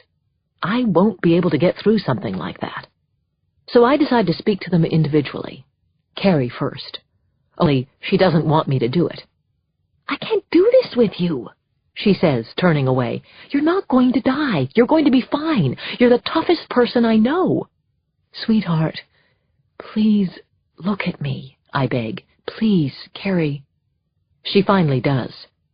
"I'm so sorry," she says, her eyes welling up. I wasn't expecting that. "You're sorry? What for? I'm the one who should be apologizing." "No, it wasn't fair. I wasn't fair. I didn't take responsibility for myself. I blamed you for things in my life that weren't your fault." "Some of them were. I should have been there for you more. Carrie, I should have been there." "It's okay. I'm okay," she says. "I only wish it hadn't taken this trip for me to realize that." "You and me both." "I love you, Mom," Carrie says. And then we both cry. Mark's next. He's not ready for this conversation either. He cracks a joke about buying a Maserati with his inheritance to avoid dealing with his emotions. Who could blame him? Certainly not me. "You know what I'm going to say, don't you?" I ask him. He nods. "I have to be the man of the house, or the island, in this case. Something like that." "You don't have to say it, Mom." He's right. There's more, though. "You have to promise me something." "What?" "First tell me that you promise." "That's not exactly fair, but okay, I promise." "Now, what is it?" "That no matter what happens when you get off this island, you never, ever sell yourself short again." He looks at me confused. "I don't understand what you're saying. Not exactly." "I thought I was being a good mother by giving you every advantage a kid could have. I was wrong, really wrong. I should have been making you hungry. Instead, I made you numb. Is that your kind of oblique way of saying I should stop smoking pot?" "For starters, yeah. What I'm really trying to say is that your father and I have inadvertently taught you a very harsh lesson. Life is too short and too precious to waste." He nods, a half smile lifting the corners of his mouth. "So I shouldn't waste mine, right?" I hold out my arms and hug him to me. "Make me proud. I know you will, Mark. You're great. So are you, Mom." Finally, I'm face to face with Ernie. "My little man, you grew up so fast," I say. "Too fast." "Not really. I'm scared, Mom. I feel like I'm 10 for the first time ever, or at least since I was 3. "It's okay, honey. I'm scared too. No matter what happens, though, I'll always be with you right here, I say, pointing at his heart. What about this, though? He says, pointing to his head. What do you mean? He takes a deep breath. He almost seems, what's the word, embarrassed. Right after Dad died, I could picture him with no problem. Now I barely can. Why is that? I'm afraid I won't be able to remember you either. I pull him close and rock him gently. It's different now, honey. You're a lot older. You'll remember. Trust me. As for your father, I stop cold. My words, the rocking. Ernie pulls back, wiping a tear from his eye. What is it, Mom? He asks. What were you about to say? No, not like this. It's nothing, honey. The only thing you need to remember is that your dad loved you very, very much. And so do I. I adore you, buddy. I just should have told you that more. I should have told you every single day.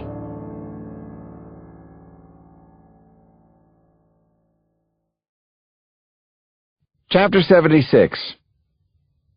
The double chaise lounge sat angled perfectly toward the night sky, past a convoy of thick evergreen branches. Lying in each other's arms, Peter and Bailey stared up at a sea of stars that almost made you believe in God. "Look, there's the Big Dipper, Daddy," said Bailey. Peter followed the line of her slender finger, nodding when he spotted the familiar constellation glowing brightly. She was pretending she was his little girl. Cute. He kissed her forehead, pulling her tighter toward him, catching a feel while he was at it. "Thank you for being here with me," he said. "Of course," she replied softly. Peter had gone to great lengths to find a place where he could be alone with Bailey, about 250 miles, give or take, from New York, deep in the woods above Dorset, Vermont. Here, on the stone patio of a well-appointed log cabin that looked as if it could be the backdrop for a Ralph Lauren ad, Peter was sure he could escape the prying eyes and camera lenses of the paparazzi. They had already served their purpose, cultivating oodles of sympathy for him. Now they were just annoying as hell, refusing to leave him alone. Misery truly does love company, doesn't it? The cabin was on loan from one of Peter's attorney friends, who gladly offered it up when Peter let slip that he needed some time alone before the funeral for Catherine and the kids. Of course, the friend didn't need to know that alone meant alone with another woman. As for the funeral, Peter was well aware that a lot of people thought he was rushing things, but fuck all of them. The media glare would disappear after the funeral, he was sure of it. Once the press had closure, he was home free. "How's your face?" asked Bailey. "Healing," answered Peter. She ran her hand gently over his cuts and bruises, which were still swollen around his mouth and eyes. "I think scars are kind of sexy," she whispered. "Bruises, too." "Then that makes me one very sexy guy. He beat the hell out of me, didn't he?" The two laughed freely until Bailey suddenly stopped. "What's wrong?" asked Peter. "It doesn't feel right to be laughing. Not with what's happened to your family god, Peter." "It's okay. This night is good for me, Bailey. You're good for me. This past week has been so hard. I don't know what I'd do without you." About his feelings for Bailey, Peter wasn't play-acting. He really did feel better when he was around her. "Will you make love to me?" she asked. That might have had something to do with it. Peter slowly undressed his beautiful young law student, who didn't have much on to begin with. A pair of shorts, panties, and T-shirt, no bra. Completely naked and incredibly luscious, she straddled Peter and unbuttoned his jeans. By the time she reached his boxer shorts, he was more than ready for her. Slowly, Bailey took him inside her, deep inside.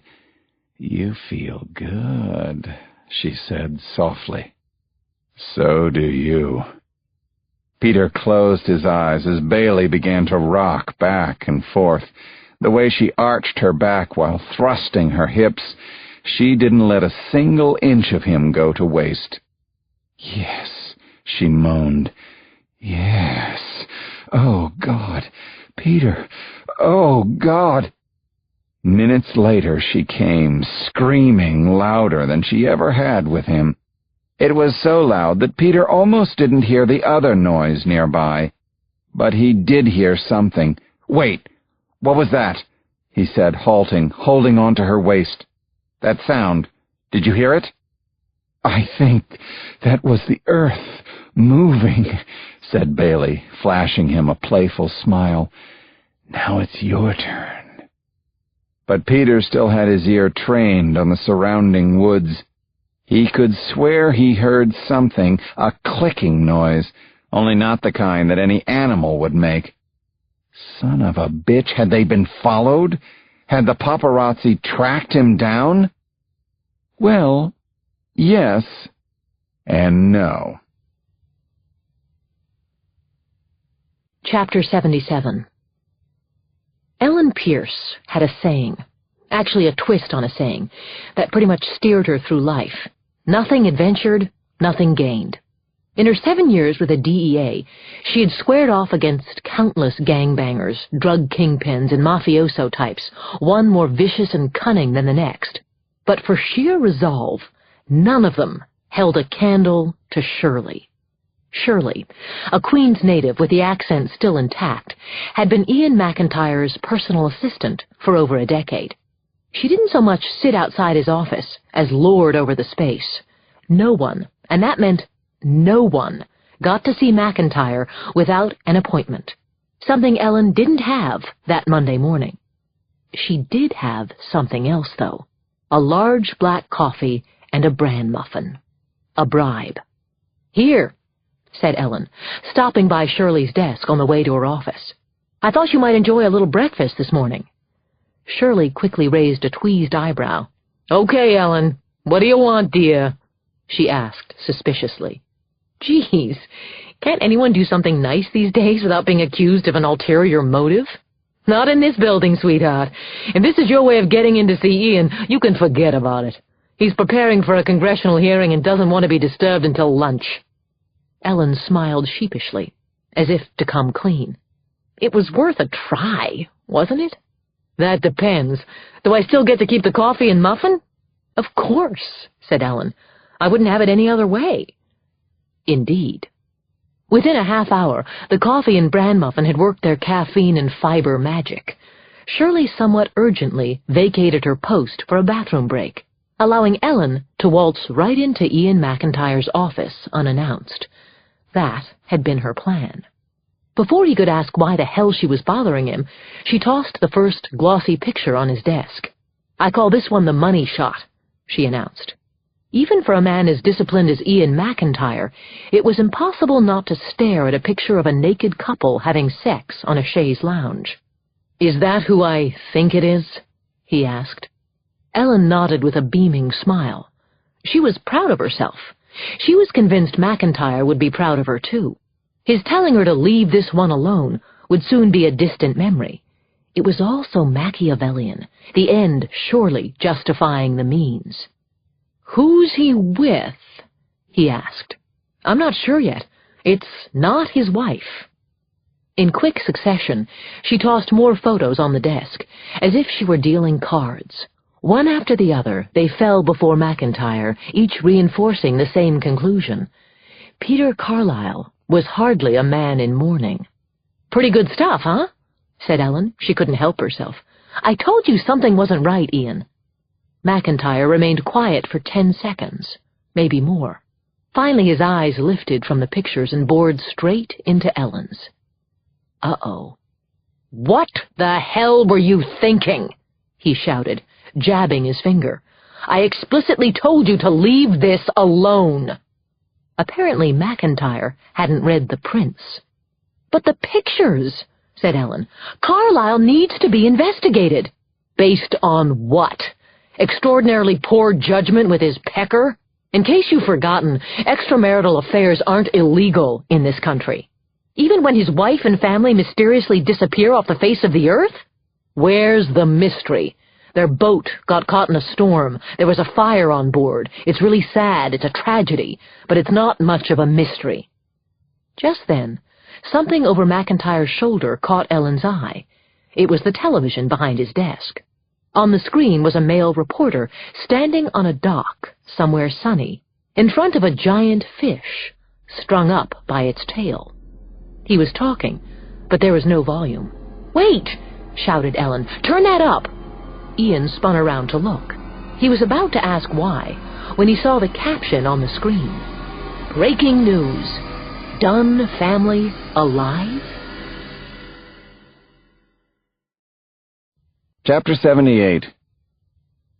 Peter sat alone in the first pew of the Madison Avenue Presbyterian Church, his shoulders square and his joy hidden from the view of others. He could actually feel the outpouring of sympathy from the more than 500 people seated behind him. It made the back of his head tingle. It was a goddamn beautiful thing, and this funeral was a necessary one. Everywhere you looked there were long-stemmed red roses. They had been Catherine's favorite flower, and the one thing Peter had suggested would be a nice touch for the service honoring her and the brats. The rest of the planning had been handled by his executive secretary, Layla. Like the song. When he had explained to her that he was in no condition to be organizing the funeral, she understood. Of course, at $120,000 a year plus bonus, Layla somehow managed to understand everything he asked of her. "Let us pray," said the minister. After the brief invocation, Peter listened as the silver-haired Presbyterian minister sermonized about the fragility of life and the indiscriminateness of tragedy. The guy certainly had a presence about him and was a very good orator, slick, yet earnest-sounding. It always struck Peter as funny and ironic how many of the world's potentially best lawyers were instead men of the cloth. They were, after all, extremely talented at making people believe in things that they couldn't necessarily prove. "Amen," said the minister. "Now, a reading from—" The service continued, but Peter tuned it out. Instead, he was thinking about the eulogy he was about to deliver. Talk about the ultimate closing argument. Standing before Catherine's friends and fellow doctors, her cousins, the few that she had, along with all the brats' private school chums and chumettes, he knew this would be his moment to rise and shine. He would start strong and stoic, of course. Then he would begin to take long pauses as he fought back the tears and shared a few family stories he'd made up. Finally, he would break down a weeping mess. That was when the cuts and bruises on his face would really pay dividends. It would be a pity-palooza. In fact, as Peter closed his eyes, he could already feel the minister's embrace in an effort to console him at the pulpit. After that, he was home free, and why not? Of course, he had no idea what was happening outside the walls of the church. The breaking news had yet to break through to the congregation. All cell phones had been turned off. It was a funeral, for God's sake. Later, when Peter turned his Motorola 1000 back on, there would be 3 urgent messages from Lieutenant Andrew Tatum of the Coast Guard, not to mention 2 from Judith Fox trying to get him back on her show. But that was later. It was now time for Peter's eulogy. He couldn't wait to get all of this behind him, the funeral, and especially his family. Standing at the pulpit before the packed church, he took a moment before speaking. He couldn't help himself. He had to stop and smell the roses, didn't he? Interestingly to him, he didn't feel any regret. Not for Catherine, not for Mark, Carrie, or Ernie, who wasn't such a bad kid, actually. Suddenly he heard whispering behind him. Peter turned to look, slightly vexed. A man, maybe in his mid-30s and dressed in khakis and a polo shirt, had his hand cupped over his mouth no more than an inch or so from the minister's ear. What the hell's going on? The young man was the organist. He wasn't supposed to be reading email on his BlackBerry during a service, but he'd been doing it anyway. It wasn't as if anyone could see him. His perch was high up in the rafters, out of sight from the pews. Now here he was in front of everyone, and for good reason. He'd just checked the Yahoo News page while searching for a Yankees score. They were playing a day game against the Red Sox up at Fenway. How could he resist a quick peek?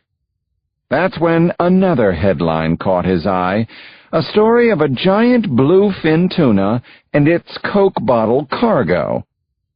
The minister quickly joined Peter at the podium and joyously leaned toward the microphone.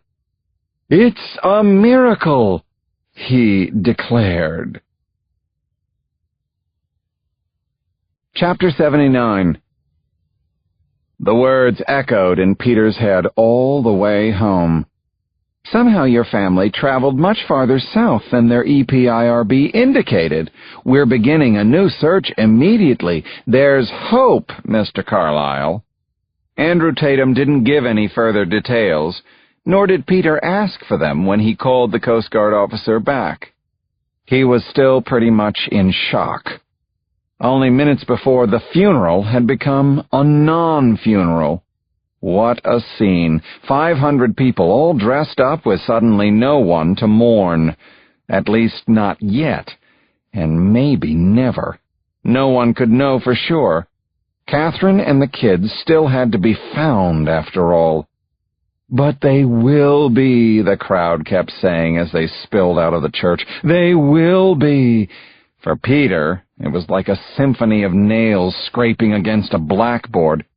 No wonder he couldn't wait to get home, to Catherine's apartment.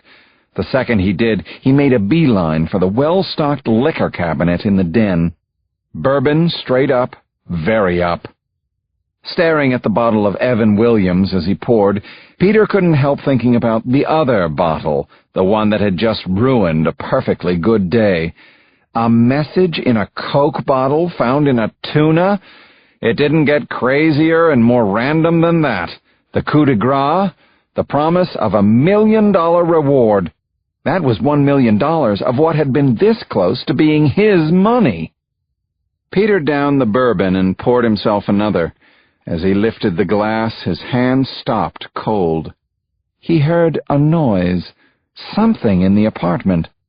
Or someone. He thought back to the cabin in Vermont. This was a different noise from what he had heard in the woods, or at least what he thought he had heard. He wasn't sure anymore. But of this he was positive. Someone else was in the apartment. Slowly, Peter edged his way to the entrance to the den, listening for the sound again. There it was. It was like a hissing. Or was that whistling? Whatever it was coming from his study off the living room. Of all places for there to be an intruder, that's where he kept his gun. Peter slipped off his wingtips and tiptoed out to the hallway. In the closet off the foyer was the next best weapon available, his golf bag with the Winged Foot logo, specifically his 5-iron with the titanium shaft, his lucky club. Or would the Odyssey putter be a better choice? Shorter club, heavier head. Before grabbing the Deadeye putter, he checked the front door. Had he forgotten to lock it behind him when he came in? No way. The thoughts were coming fast and furious now, like the beating of his heart. The building on Park Avenue was relatively secure, although there had been a burglary 2 floors down the year before. Was this another one? Maybe. But wait, the front door had been locked. What burglar locks himself in? Another thought, and this was plausible, the television. He'd been watching it before leaving for the funeral. Perhaps he had left it on. All the same, Peter gripped his club, ready to swing from the heels as he slowly made his way toward the study. A few steps before the entrance, however, he breathed a sigh of relief. Phew! It was the television, all right. Peter turned the corner into the study to see a rerun of Seinfeld on the wide screen. Walking over to his huge mahogany desk by the window, he put aside the golf club. He watched as the color rushed back to his white knuckles.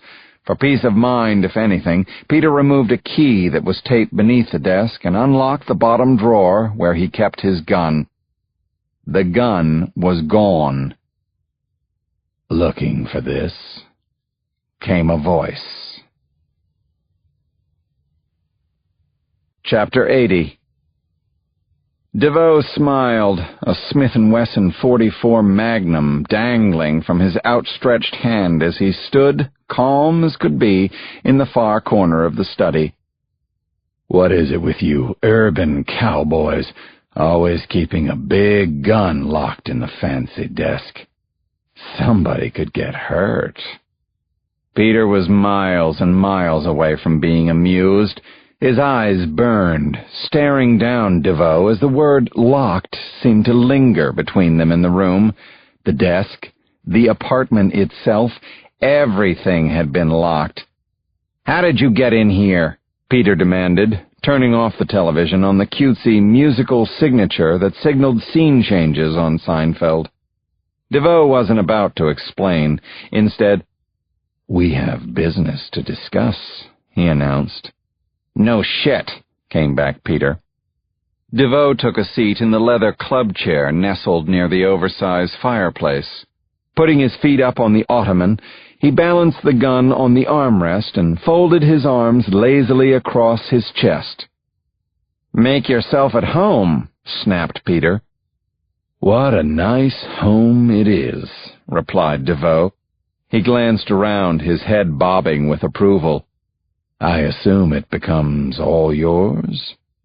"I certainly thought so when I woke up this morning." "Yes, it seems you have quite the resilient family." "Would you mind explaining how they're still alive? You said no one on the boat would survive the blast. You were wrong, weren't you?" "Maybe. Then again, maybe not," said DeVoe. "What's that supposed to mean?" "Perhaps they weren't on the boat when it exploded.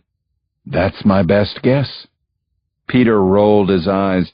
"You expect me to believe that crap?" "Actually, I don't care what you believe.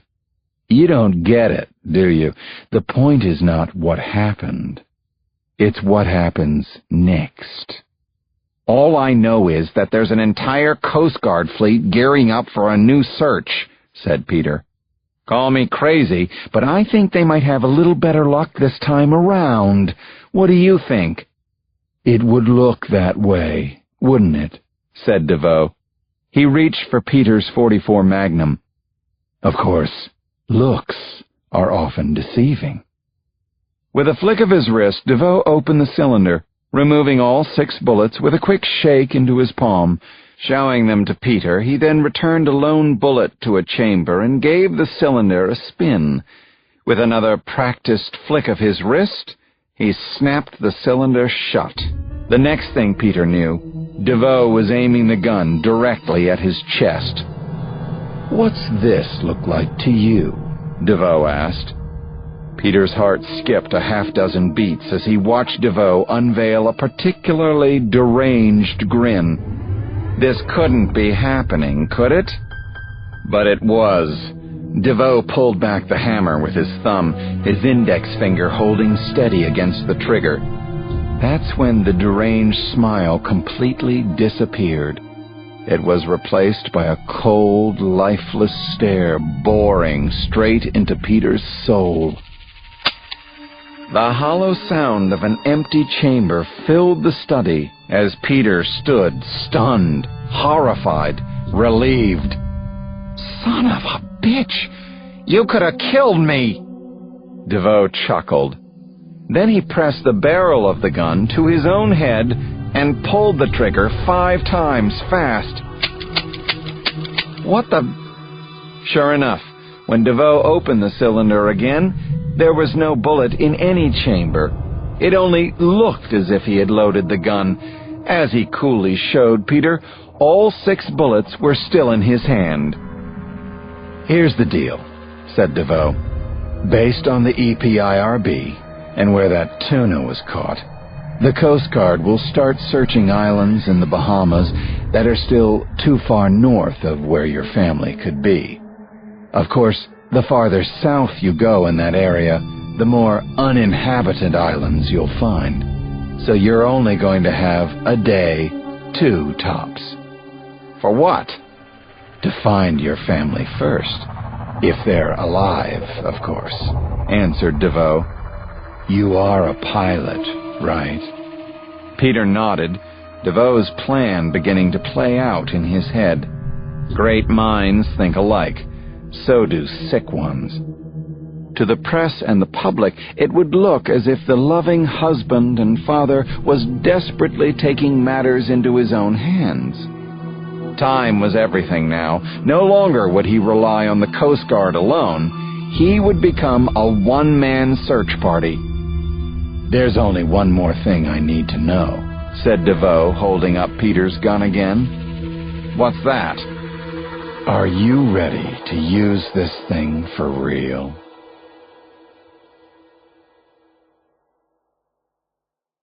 Part 5. Finders Keepers. Chapter 81.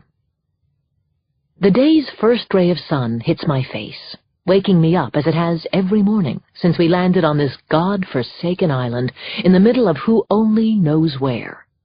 Only this time, the feeling is different, and I can sum it up in one word. Hallelujah!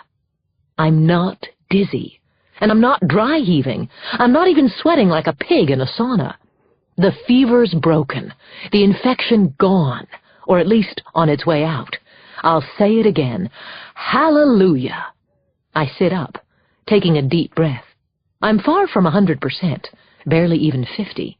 Still, that's enough to know that I'm on the mend instead of knocking on death's door. Hell, if my leg weren't still broken, I'd get up and dance a little jig. Instead, I settle for a good cry. I can't help it. I'm so relieved. The 3 biggest reasons why are lying right next to me. They're still fast asleep, but I don't care. "Wake up, Dunnes!" I call out. "Wake up! Hey, you lazy bones!" They all stir, slowly lifting their heads to look around and see what's going on. When they see me smiling, they jolt up. They're speechless. I'm not.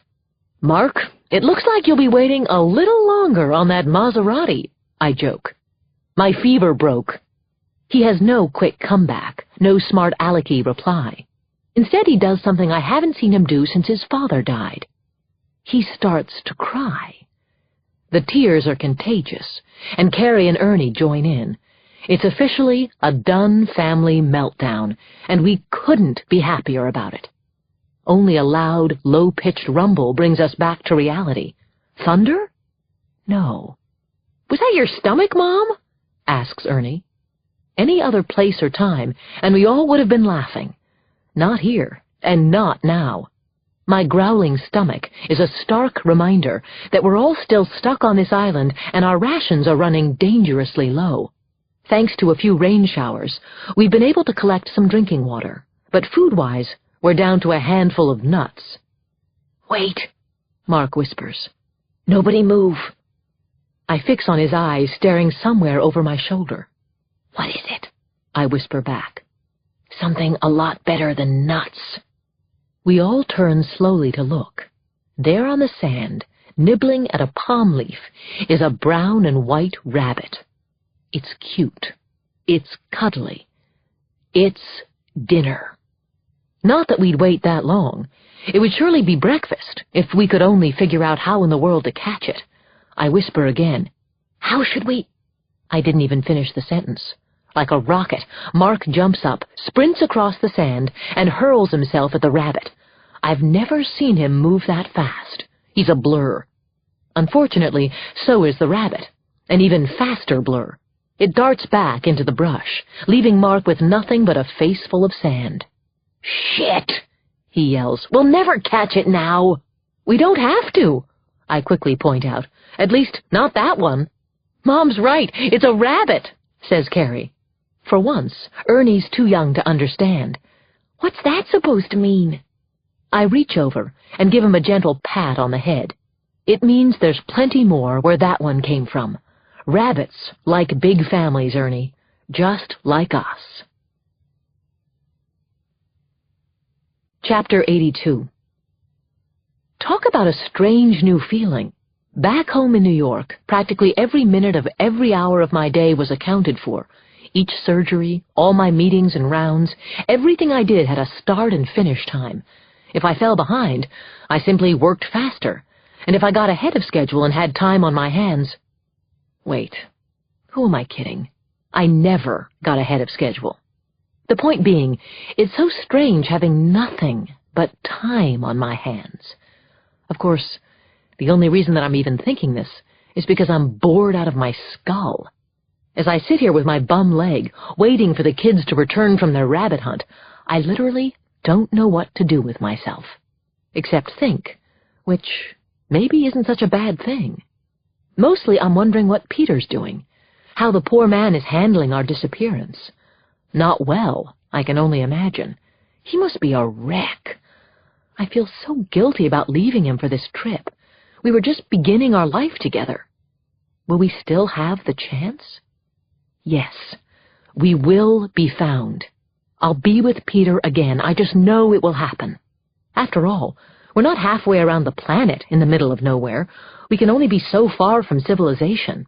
Off the beaten track, maybe, but it's still a track. Eventually a boat, an airplane, someone has to come our way. I'm right, right? God, I hope so. Fittingly, I hear a grumble from my gut again, the sound echoing through the empty, hollowed-out cavern otherwise known as my stomach. Come on, kids. I've got every finger and toe crossed that they're having luck with that rabbit. Any rabbit. Finally, after more than an hour, I think I hear them coming. I'm pretty sure. "Mark?" I call out. "Carrie? Ernie?" They don't answer. I call out again. All I hear back is the sound of a slight breeze blowing through the palms. Maybe that's all it was. Or maybe I'm getting a little delirious from not eating. I keep staring at the brush on the edge of the beach, hoping to see the kids at any moment. Instead, it's something else that I see. "Oh, my God," I whisper. "Oh, my God." Chapter 83. It's a snake! It's a snake like the Great Wall of China is a fence. It's lava green and black, and slithering through the seagrass onto the beach, and there's no end to it. This snake is huge, and it's heading right for me. I want to run. Everything inside me is saying, "Run!" If only I could. I can't even walk. I push off the sand, struggling up to my feet. Maybe the snake hasn't seen me yet. How good is a snake's vision? Where is Ernie and his science class info when I need him? I'm about to scream for the kids when I stop short. I don't want to call any more attention to myself, do I? Should I back away slowly? Should I stand perfectly still? No, that's what you do with bears. At least, I think so. I don't know. I can barely think right now. I've never seen a snake this large, not even on National Geographic.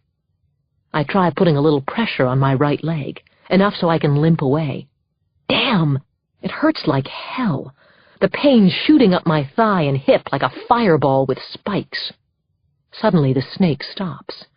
For a few seconds, it holds itself perfectly still. Come on, go back to the grass where you belong, pal. There's no food here on the beach.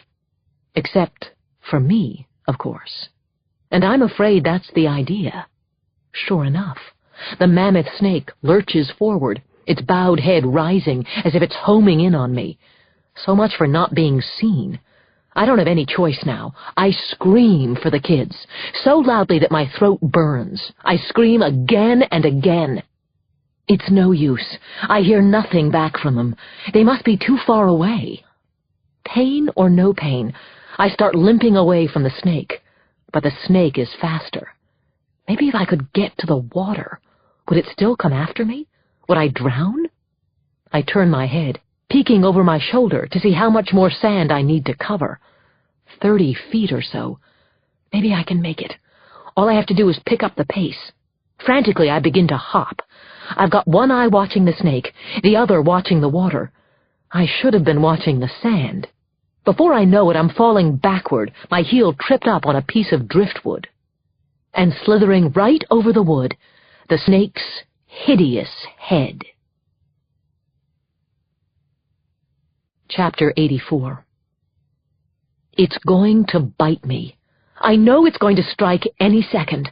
I feel the panic surge through my bloodstream as I try to stand again. I can't get up. It's as if my body and brain aren't connected anymore. The only thing I can manage is thrusting my palms against the sand and pushing away. I'm scooting backward as fast as I can. It's not fast enough. The snake is inches from my foot, its head suddenly rising. I'm thinking that any moment I'll see its fangs, then feel its fangs. But I don't. The huge snake doesn't lunge or strike. Instead, it crawls slowly, powerfully. Oh my God, no! Over my legs. That's when I realize what's actually happening. This diabolical snake wants to do more than just take a bite out of me. It wants all of me. I scream again for the kids as reptile travels past my thighs and coils around my waist. Even before it completes the loop, I can feel the immense pressure, like a fleshy vice slowly closing. The snake wraps itself around my chest as I empty my suffocating lungs for one last scream, which finally comes out as a gasp. I thrash, trying to get loose. It's too powerful. The more I push, the tighter it squeezes. I can't breathe. It's up to my shoulders, the scales cool and dry against my skin. I catch a glimpse of the snake's eyes as the head passes in front of me again. The eyes are jet black. They're lifeless and seem not to see me at all. Oh, God, it's ugly. The thought of dying takes over, shooting another wave of panic through my body. This one is off the charts. I'm whipping and riding what few parts of me can still move. This is not the way to die. Chapter 85. Hold on, I hear. Mark runs out of the brush and scoops up the 4-foot hunk of driftwood in front of me. Stay still, he yells. Gripping the driftwood like a sledgehammer, he raises it above his head. Whack! Again he swings, even harder. Whack! He's aiming for a narrow stretch of the snake above my left kneecap. If he misses, I've got another broken leg. But I don't care so much about that. Not right now, anyway. Mark doesn't miss. One brutal swing after another. In the corner of my eye, I can see Carrie and Ernie, too stunned to do anything except stare. Their brother keeps swinging away, not letting up. Neither is the snake, though. The pain it's causing is excruciating. I feel like I'm about to burst wide open. Hurry, Mark! I plead. Finally, the moment he's waiting for comes. The snake fights back, its head darting toward Mark with a piercing hiss. The beast's jaws are open, the fangs on full display. "That a boy," Mark beams. "You dumb shit!" In a flash, the driftwood sledgehammer turns into a baseball bat. The snake's head is away from my body, giving him a decently clear shot. Mark unloads on the snake's head as if it's a hanging curveball. Once, twice, 3 times he swings, each blow more vicious than the last. The vice-like grip around me starts to loosen. The snake no longer fights back, and its head is falling to the sand. Going, gone.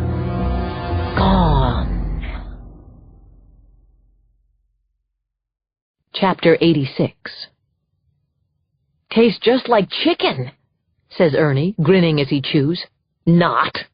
That gets a good laugh from the rest of us as we sit around the fire at dusk, dining on the last thing any of us thought would be our next meal. Grilled snake on a stick. "I can't believe I'm eating this thing," says Carrie. But she is. We all are. A lot of it, too. Of course, with the size of that snake, there's a lot to go around. "Hey, it was either this or nothing," says Mark. "Guess we're snaking out." Their rabbit hunt was an exercise in futility. Or should I say, the three of them got a lot of exercise while chasing but never catching the few rabbits they saw. You know, there are some cultures that think of snake as a delicacy, says Ernie. It's true. Yes, says Carrie right back, and those people usually have bones through their noses. Actually, I remember reading that a couple of restaurants in Manhattan serve rattlesnake, I say. I can't believe I felt the need to contribute that grotesquerie. Carrie shakes her head. Not any restaurants I've been to. Now that you mention it, though, what I wouldn't give to be eating at Gramercy Tavern right now. I can't say I blame her. I feel the same way. Only what I'd really kill for would be a big, thick New York strip steak. What about Flames, up by the country house, I say. In fact, when this whole ordeal is over, I'm taking you all out to dinner, soup to nuts. Soufflés, too? Asks Carrie. You bet, soup to soufflés. I look at Mark and Ernie. I'm not expecting cartwheels, but I hardly expect their sullen stares back at me, especially Ernie's. What is it? I ask him. You said when this whole ordeal is over. What if it never is? It will be, honey. Trust me. He can't. Instead, he turns to Mark. You were right. That message in a bottle thing was stupid. Dumb. No one's going to find it. Or us. I'm about to chime in again and assume my reassuring mother role when Mark gives me a subtle wave of his hand. He wants to take care of this himself. No, it wasn't stupid, bro. No way. You were just trying to help us, he says. I was the one being stupid, making fun of you. Ernie smiles as if it's Christmas morning and he's gotten everything he wanted. Meanwhile, I'm about to melt as I gaze at Mark. What happened to the spoiled prep school stoner? He even looks different after battling that snake. A little taller, squarer in the jaw. Mark turns and catches me staring at him. And as for Mom treating us to dinner, I'm ordering the porterhouse double thick, he says. What about you, little man? You want one too? Absolutely, says Ernie. Good, because Mom's right. I can feel it. We're getting off this island. Soon. Chapter 87. Don't worry, said Peter, caressing Bailey's smooth, soft cheek. I'll be back before you know it. That's what I'm afraid of, she said. You'll find your family, be reunited with Dr. Catherine, and before I know it, I'm yesterday's news. Peter had yet to see this hidden side of the usually tough-minded, confident Bailey. Vulnerability. He had to admit it was kind of sexy, and even sweet. Trust me, no matter what happens during this trip, I won't be able to get you out of my mind, he said. Bailey liked the sound of that. She picked a plump strawberry off the room service breakfast tray and gently wrapped her lips around it. Biting down, she winked at Peter. I trust you, Peter. But is that wise of me? Their night of sex and champagne had been his idea, a proper goodbye before he left Bailey and headed for the Bahamas. He had chosen the swank Alex Hotel in Midtown for a couple of reasons, both geographic. First, it was close to Grand Central Station, where he could easily lose any paparazzi who might be following him on foot. Second, the hotel was close to the Midtown Tunnel, which would be his quickest route to Kennedy Airport. His flight out was in less than 2 hours. Oh, that reminds me, he said. I need you to do me a small favor, if you can. Peter leaned over the side of the king-size bed and fetched something from his duffel on the floor. It was a FedEx box. I didn't have a chance to drop this off last night before coming here. Would you mind doing that after I leave for the airport? Bailey eyed the shipping label. The box was addressed to Peter's hotel in the Bahamas. Sure, she said, nodding, albeit with a slight hesitation. Peter expected as much. Go ahead. You can ask me what's inside, he said. No, it's none of my business. Peter feigned disappointment. You call yourself an aspiring lawyer? What if what's inside that box is something illegal? They rarely, if ever, X-ray them. You could unwittingly be an accomplice to a crime, lose your chance ever to practice law. Bailey reached for another strawberry and this time fed it to Peter. "I guess I'll have to take my chances," she said. Again, Peter had expected as much. She trusted him. He bit down on the strawberry, returning Bailey's wink. Then he eyed his platinum Rolex. It was time to catch a plane and take care of some family business. Chapter 88. It wasn't quite the Beatles landing in the 60s at JFK, but for sheer media turnout it was close enough. Early in the afternoon, the plane touched down at Lynden Pindling International Airport on New Providence Island in the Bahamas. For the benefit of the other passengers, but really just to heighten the drama, Peter made sure he was the very last to disembark. A black Toomey duffel slung over his shoulder, he approached the herd of reporters assembled behind a rope curtain on the tarmac.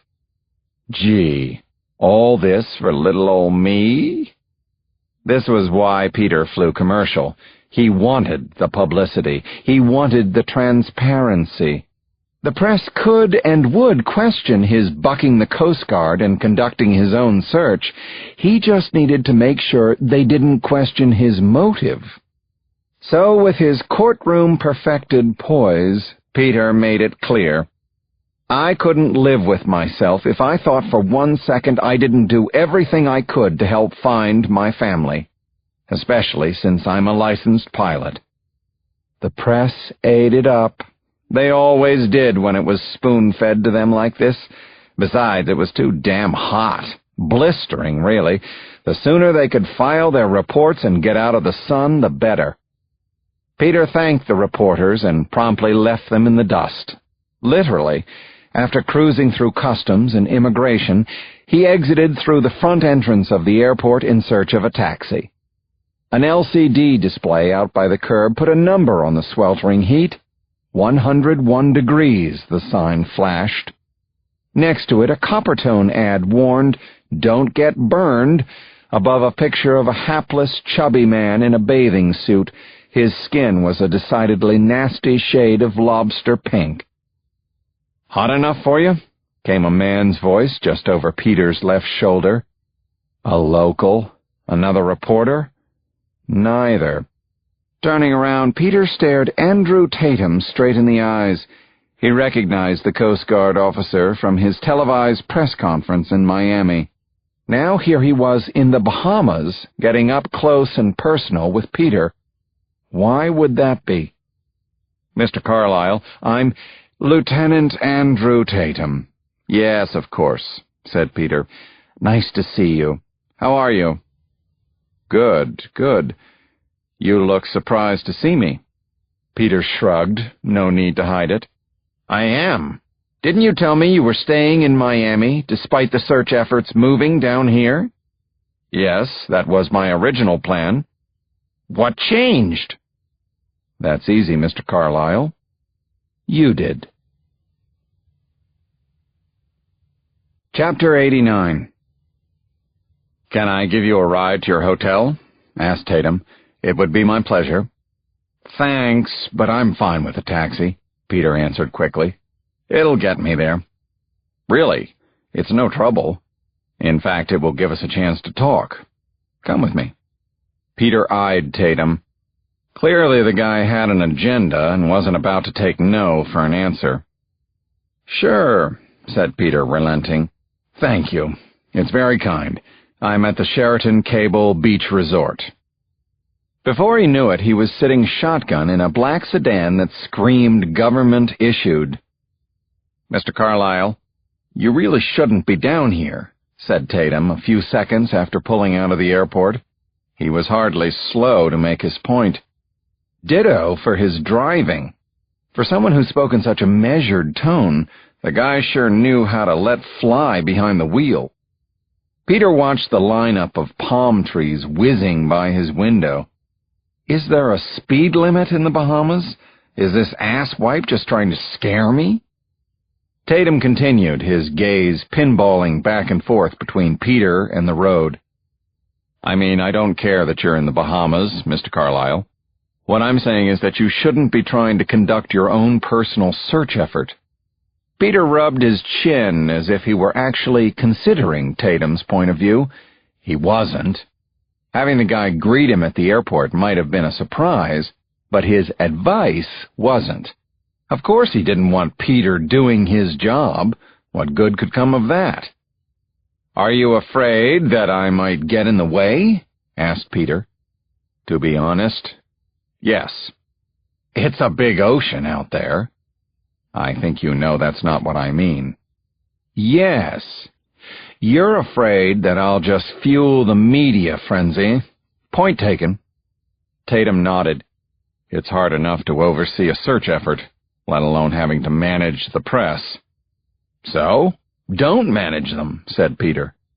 "With all due respect, you of all people should know that's not realistic." "With all due respect, I think what you're really afraid of is that I'll find my family first." Tatum shot him a steely look. "I promise you that's not the case. I'm not built that way." "Good, then I don't see what the problem is. I just want them found, Lieutenant, that's all." "So do I. That's what we're trained to do." "Oh, I see," said Peter. "You want me to leave it to the professionals?" "For lack of a better phrase, yes." "You mean the same professionals who had already called off the search?" That got Tatum's goat. He bristled. "You know as well as I do that the boat's coordinates—" Peter cut him off. Enough was enough. "Listen, I'm doing what I came down here to do," he said sternly. "If you don't understand it, or don't like it, tough shit." A silence fell over the sedan, and Peter loved every second of it. He figured that was the end of the discussion. What else could Tatum say or do except drop him off at his hotel? "As I said, I'm at the Sheraton Cable Beach," said Peter. "Do you know where that is?" Tatum answered with a clipped, "Yes." They were 5 or 6 miles out from the airport now, speeding along a curvy stretch of road that hugged the coastline. "Are we close?" asked Peter. "It's about a mile or so," Tatum answered. The car went silent again. A beige and tan sign for the Sheraton soon appeared, and Peter heaved a sigh of relief. The entrance was directly behind it. Lush tropical gardens, a spectacular white sand beach, casuarina trees blowing in the wind. But Tatum didn't slow down. Instead, he sped up. Gunned it, actually. Blowing right by Peter's hotel.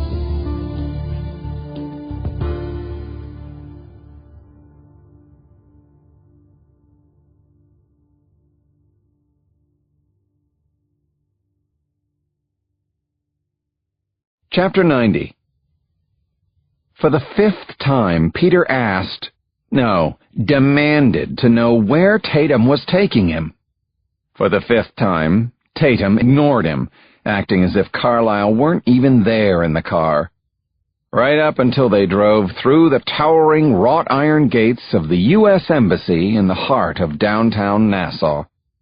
"Follow me," said Tatum, after parking the car in front. Not a request, an order. So Peter followed Tatum into the embassy and down a long, narrow corridor. If the building had air conditioning, it was broken. The place was hot, a few rocks and a ladle short of a sauna. There were ceiling fans overhead, yet all they did was make sure the stifling air was evenly distributed.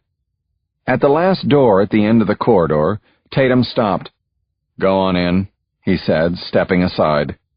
Peter stared at the closed door, beads of sweat trickling past his sideburns. This Tatum was tougher than he had sounded over the phone. "You're not coming with me?" Peter asked. "No. Out of my jurisdiction, as they say. I'll wait for you out here." Tatum turned and walked off, leaving Peter alone, and wondering, what the hell's going on? Through another door down the hall, Peter could hear a radio, the muted sound of Bob Marley's Could You Be Loved. The song that really would have nailed the moment was by the Animals.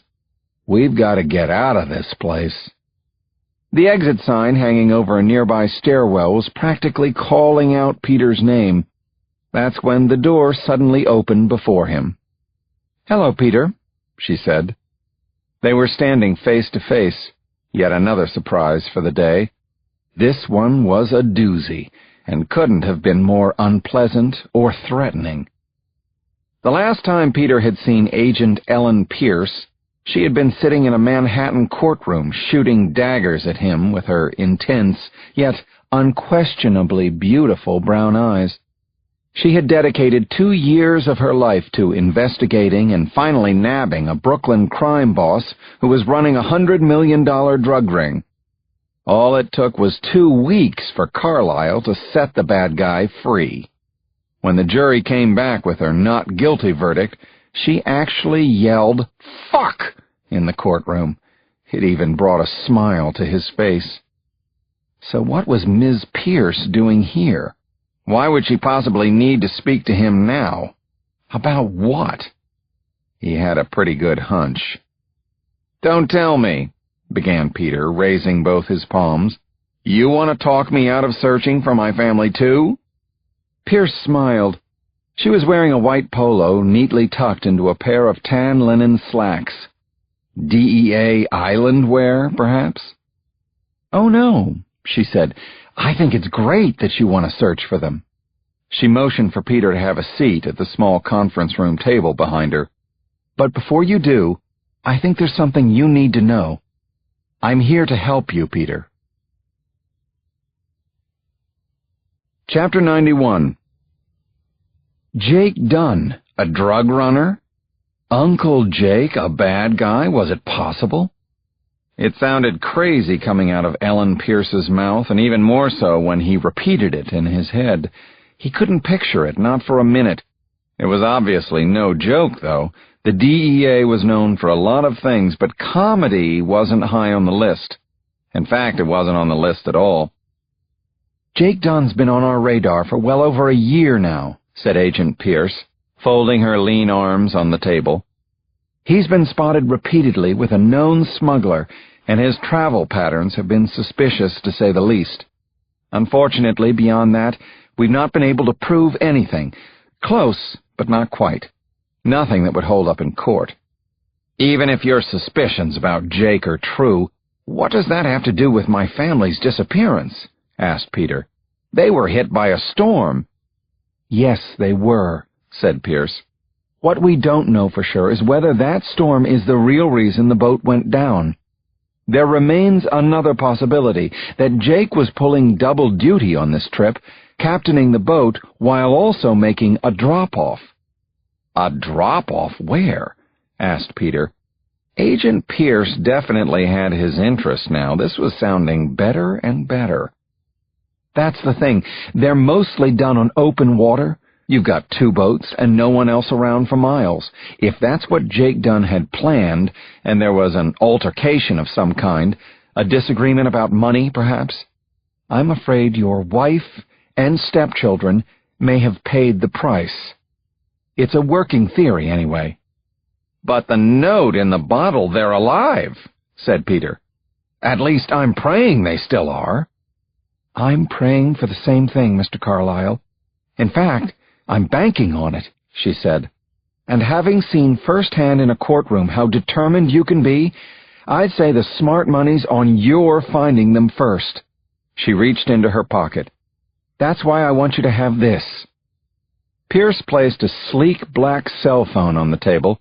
It wasn't any kind of phone Peter had seen before, and he thought he'd seen them all. He picked it up, staring at it as if it had just fallen from the sky. "Yeah, I had the same reaction when I first saw it," said Pierce. "Here, let me show you how it works. Piece of cake, really. You don't have to be a techie." She took it from Peter's hands and opened it like a compact for makeup. On one side was a keyboard, on the other what looked like a solar panel. "It's a satellite phone, isn't it?" asked Peter. Ellen nodded. The best Uncle Sam's money can buy. Waterproof, shatterproof, with a carbon nanotube battery that lasts over 100 hours a charge. You can call from anywhere on the planet at any time. Perfect signal, completely encrypted. No one can listen in. Very cool, said Peter. Why do I need it? Because no matter where you are, you need to contact me the second you find Jake and your family. I have to know before the media does, even before the Coast Guard if possible. I got that part, Agent, but why? If there were people who wanted Jake Dunne dead, it's safe to assume they still do. That's why we have to get to him first, for his protection, and more important, for your families. At the very least, they're out there with a drug runner. Peter blinked long and hard. This is weird, he said. I mean, the fact that you're helping me. You don't even like me. You're right, I don't. That said, you have your job to do, and I have mine. Pierce smiled. Now, do me a favor, will you? Go find your family. Chapter 92. There was this one night, back when I was a resident at the Cleveland Clinic, and I was supposed to be catching an hour nap in the middle of a 24-hour shift. It was my only chance to get some much-needed rest, and I was exhausted. But I couldn't sleep. I was too tired. So I turned on an old Sony Trinitron in the doctor's lounge and started watching this documentary on Ansel Adams. Or was it Franklin B. Way? I can't remember. Anyway, what I do remember is the phrase they used to describe this time of day, when supposedly the light from the sun is perfect for photography. Magic hour, it's called. Magic hour. As I sit here on the beach, staring out over the ocean as the sun kisses the horizon, I'm pretty sure this is what they were talking about on the TV show. It's beautiful. It's also ironic. Back home, I almost never saw sunsets. Hell, I barely saw the outdoors. Most of my days were spent standing in a sterile, windowless room, my view alternating between heart monitors and the real thing pulsing on a table in front of me. No regrets, though. I never lost sight of the good I was doing. But like I said, it's ironic. It took all of this to happen before I could really appreciate something as simple as a sunset. "Hey, Mom," says Ernie, running over to me. He stands sideways, displaying his profile. It's obvious, in a very cute way, that he's sucking in his stomach a little. "How much weight do you think I've lost?" he asks. Indeed, my pudgy little man is a lot less pudgy than at the start of the trip. He's probably lost 7 or 8 pounds, and it shows. Better yet, it's 7 or 8 pounds more than he was ever able to shed back home. I look at his face, the pride written all over it. Then I glance down at his stomach. I'm ready to gush about how thin he now looks. And that's when my eyes nearly pop out of my head. There's a boat sailing out of Ernie's belly button. "What is it, Mom? What's wrong?" he asks, looking down at himself in horror. "Nothing's wrong," I answer with a jolt. "It's all right. In fact, it's better than all right. It's magic." Chapter 93. I can barely get the words out of my mouth fast enough. "Ernie, where are your brother and sister?" "They're picking berries," he says. "Why?" "That's why," I say, pointing out to the horizon. "Look at what's there." Ernie turns to see what I see. A huge sailboat, close enough that we can actually make out the shape of the sails. It's not a blip like the other boats we've seen too far away ever to notice us. We've got a chance with this one, a real chance. "Hurry, go get Mark and Carrie," I say. "We need to light the fires. Ernie, run!" Ernie races as I push myself up to stand. If I could, I'd be doing jumping jacks or cartwheels, anything to attract attention. "Please, let there be someone on that boat with binoculars," I pray. "Look this way. I can see you, so you can see me." "Holy shit!" yells Mark seconds later, bursting through the brush onto the beach. Carrie's behind him. They both outran Ernie, who finally brings up the rear. See, I told you," says Ernie. Yeah, now let's make sure they see us, says Mark, heading for our campfire. He grabs our ready-made so-called match, a thick stick wrapped with a swath of one of our blankets, and douses it with the rubbing alcohol from the first aid kit. As he dips it into the fire and sprints to our 3 piles of leaves and branches, he looks like he's carrying the Olympic torch. Here goes nothing, he says, lighting the piles. They ignite immediately, their orange glow matching the sky almost perfectly. With the last of the sun disappearing, all we can do is stand here on the beach, our gaze bouncing back and forth between the boat and the flames, as if willing them together. Come on, pleads Carrie. They have to see us. This has to be our moment. Has to be. We deserve it. So we wait to be spotted, the fires roaring in their perfect triangle. I'm 50 feet away, and I can still feel their heat. I keep thinking that at any second we'll see a signal from the boat, a flash of light, a flare shot high into the sky. Something. Anything. I look at the kids, and I see exactly what I feel. Hope. But as 5 minutes turns into 40 without any signal from the boat, it fades. Slowly. Painfully. Our fires are beginning to die down. It's getting dark on the beach, in every sense of the word. I want to cry. I don't. I can't. For the kids' sake. For my own sake, too. But this is so cruel. There'll be another boat soon, you'll see, I say instead, trying to lift everyone's spirits. The kids know exactly what I'm trying to do, but rather than calling me on it, something they always used to do, they go along with me. It's as if we all suddenly realize that even though we've had our hopes dashed today, that's better than having no hope at all. How can it be that the more life throws at us, the stronger we become? Chapter 94. Sitting at a secluded back table in Billy Rose's, the diviest of dive bars on the outskirts of Nassau, DeVoe glanced at his Glashütte Pano Navigator watch yet again. He'd made the trip down to the Bahamas for one reason and one reason only: insurance. If Carlyle needed backup, he'd be close by to intercede. But he was hoping that it wouldn't come to that. He knew they couldn't afford even the slightest hiccup. Everything had to go as planned, tidy and neat, like clockwork. But here was Carlyle over a half-hour late. They were supposed to be discussing his flight plan one last time and exactly how he should commit the murders. What the hell was keeping him?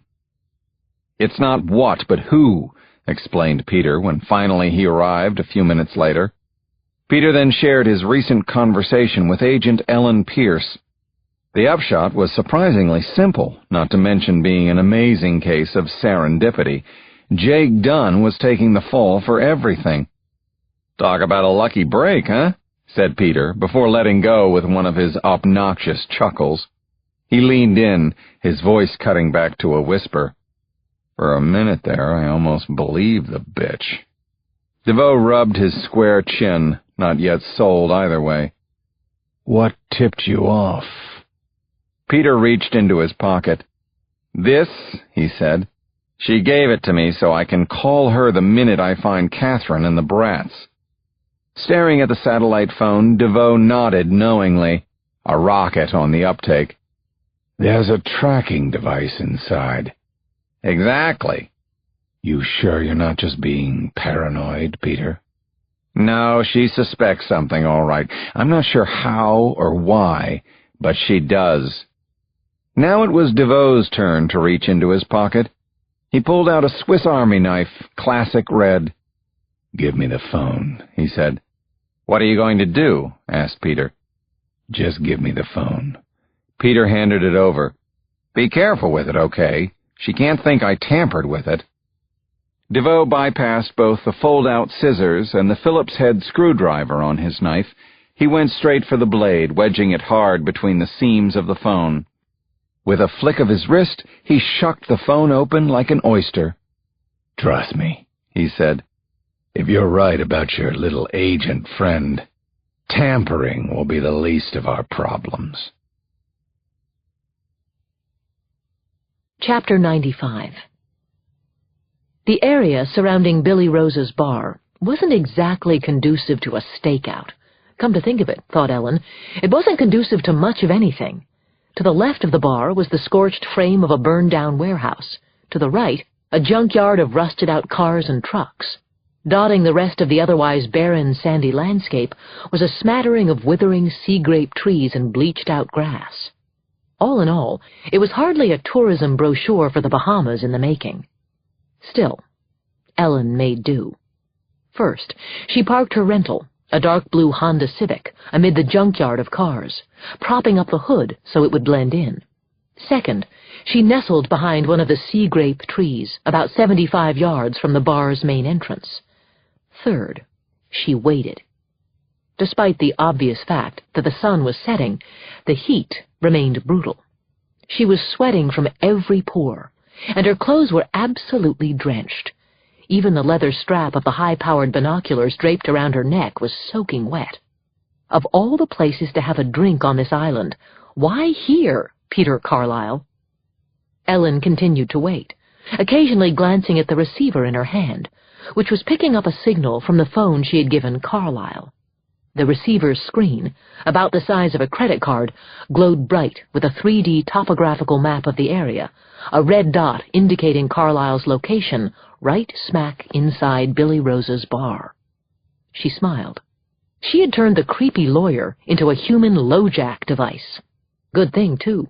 Now she didn't have to follow him around the clock. Just when it counted. Like right now. Staring at the entrance to the bar, Ellen scanned the dozen or so cars lined up in front. Some of them were only a notch above the clunkers in the adjacent junkyard, the rest being either modest compacts or jeeps. Then there was the one on the end. All she could think of was that bit from Sesame Street. One of these things is not like the others. It was a black Mercedes 600 CL coupe. Ellen was no car fanatic, but she had learned a thing or two over the years while tailing drug dealers. When it came to Ferraris, Porsches, and Mercedes-Benzes, she could moonlight as a reporter for Car and Driver magazine. Boasting over 500 horsepower and a price tag hovering around $150,000, the 600 CL stood out no matter where it was parked. But here, outside Billy Rose's, it might as well have been painted purple with pink polka dots. And the more Ellen stared at it, the more her gut told her the 600 CL was somehow connected to Peter Carlyle. 2 minutes later, her gut proved right. Carlyle stepped out of the bar. He wasn't alone. Ellen quickly peered through her binoculars. With Carlyle was a man of about the same height and build, maybe a little younger. He wore white linen pants, a blue silk shirt, and dark, mirrored sunglasses. And he was easily as creepy as Carlyle. After chatting for a moment, the two went their separate ways. There was no handshake, barely even a nod from either of them. Carlyle walked over to a white Buick Lucerne. The mystery man climbed behind the wheel of the hot Mercedes. Ellen lowered the binoculars, waiting for both cars to leave. "What you up to, Peter? Who's your new friend? Anybody I should know about?" Only one way to find out. Chapter 96. "Hurry!" Ellen sprinted to a rented Honda and slammed the hood shut. After climbing in, she snapped her wrist hard against the key and gunned it. The puny 4-cylinder engine instantly squealed its disapproval. Talk about a mismatch. Could she even catch up to the Mercedes, let alone follow it? She sure as hell was going to try. The mystery man was the brake she needed. She was pretty sure of it. She knew he didn't look kosher. As for Carlyle, she'd catch up with him later, not a problem, thanks to the transmitter. No, the problem lay straight ahead, speeding down the dirt road. That Mercedes was already a blip on the horizon. Soon she wouldn't be able to see it at all. Or maybe not. Ellen blinked with disbelief. The blip was getting bigger. No lead foot for the mystery man. It was more like helium. He was taking his own sweet time. That probably had something to do with the quality of the road, she thought. While Carlyle had left the same way Ellen had come, the mystery man was heading the other way, fittingly into the unknown. It was a dirt road, bumpy and winding, not a building in sight, not even a sign or a billboard. If Billy Rose's bar was isolated, this direction was damn near off the map. Suddenly, Ellen had to do what she least expected: hit the brakes. She was getting too close to the coupe and had to pull back lest she arouse suspicion. "Where are we going, mystery man?" He wasn't telling. Not yet. 1 mile became another, and another, and another. Ellen's eyes stayed focused on the back of the Mercedes. Her mind, however, began to drift. Out of nowhere, she heard a voice from her past. It was her grandfather, as if he were sitting right next to her, riding shotgun. In his thick, raspy staccato, he was invoking one of his favorite expressions. "Take the devil you know versus the devil you don't." Back in those days, when Ellen was a young girl, she never really understood what it meant. That's probably why she forgot about it. Until now. Ellen glanced down, peeking through the steering wheel of the speedometer. The mystery man was puttering along at no more than 30 miles an hour. Wherever they were heading, they weren't in any hurry. Then, in a flash, all that changed. The Mercedes took off like a missile, all 500 horsepower firing at once. Before Ellen could speed up, it was gone behind a wall of dust. Shit! Ellen's foot found the gas, but it was probably a lost cause. No contest, right?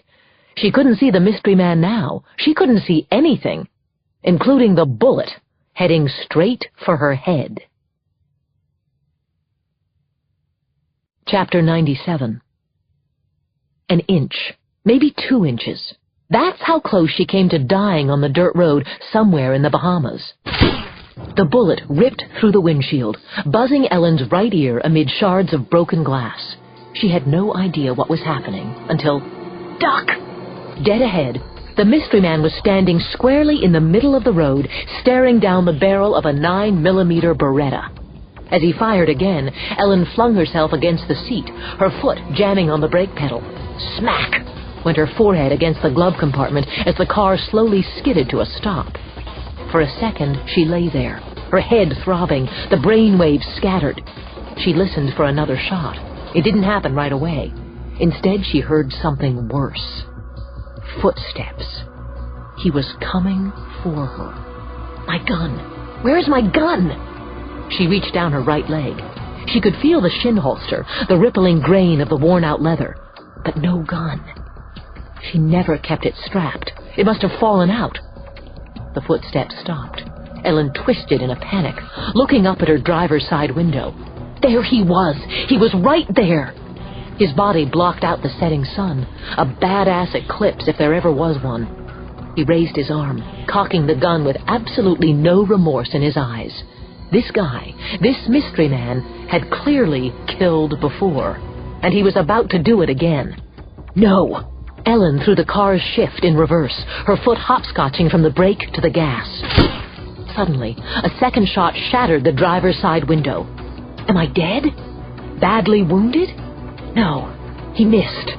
Accelerating backward now, she kept her head tucked just below the dash. With one hand, she gripped the steering wheel, struggling to keep the car straight if she could. With the other hand, she searched frantically for her gun, feeling blindly under her seat. There! She wrapped her fingers around the grip and pulled it up to her side.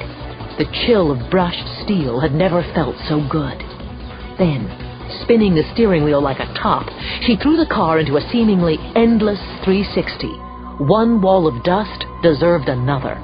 It's my turn, you son of a bitch. Chapter 98. The dirt road was no longer a road. It was more like a Kansas-style tornado. With the dust funneling round and round, Ellen peeled off her second 360, backing up the car about 100 yards. She threw it into park for all of 5 seconds, just long enough to lift her feet and kick out what remained of the front windshield. As the glass splintered across the hood, she raised the gun. Then she hit the gas. The little blue Honda choked and sputtered its way past 30, 40, 50 miles an hour. When it finally emerged through the dust, it was pushing past 80. "Are you still there, mystery man? Are you waiting for me? Well, here's a little surprise for you. Today, you're going to get shot, not me." The split second she saw him, Ellen started firing. He was still smack in the middle of the road, precisely where she'd left him. Only there was one big difference now. His gun wasn't visible. The psycho was standing there, not firing back. What? Did he have a death wish? Fine. She had no problem giving him exactly what he wanted. Ellen was a crack shot, but shooting from a speeding vehicle over a bumpy road wasn't exactly target practice at the range. On her third pull of the trigger, though, her brain made all the necessary adjustments. She was locked in. But then she watched as the mystery man pulled the Beretta from behind his leg. Chapter 99. DeVoe whipped his arm forward, locking the elbow before firing just one shot. Bullseye. With a thunderous pop, the right front tire exploded, shreds of rubber spinning wildly round and round as the little car weaved out of control. The rest was pure physics. He could tell she was trying to hit the brakes. It didn't matter. "You're way too late for that, sweetheart. It's all over. You just don't realize it yet." The two left tires lifted off the ground. Then it was all four. Her car launched into the air, flipped once, twice, and then landed with a crushing thud upside down, the roof buckling into a zigzag of twisted metal. The engine hissed as flames shot out from the grill, the smoke black and thick. As the dust settled, DeVoe stood and watched with his gun still drawn, waiting for any sign of life. What he saw was her hand, streaked with blood, reaching out from the driver's side. She was clenching the dirt. She was trying to pull herself out. Scrappy little thing, isn't she? Though not for much longer. DeVoe began to walk forward, then to jog. It was time to finish her off, DEA agent or not. It had to be done. She was a loose end, a fly in the ointment, and a risk he could ill afford to take. As long as she was alive, she'd be looking for the goods on Peter Carlyle, and she just might find something. That's when he stopped short. Coming fast up the dirt road was another car. He was about to have company, an eyewitness, maybe even plural. But there was still time. He fixed his eyes back on Agent Ellen Pierce, about to run over and shoot her dead. Shit. Her other hand was reaching out of the overturned car. This one was holding her gun. Slowly, clumsily, she was taking aim at him again. Time to go. DeVoe retreated to his Mercedes and fishtailed as he sped off. Looking in the rearview mirror, he could see a shaky and bloodied Agent Ellen Pierce stumbling to her feet, staring down the road at him. "Kill you later, sweetheart."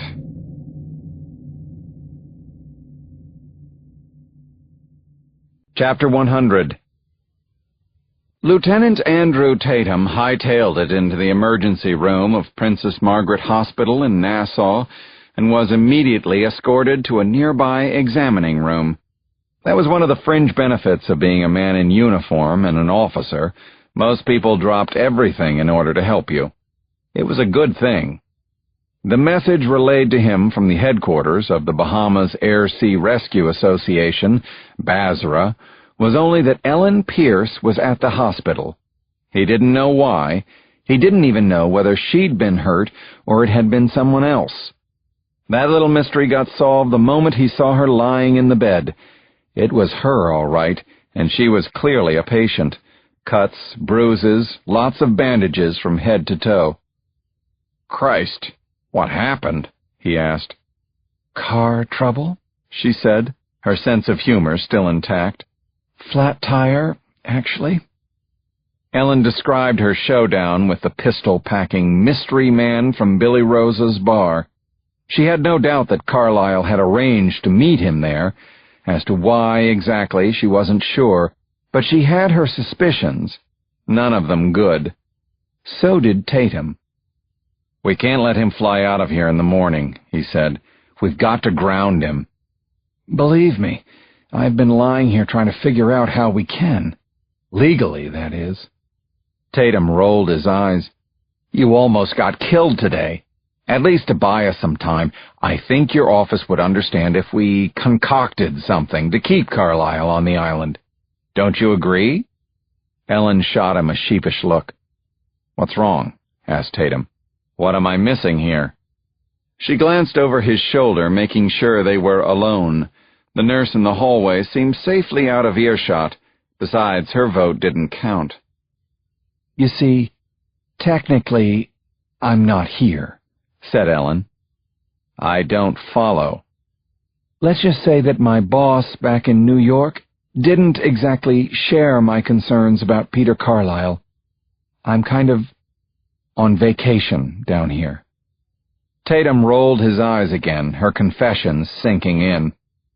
"Let me get this straight. You contacted me on your own? You're flying solo on this, with no clearance?" "Bingo." "I hate bingo. Christ, that's why you wanted me to play airport courier for you. You couldn't be seen with Peter Carlyle." "I'm sorry," she said. "I'll make it up to you. I don't know how yet, but I will." "I'll make sure you do," he said, allowing a smile. Above all else, Agent Ellen Pierce certainly showed initiative and guts. He liked that. She was trouble, sure, but his kind of trouble.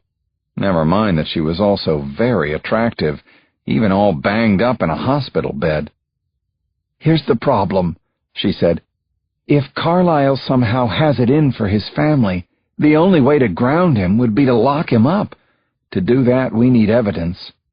"Which we don't have, of course. Do we?" "Not yet." She thought for a second. "Wait, what about that life jacket your guys found? The burned one? How fast can we have it tested for explosives?" "That depends. You plan on bringing anyone up to speed? The feds, perhaps?" Ellen shook her head. "I didn't think so," said Tatum. "The Coast Guard isn't exactly an investigative unit, although I do know a pretty decent lab guy in Miami. Figure 18 hours? 24? "Good enough, I guess." "And in the meantime," he asked, "what are we supposed to do?" "Simple," she said. "We pray your Coast Guard boys find the Dunne family before that bastard Carlyle does." Chapter 101. Peter waited in his hotel room the next morning until he heard the 5 magic words. At 9:15 his phone rang. "You have a FedEx package," said the front desk. Now he had everything he needed. Securing a private plane had been no problem. In fact, he had his pick of aircraft. Under the guise of being good Samaritans, about a dozen aviation leasing outfits were willing to offer, for free, no less, the use of one of their planes. Of course, their real motivation just might be the gobs of free publicity they would attract thanks to this ultra-hyped media story.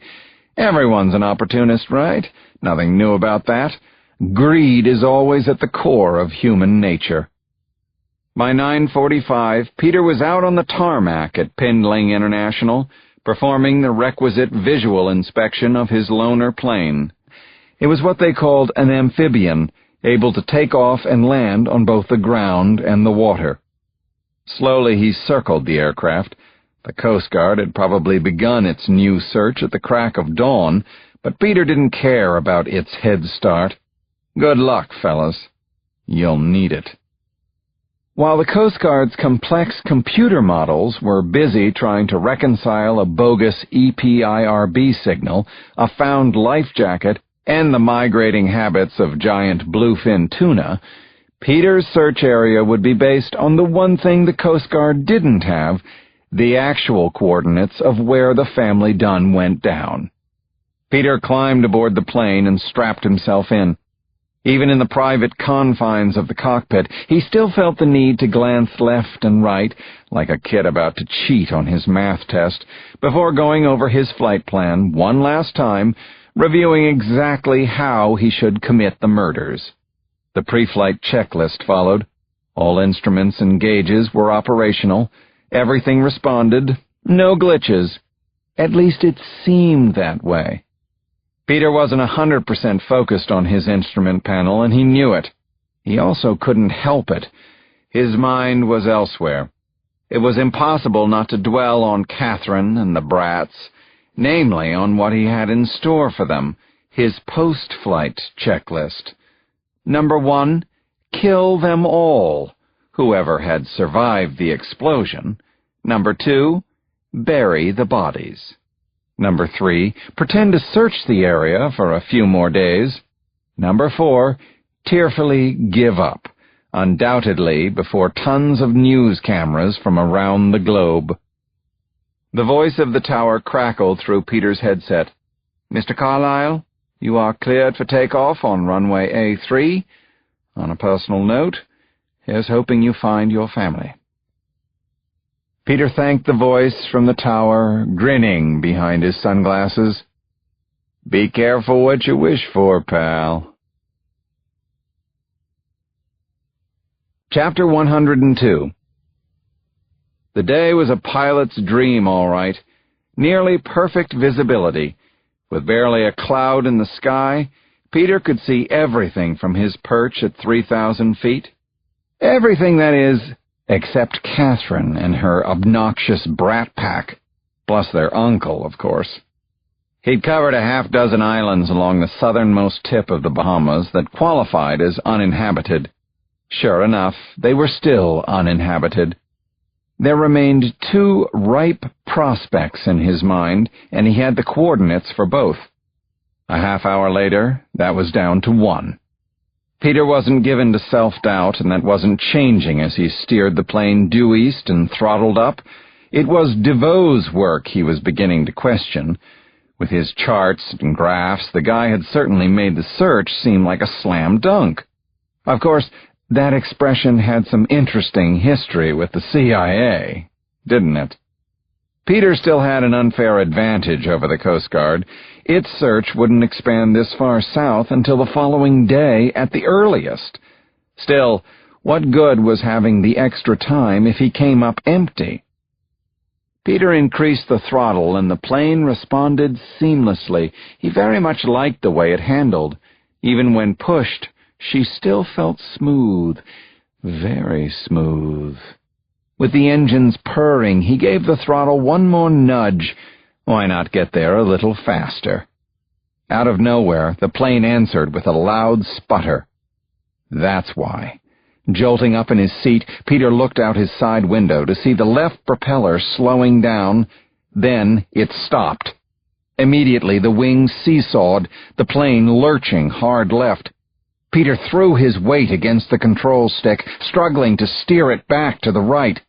Again he looked out the window, both sides now, checking the ailerons on the rear edge of the wings. They looked intact, but he was still losing roll control. Peter's gut shot up into his throat as the small plane began to spiral downward. Once, twice he tried to restart the engine, but with no luck.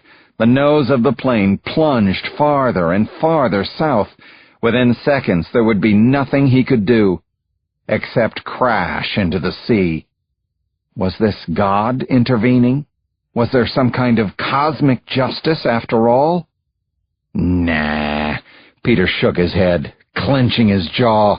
With one last heave, he pulled back on the control stick, trying to bring the plane out of its spin. If he could level the plane, he'd have another shot at restarting the engine. That's it, baby. Straighten out. You can do it. The left engine stirred, then stammered, the propeller clicking, clicking, clicking, then catching. Sweet music to his ears, the engine fired up, kicking out a burst of air and sending the plane hurling forward out of its spin. Only when it leveled out a few hundred feet over the water did Peter remember to breathe. "Unfucking-believable!" he shouted. But that was only the half of it. Peter stared out over the nose of the plane, quickly lifting his sunglasses. The island. 12 o'clock, straight ahead. Were those animals? No, they were people. And not sunbathers either, not tourists enjoying a secluded day at the beach. Back on went the sunglasses. He throttled down, the plane swooping lower and lower. He wanted to get closer, close enough to know for sure that what he was seeing was for real, that it was the Dunnes. Chapter 103. I'm not the first to spot it. Mark is. He yells so loud that I think I'm back in the ER and there's a big problem. But the second I turn to see him down by the water, his arm outstretched and pointing feverishly into the sky, I know he's screaming for joy. The next second, we all are. Carrie and Ernie, sprawled in the shade by the top of the beach, jumped up like two jack-in-the-boxes. They practically trip over each other as they sprint to join their brother. No one says a word about lighting the fires. We don't have to. That's how close this low-flying plane is. It's coming straight toward us. No mistake. There's no way it can't see us. Still, just to be sure, Carrie runs over to our SOS spelled out with rocks. I actually laugh as she elaborately motions to it with her hands. She looks like one of those silly prize girls on The Price is Right. Wow, this is really happening. We're about to be rescued. Yesterday, we thought our ship had come in. Today, for real, our plane has. It's only a few hundred yards away and dipping lower, as if to say hello, signaling that it's seen us. That's when Mark screams out again. "Look!" he says. "It's got pontoons!" He's right. I was so happy to see the plane, it never occurred to me where it might land. No problem at all. It's got a runway as big as the ocean. With a giant whoosh, the plane sails right overhead, its wings angling into a steep turn. I catch a glimpse of the pilot, or at least the silhouette of the pilot. It looks like a man, or maybe I'm just assuming that. I really can't tell for sure, but if it is, he's going to get the biggest hug of his life, whoever he is. "It's coming around to land!" yells Mark. "He's coming! He's coming!" We watch the plane circle back at the far end of the beach. The wings level out no more than a couple of 100 feet above the surface. In all my years of sailing, I've never actually seen a water landing. Talk about a memorable first time. The plane approaches, its twin propellers like two perfect circles against the sky. Any second now, it will begin to dip toward the surf, those pontoons gently easing down. But that expected moment never comes. Right before our eyes, so close, so very, very close, the plane continues straight past us, the roar of its engines drowning out our screams. "No!" Stunned, we watch as it flies off into the distance. It doesn't turn around. It doesn't come back. Instead, it disappears over the horizon. Gone. How could what just happened here possibly have happened? Who was that maniac who just buzzed us? Chapter 104. Christ, it's dark. Not that Peter was complaining. This was exactly what he had been waiting for, the cover of night. The darker, the better. Walking through the thick and tangled brush, he kept his flashlight low, shining it ahead only enough to see where each step was about to land. Anything more would have been too much. It would have made him into a walking lighthouse. He was an uninvited guest, after all, the ultimate surprise visitor, and the whole key to his plan was keeping it that way until the very last moment. Now he just had to find his lovely family once and for all and finish them off. The plane was anchored on the other side of the island. Earlier he'd cut the engines and performed a near-silent dead drop a few miles from shore. Hey, kids, don't try that at home. Trust me on it. For one thing, there are no do-overs.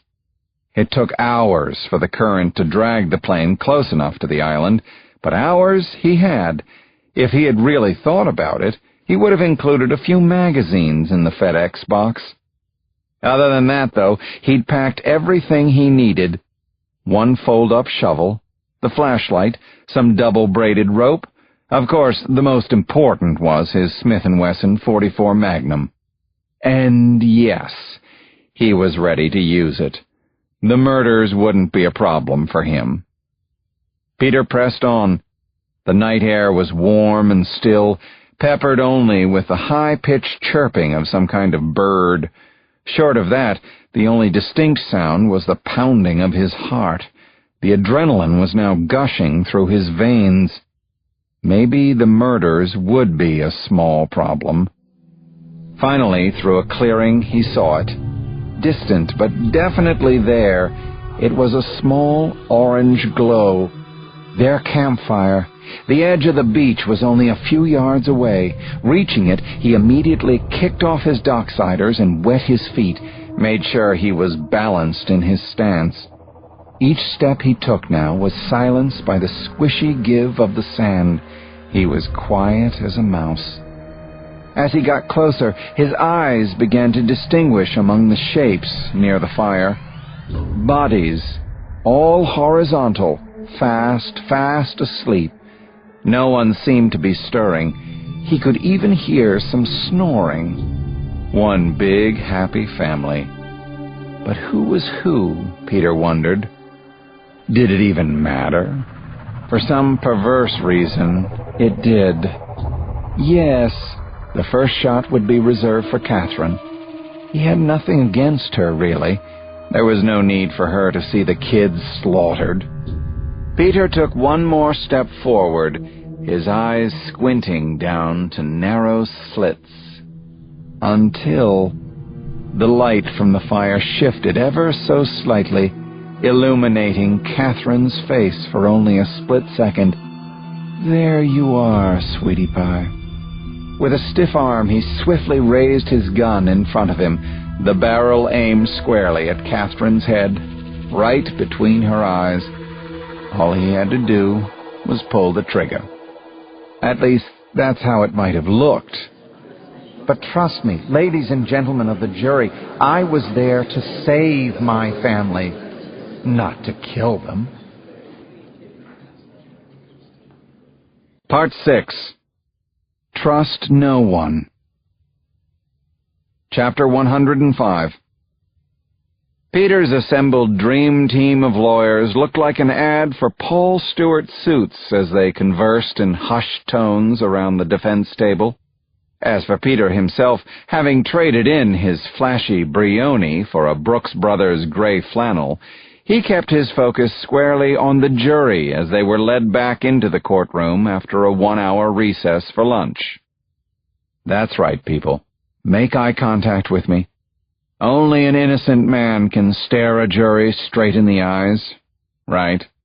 That's been my experience, anyway. "All rise," bellowed the court clerk. Judge Robert Barnett, mid-50s, with slicked-back gray hair divided by a razor-sharp part, made his way to the bench and further cemented his reputation as a no-nonsense, no dilly-dallying man even before he sat down. He dispensed with any idle chit-chat, not even a "please be seated," and asked the prosecution to call their first witness. Nolan Heath, the lead prosecutor, promptly stood and straightened his rep tie before adjusting his wire-rimmed glasses. Heath was a deliberate and pensive man, his expression always like that of a chess player considering his next move. "Your Honor, the prosecution calls Mark Dunne." Mark, pot-free for over 4 months now, rose quickly from the first row behind the prosecution table. If anything, he looked a little too anxious to testify. Who could blame him? He had something to say here, something hugely important. As he was sworn in, he stared at Peter Carlyle, his hatred of the man on full display for all to see. Heath said, "Mark, Would you please describe the events, as you recall them, of the night of June 25th, earlier this year?" Mark nodded and took a deep breath. That was something Heath had repeatedly reminded him to do on the witness stand. Breathe, think, then speak. Slowly, Mark began to answer. "My sister Carrie and I had been taking turns watching over our campsite on the island while everyone else slept. A large snake had attacked our mother a few days earlier, so we wanted to make sure nothing snuck up on us during the night. Carrie and I were vigilant. Anyway, a few hours in, I heard something. It was dark, but I knew it wasn't just the wind blowing, or even an animal. They're quieter. Sure enough, I could see someone approaching. I couldn't tell who it was, but I knew it was a person." Heath nodded. "You must have been excited, right? You thought you were about to be saved." "Yeah, that's what I thought at first," said Mark. "Then I wondered why the person wasn't calling out to us or anything. It didn't make any sense. That's when I saw the gun in his hand." "So, what did you do?" asked Heath, as if he were hearing the story for the first time. "I protected my family as best I could. As soon as I saw him raise that gun and point it at my mother, I hit him with a heavy branch. Thankfully, it knocked him out." "And when you say him, who are you referring to, Mark?" Mark pointed, jabbing his finger as he had done when he spotted Peter's plane flying toward the island. "Him, right there. Peter Carlyle, my stepfather. The son of a bitch!" The courtroom buzzed until Judge Barnett banged his gavel. "Young man, I won't tolerate that kind of language in my courtroom. Do you understand?" Mark nodded dutifully before turning back to Heath. No one would ever know by the prosecutor's expression that he was extremely proud of his young witness. Mark had delivered the son of a bitch line exactly as he had been told. "No further questions, Your Honor." Chapter 106. Judge Barnett motioned to the defense table. "Your witness," he announced. "Thank you, Your Honor," cooed Gordon Knowles, presumptive captain of Peter's dream team. He stood up and nodded politely at the jury. Then, as if to please the impatient judge, he turned to Mark and got right into it. "You just testified that you were on guard duty that night on the island, so in a way you were sort of looking for trouble, weren't you?" Heath bolted up from the prosecution table. "Objection, Your Honor. He's putting words in the witness's mouth." "Sustained," muttered Judge Barnett with a disapproving glance at Knowles. "You know better than that, Counselor." Yes, he did, and he would do much better, too. "Tell me, Mark," he continued before quickly stopping himself, "you don't mind if I call you by your first name, do you?" "Not at all, Gordon," the jury chuckled. "Fair enough," said Knowles, pretending to laugh along. "Now, Mark, when you first saw Mr. Carlyle arrive at your campsite on the island, could you see what he was wearing?" "No, I couldn't," answered Mark. "As I said, it was dark." "Yes, it was, wasn't it? As you said, you didn't even know who the person approaching was until after you attacked him." Heath was halfway through his objection when Knowles rephrased. "I'm sorry," he lied. "Sprang into action, I should have said." Judge Barnett frowned. "Get to your question, Counselor." "Gladly, Your Honor. My question is this. Mark, if you had known that it was Mr. Carlyle, would you have hit him with that heavy branch?" Mark blinked a few times as if trying to keep his mental balance. He saw where Knowles, Gordon, was going with this line of questioning and didn't want to be tripped up, not by this prick. "He had a gun," Mark answered slowly and distinctly. "That's not what I asked," said Knowles. If you had known who it was, would you have hit him with that branch?" Mark fell silent again. Judge Barnett leaned toward the witness stand. "Please answer the question, son," he said. "No, I wouldn't have hit him," said Mark softly. "Why is that?" asked Knowles. "Because he was my stepfather." "Someone who would have had no reason to harm you or anyone else in your family, right?" "But he had a gun," Mark repeated, his voice cracking. "Yes, he did," said Knowles, "for the same reason you claim to have jumped him, for self-defense." He turned to the jury, throwing up his arms in mock desperation. "After all, Mr. Carlyle had more than large snakes to worry about that night. As I mentioned in my opening statement, he had been told by none other than a federal agent that drug traffickers may have been involved in his family's disappearance. So Mr. Carlyle came prepared. He had a gun for self-defense. It makes all the sense in the world." Heath stood to object again, but it was too late. A few members of the jury were shrugging in agreement. Gun doesn't equal guilty. The damage was done. So was Knowles. "No further questions," he announced. Chapter 107. Peter's extradition from the Bahamas was one thing, but this trial is definitely another kind of circus. I don't know how much more of it I can take, and this is only the beginning. The madness has just begun. It's not just the trial itself, though. It's what it represents, what this feels like for the kids and me. It's as if we're taking the trip all over again. We were finally getting on with our lives and moving forward. I had filed for divorce as soon as I got home, and it would be final in just a few weeks. The incessant media coverage had died down. No more pictures every day in the paper, or bold-faced mentions in the gossip columns. Even my broken leg had healed nicely. Then, pow!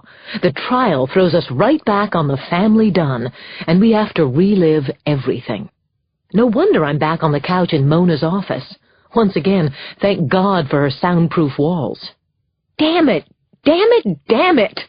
I yell, barely a minute into our session. "This is so unfair to the kids!" With the trial taking up almost the entire day, Mona agreed to see me late for what she's calling a gripe and grub. Translation: after I vent to her for an hour, we grab dinner together at the restaurant of her choice. My treat. My very expensive treat. I quickly apologize for the yelling, and as usual Mona tells me it's more than okay. "In fact," she says, "I think it's good for you." "Maybe," I reply. "What would be really good for me is seeing Peter locked up behind bars. That can't happen soon enough." At the same time, you need to prepare yourself if... I lift my hand, telling her to stop right there. I don't even want to hear those two horrible words. Not guilty. What Peter did, and I'm convinced way beyond the reasonable doubt that he did indeed do it, is hard enough to swallow. The idea that he might not be punished makes me want to throw up. Others agree with me, not the least of whom is Agent Ellen Pierce. She risked her job, if not her career, following her gut about Peter Carlyle, Esquire. "What did you think when Agent Pierce first approached you?" I ask Mona. "I didn't know what to think.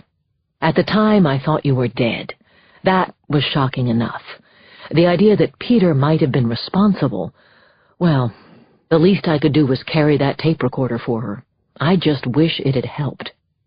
"Isn't it ironic, though?" I say.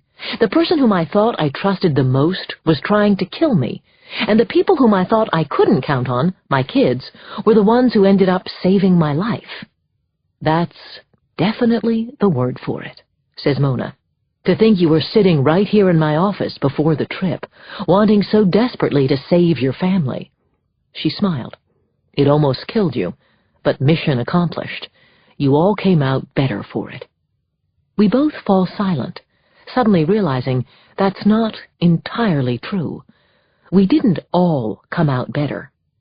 "I'm sorry," says Mona. I didn't mean to forget Jake. I haven't. None of us have. It's okay, I say. Sometimes I wish I could, if you know what I mean. Hardly a day goes by that I don't think about him. What about the kids? Have they dealt with it? Mark and Carrie have. They're older. For Ernie, it's taking a little longer. He really looked up to Jake. I hear myself say that last sentence, and I know exactly what Mona's thinking. Probably because I've been thinking the same thing. It's time, isn't it? I ask Mona. Yes, she answers. I think it is. Chapter 108. Your witness, Mr. Knowles. Gordon Knowles thanked Judge Barnett with a sharp nod as he rose from the defense table. Agent Ellen Pierce was a key witness for the prosecution, and he was champing at the bit to cross-examine her and take her testimony apart. Agent Pierce, he began, his tone as warm and inviting as a bed of nails. You just testified that you followed my client to Vermont, where you trespassed on private property and secretly photographed him with a woman. Do you think that proves beyond a reasonable doubt that Mr. Carlyle was planning to kill his family? Ellen answered quickly and confidently. No, I do not. Earlier today, we heard testimony from an explosives expert who said his lab found traces of RDX, a military-grade explosive, on the life jacket salvaged from the Dunne family's boat. Do you think that proves beyond a reasonable doubt that Mr. Carlyle was planning to kill his family? Ellen, dressed modestly in a black pantsuit and simple white blouse, glanced over at the jury, as if to express her dissatisfaction with this line of questioning. She was being walked like a dog by Knowles, and she didn't like it. Not one little bit. It was time to bite back. What I think is that the jury might start to wonder if all these coincidences, as you'd like to call them, are something more than just a coincidence, she said. Judge Barnett didn't wait to hear Knowles's objection to intervene. He quickly turned to the jury box. The jury will disregard the unsolicited speculation by the witness. He then fixed his disapproving gaze on Ellen. Ms. Pierce, please just answer the question. Sorry, Your Honor, she said. She wasn't sorry, of course. In fact, she felt quite content that her point had been made. Somebody needed to make it, if justice was to be done here. To repeat the question, Agent Pierce, she cut him off. No, I don't believe that the trace explosive alone proves beyond a reasonable doubt that Mr. Carlyle was trying to kill his family. Knowles smiled with smug satisfaction. Agent Pierce, you were suspended by the DEA for your reckless actions in pursuing my client, correct? Instinctively, Ellen looked over at Ian McIntyre, seated behind the prosecution table. She was somewhat surprised that he had come to lend his support. It almost took the sting out of the 3-month vacation he had given her. I don't think the word reckless. It was Knowles's turn to interrupt.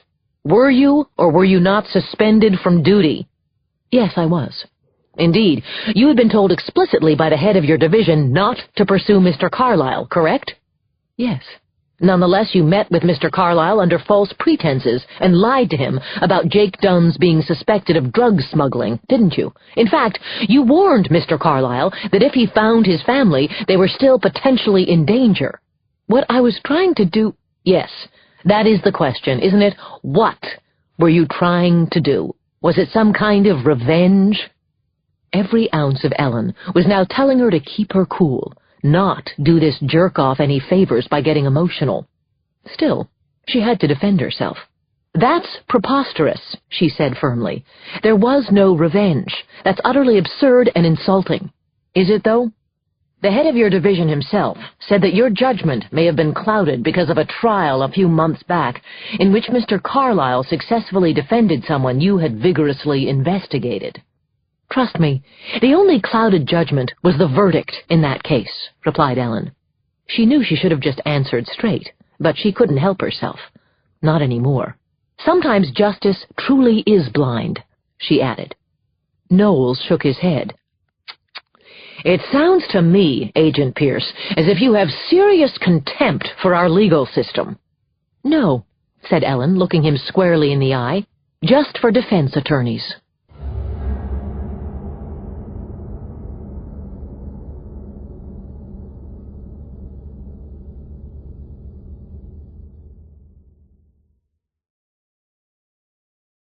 Chapter 109. Only one day of school. That's all I'm allowing the kids to miss for the trial, I tell myself. For Carrie, that's one day too many. She wants nothing to do with Peter, even if it means seeing him locked up for the rest of his miserable life. Hopefully it will. Anyway, that's fine with me. Carrie's exactly where she should be, enjoying her sophomore year at Yale. There's no more school nutritionist, no more school psychologist, just school. Her body weight is back up to normal, and something tells me it's going to stay that way. Mark, of course, had to miss a day of classes at Deerfield in order to testify. I'm so proud of him, and I think he did a fine job under the circumstances. He, on the other hand, is a little bummed about the way Peter's buddy-buddy lawyer, the dickwad, played hardball with him. Speaking of bummed, it's Ernie. After an early dinner with Nolan Heath to discuss my testimony tomorrow, I return to the apartment and relieve Angelica for the evening. She tells me Ernie's in his room doing his homework. In a lot of ways, Ernie should be on cloud 9 with the rest of us. It was his idea to put the note in the bottle. He saved us. And from the moment we flipped that transponder back on in Peter's plane, his was a hero's welcome. From the Today Show to Larry King to On the Record with Greta Van Susteren, he did more than a dozen TV interviews. In every article written about our ordeal, he always got the most ink. Except he never really enjoyed any of it, even though it was always his choice whether to make an appearance or not. He smiled for the cameras, saying and doing all the right things like the trooper he is. But I'm his mother.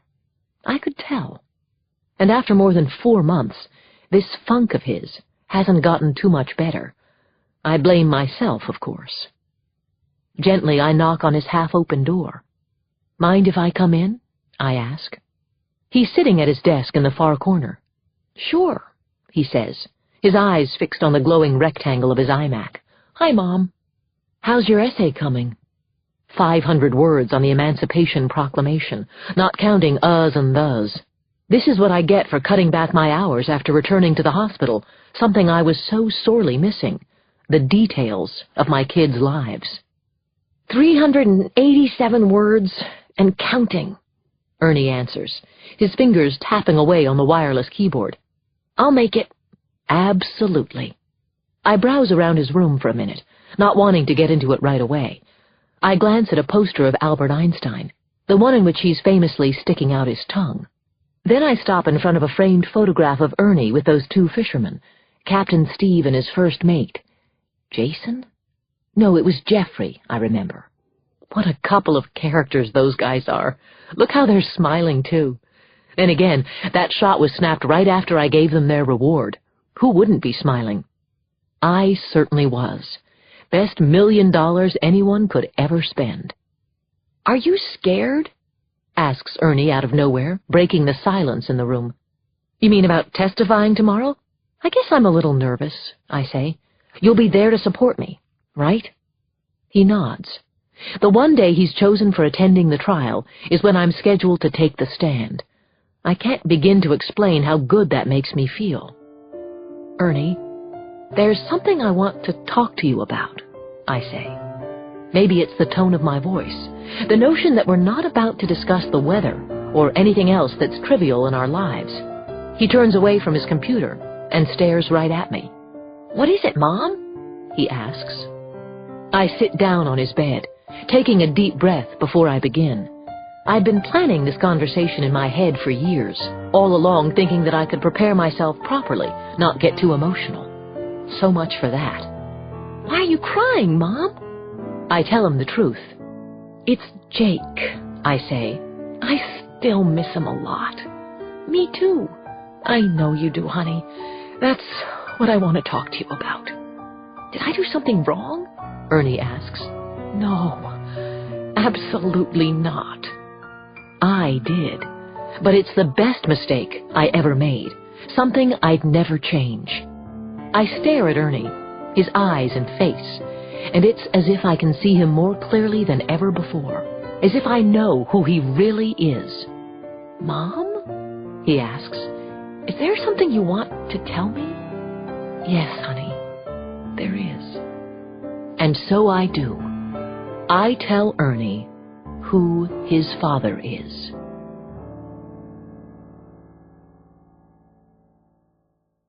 Chapter 110. After a night of telling the whole truth and nothing but the truth to Ernie, I promised to do the same in court the next morning. So far, so good. As I wrap up my testimony for Nolan Heath and his prosecution, my only complaint is the hardness of the witness chair.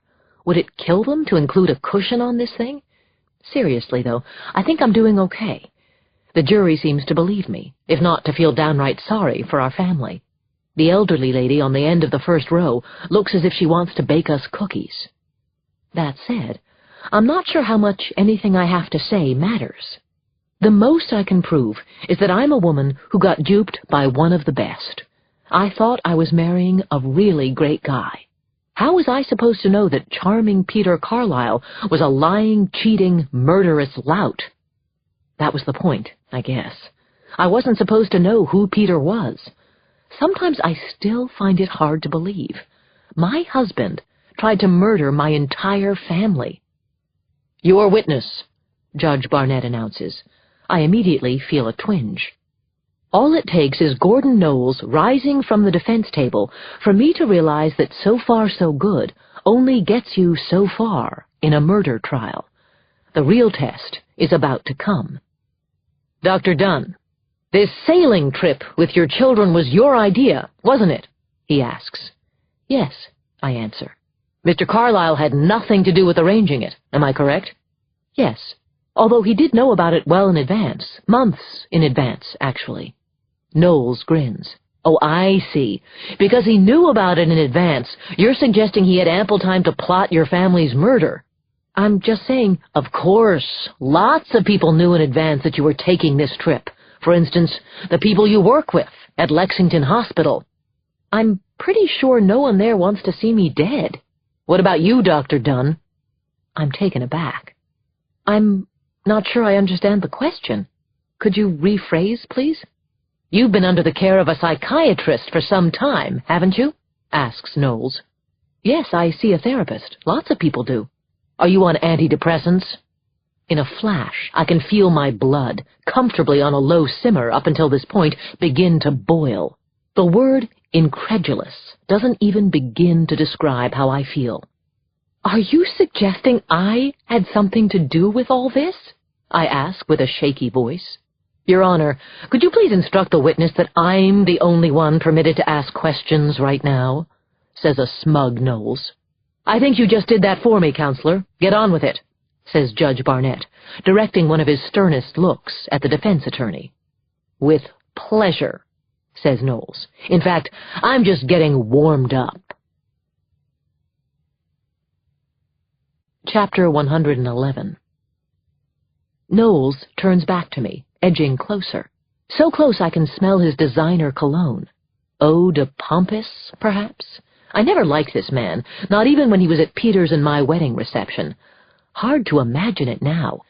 Peter's buddy, cross-examining me in court at a murder trial? "Do you know the very last words recorded by the Coast Guard when Jake radioed them during the storm?" he asks. "No, I don't." "I do. It's right here," he says, strutting back to the crowded defense table. He picks up a yellow legal pad and adjusts his glasses. "Right before the radio went dead, Jake Dunne screamed, 'No, Catherine, don't!'" Knowles folds his arms and stares at me. "Don't what, Dr. Dunne?" I look at him blankly. I'm trying to remember. There was so much going on during the storm. Finally, it comes to me. The bin. "I think I was opening—" He cuts me off. "You think? What is that supposed to mean? Do you remember it or not?" "Objection, Your Honor," says Heath, rising from the prosecution table. "He's badgering the witness. Dr. Dunne isn't being given a chance to answer the question." "I'll retract the question," says Knowles. Of course he will. The tricky bastard. It's already done its damage. No wonder Peter likes this obnoxious creep so much. He continues, Dr. Dunne, how much money did you inherit when your first husband died? I don't know the exact amount. Would it be safe to assume that it was over $100 million? Yes, I say. You were the last person to see your first husband alive on his boat, were you not? Actually, no. Objection! Shouts Heath. This is outrageous. Relevancy. Knowles quickly turns to the bench. Your Honor, the death of Stuart Dunne was ruled to be accidental. I'm simply trying to point out that accidents happen on boats, just like everywhere else. I'll allow it, declares Judge Barnett. Knowles pivots back to me. In fact, Dr. Dunne, as you mentioned in an earlier deposition, your boat had suffered mechanical difficulties. Accidents, if you will, prior to the storm, correct? Yes, we had a ruptured through-hull line. For those non-sailors among us, that's basically a hose that channels in seawater from outside the boat to cool the engine, right? I didn't know that myself until Jake explained it to me. Indeed, your former brother-in-law managed to fix the problem. As you mentioned in your deposition, how did he describe what he did? Even before Knowles finishes the question, I realize how damaging my answer will sound. He cut out a piece of the fuel line and spliced it onto the engine cooling water line, I say.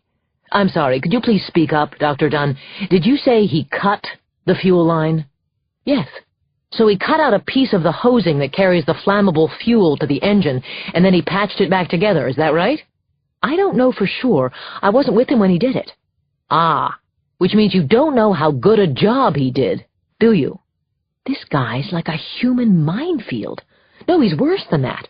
He's Captain Knowles off the SS Reasonable Doubt. And I'm starting to get a sick, sinking feeling in my stomach. Last question, Dr. Dunne, and I'll remind you that you are still under oath, he announces over his shoulder. Have you ever been in the employ of the U.S. Central Intelligence Agency? I can practically hear the necks of every person in the courtroom snap as they quickly look from Knowles to me. Where did that come from? What a bombshell of a question. Same for the answer, I suppose. The whole truth and nothing but, huh? I lean forward to the microphone. Lord knows I don't want to have to say it twice. Yes, I worked with the CIA. Chapter 112. Peter met up with Bailey again that night at the Alex Hotel. It had become their secret rendezvous point, at least until the trial was over. Their first night there had been highlighted by 2 bottles of Cristal, right before Peter left for the Bahamas. But ever since he had returned in handcuffs, no pricey bubbly had been flowing. Soon, though, thought Peter. He was feeling confident in the wake of the superb job Knowles did on Catherine with his cross-examination. It was a masterpiece, really. Couldn't have done it better myself. Well, maybe a little more painful shredding of Cat. "Are you sure you still want to testify tomorrow?" asked Bailey, curled up next to Peter under the sheets. God, the girl had perfect breasts, even when he couldn't actually see them and had to tell just by touch. "Forget what they're teaching you at NYU," he answered. "Defendants in murder trials should always testify. Besides, I've got absolutely nothing to hide. That's the best reason to testify." Bailey fell silent for a moment. It was the kind of silence that spoke volumes as far as Peter was concerned. Something was troubling the lass. "What is it?" he asked. "And please don't say it's nothing, Bailey." "No, it's definitely something," she said. "There's something I need to know, Peter." Ever since Peter had been released on bail, he'd been anticipating this moment. He thought that Bailey, being Bailey, would ask him right away. Then again, he had done a brilliant job of gaining her trust. He should be flattered that it had taken her this long, months and months, in fact, to pose the question. He decided to beat her to the punch. "No, I did not try to kill Catherine and the kids." Bailey cupped his face in her hands and gently kissed his lips. "I had to hear you say it. Can you forgive me? I'm so sorry, Peter. Don't be. It's just the lawyer in you. I respect that. Do you forgive me? She asked. More important, do you trust me? I do, she said. I truly do. He returned her kisses, pulling her tight against him. Now, going against every primal and sexual urge in my body, I've got to get some sleep, he said. Tomorrow's going to be an eventful day. Trust me. Chapter 113. I watch as Nolan Heath slowly walks toward the witness stand as if he were Gary Cooper in High Noon. This is it, isn't it? He knows it. I know it. The whole courtroom knows it, including the jury. It's him against Peter. One very determined prosecutor versus one very, very smart defendant. Whoever wins this ultimate showdown probably wins the trial. Mr. Carlyle, let's clear up one thing right at the start. Dr. Dunne herself told you that she had once done some work for the CIA, did she not? Peter nods easily. Yes, she did. Heath draws an imaginary gun, pointing his finger around the courtroom. He looks silly and gets a few chuckles from the gallery. Precisely his point. Did Dr. Dunne tell you that she was some sort of covert agent, traveling the world to assassinate dictators and help overthrow governments, a female version of James Bond? No. That's right, says Heath. In fact, what she told you was that she had helped organize a research study to measure the effects of different neurotoxins on the human heart, correct? Yes. Not exactly cloak and dagger stuff, huh? Peter doesn't respond. But speaking of covert activity, Mr. Carlyle, I'm curious about your behavior in the Bahamas. Agent Pierce testified that she saw you walk out of a remote bar in Nassau with a man who minutes later tried to kill her. Do you deny that she saw you there? I don't know if Agent Pierce saw me, but I was there. What were you doing at the bar? Peter shrugs. Having a drink. Are you aware that there were 17 bars in Nassau closer to your hotel? I was trying to avoid the media. They had been relentless, in case you've forgotten. They still are, in case you haven't noticed them on your way in and out of the courthouse.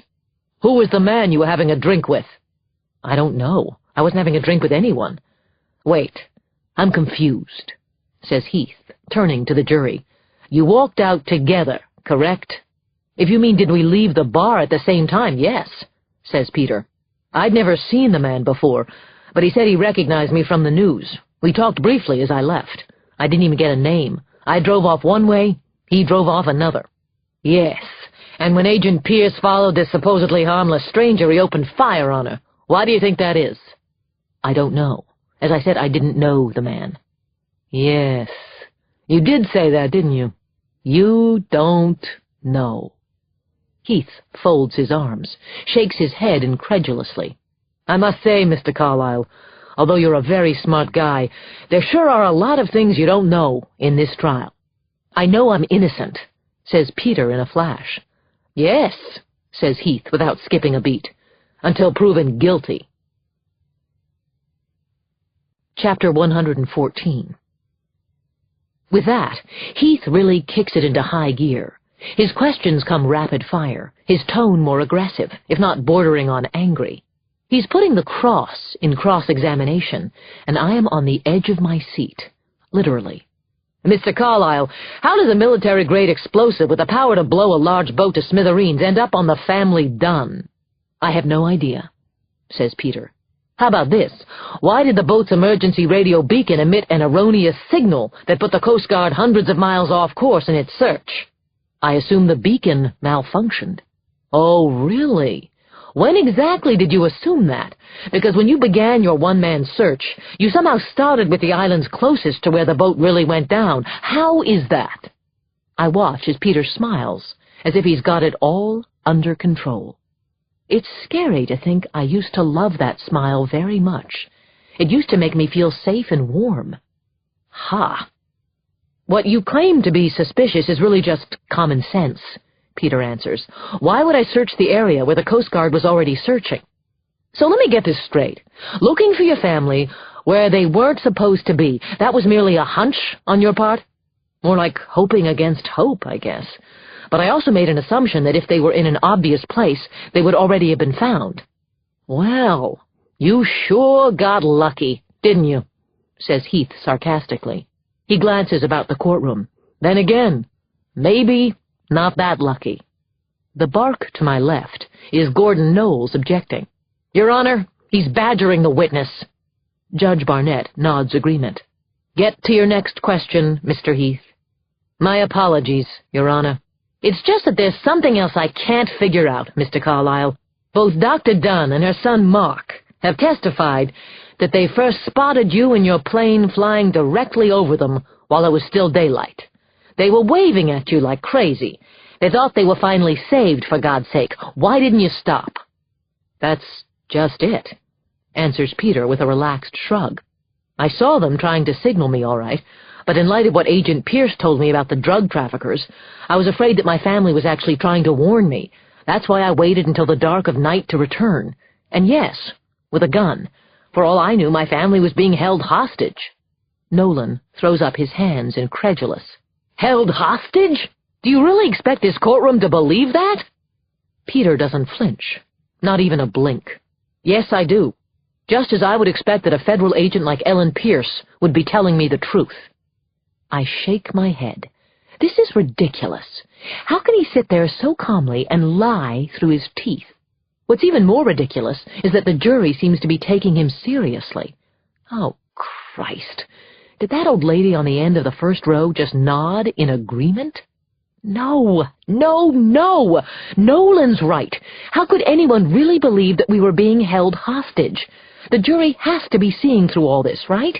Whatever Agent Pierce told Peter, there's just too much other evidence, too many coincidences stacking up against him. They have to realize it. Hell, even Peter has to know he's truly up against the ropes. But you wouldn't think so, looking at him. It's almost as if he knows something that no one else does. What's he up to? I'm starting to get a really bad feeling. Then in a heartbeat, the damnedest thing happens. Chapter 115. Heath fires off his next question, aimed squarely at motive. Mr. Carlyle, do you know how much you stood to inherit if Dr. Dunne and her 3 children died while on their sailing trip? Peter fires back immediately. I imagine it's the same amount as if their plane had crashed when they all flew out to Aspen last winter and spent 2 weeks at the St. Regis. What happened? Did the bomb not go off on that flight? Asks Heath. Or at the hotel? Gordon Knowles launches up from his chair to object, only he's beaten to the punch. By Peter.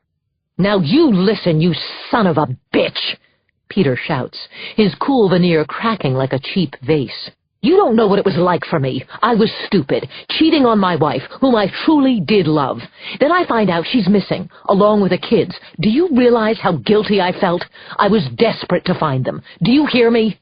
Peter's face flushes red as he leans forward in the witness chair. The veins in his neck and forehead pop in unison as he yells even louder. I'm not a monster. I've made mistakes, but I'm not a monster. I'm certainly no killer. How could you... Suddenly he stops. Peter clutches his arm, then his chest. He staggers to his feet and stumbles off the witness stand. Directly in front of the jury box, his body folds, collapsing to the floor with a horrific thud. The elderly juror on the end of the first row lets go with a scream. The entire courtroom stands to see what just happened. Peter's lying flat on his back, his face contorted in extreme pain. His eyes are open, full of fear. Help me, he sputters. The first to reach him is the court clerk, followed by Gordon Knowles. He's having a heart attack, Knowles shouts. Everyone spills forward. Someone shouts, give him some air, he needs air. Knowles barks, what he needs is a doctor. That's when I realize I haven't moved from the first row behind the prosecution table. I'm a statue, frozen. It's as if I've forgotten that I'm a cardiac surgeon. But others around me haven't. I look over at the jury in time to see heads turning from Peter on the ground to me, still in my seat. Peter looks helpless, harmless. I look cold, heartless.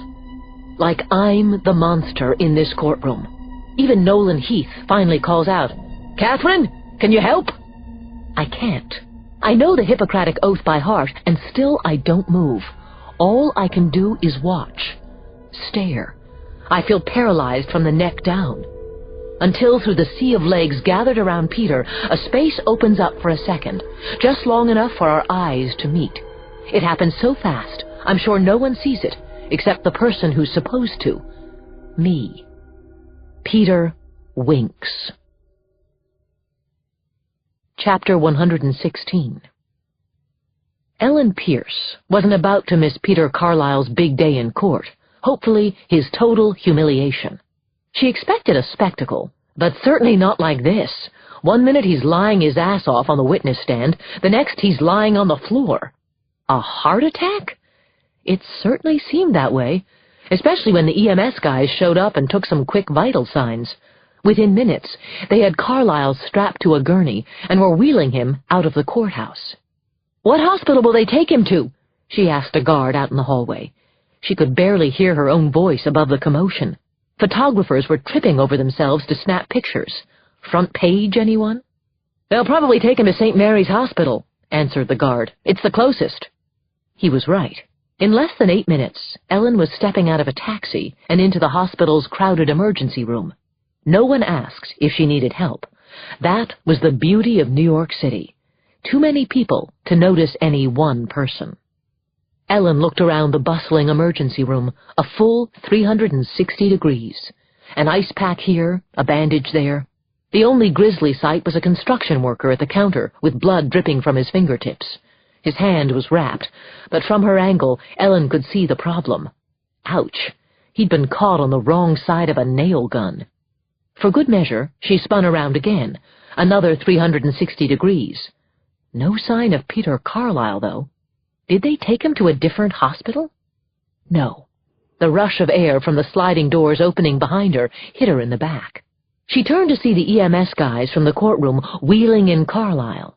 Leave it to a New York City cab driver to beat an ambulance, sirens and all. Ellen quickly stepped to the side as 2 nurses met the EMS guys. The gurney never slowed down. In fact, as the nurses took over, they began to jog. No time to waste. Got to save this scumbag's life. Ellen trailed them down a corridor, spying as Peter was stripped of his clothes and Rolex while being prepped for an EKG. Then they all disappeared into a room and drew the curtains on the observation window. What now? The thought of following Carlisle again immediately took Ellen back to Nassau and Billy Rose's bar. She would never forget how close to death she'd come when that mystery bastard opened fire on her on that dirt road. Even now, she swore she could still taste the dust in her mouth. It didn't matter what the verdict in the trial was, guilty or not guilty. She was going to find out how and why Carlisle was meeting up with that man. That was the key to everything. She was almost sure of it. Another one of her gut instincts. But first things first. Carlisle. His health. Ellen thought about waiting a bit before flashing her badge and pumping the closest doctor for some info. Was Carlisle truly having a heart attack? Was it something else? Or maybe it was nothing at all. A false alarm? At this point, she was putting nothing past the guy, but as eager as she was to find out, she knew that was a risky gambit. She'd just come off suspension, after all. No way she should approach a doctor in the ER. Besides, suddenly, she had a much better idea. Chapter 117. I keep telling myself, no regrets. With Peter being held overnight for observation at St. Mary's Hospital, Nolan Heath spells out the options in his office this afternoon. It's his call, of course, and I can tell he's inclined to proceed with the trial, but he wants my input. My vote on this is important to him. As Nolan told me when we first met, "This may be my job, but it's your life. I never forget that." So he makes it very clear that he could demand and probably get a mistrial. "But we have to be careful what we ask for, Catherine. The odds for conviction go down considerably in a retrial," he says.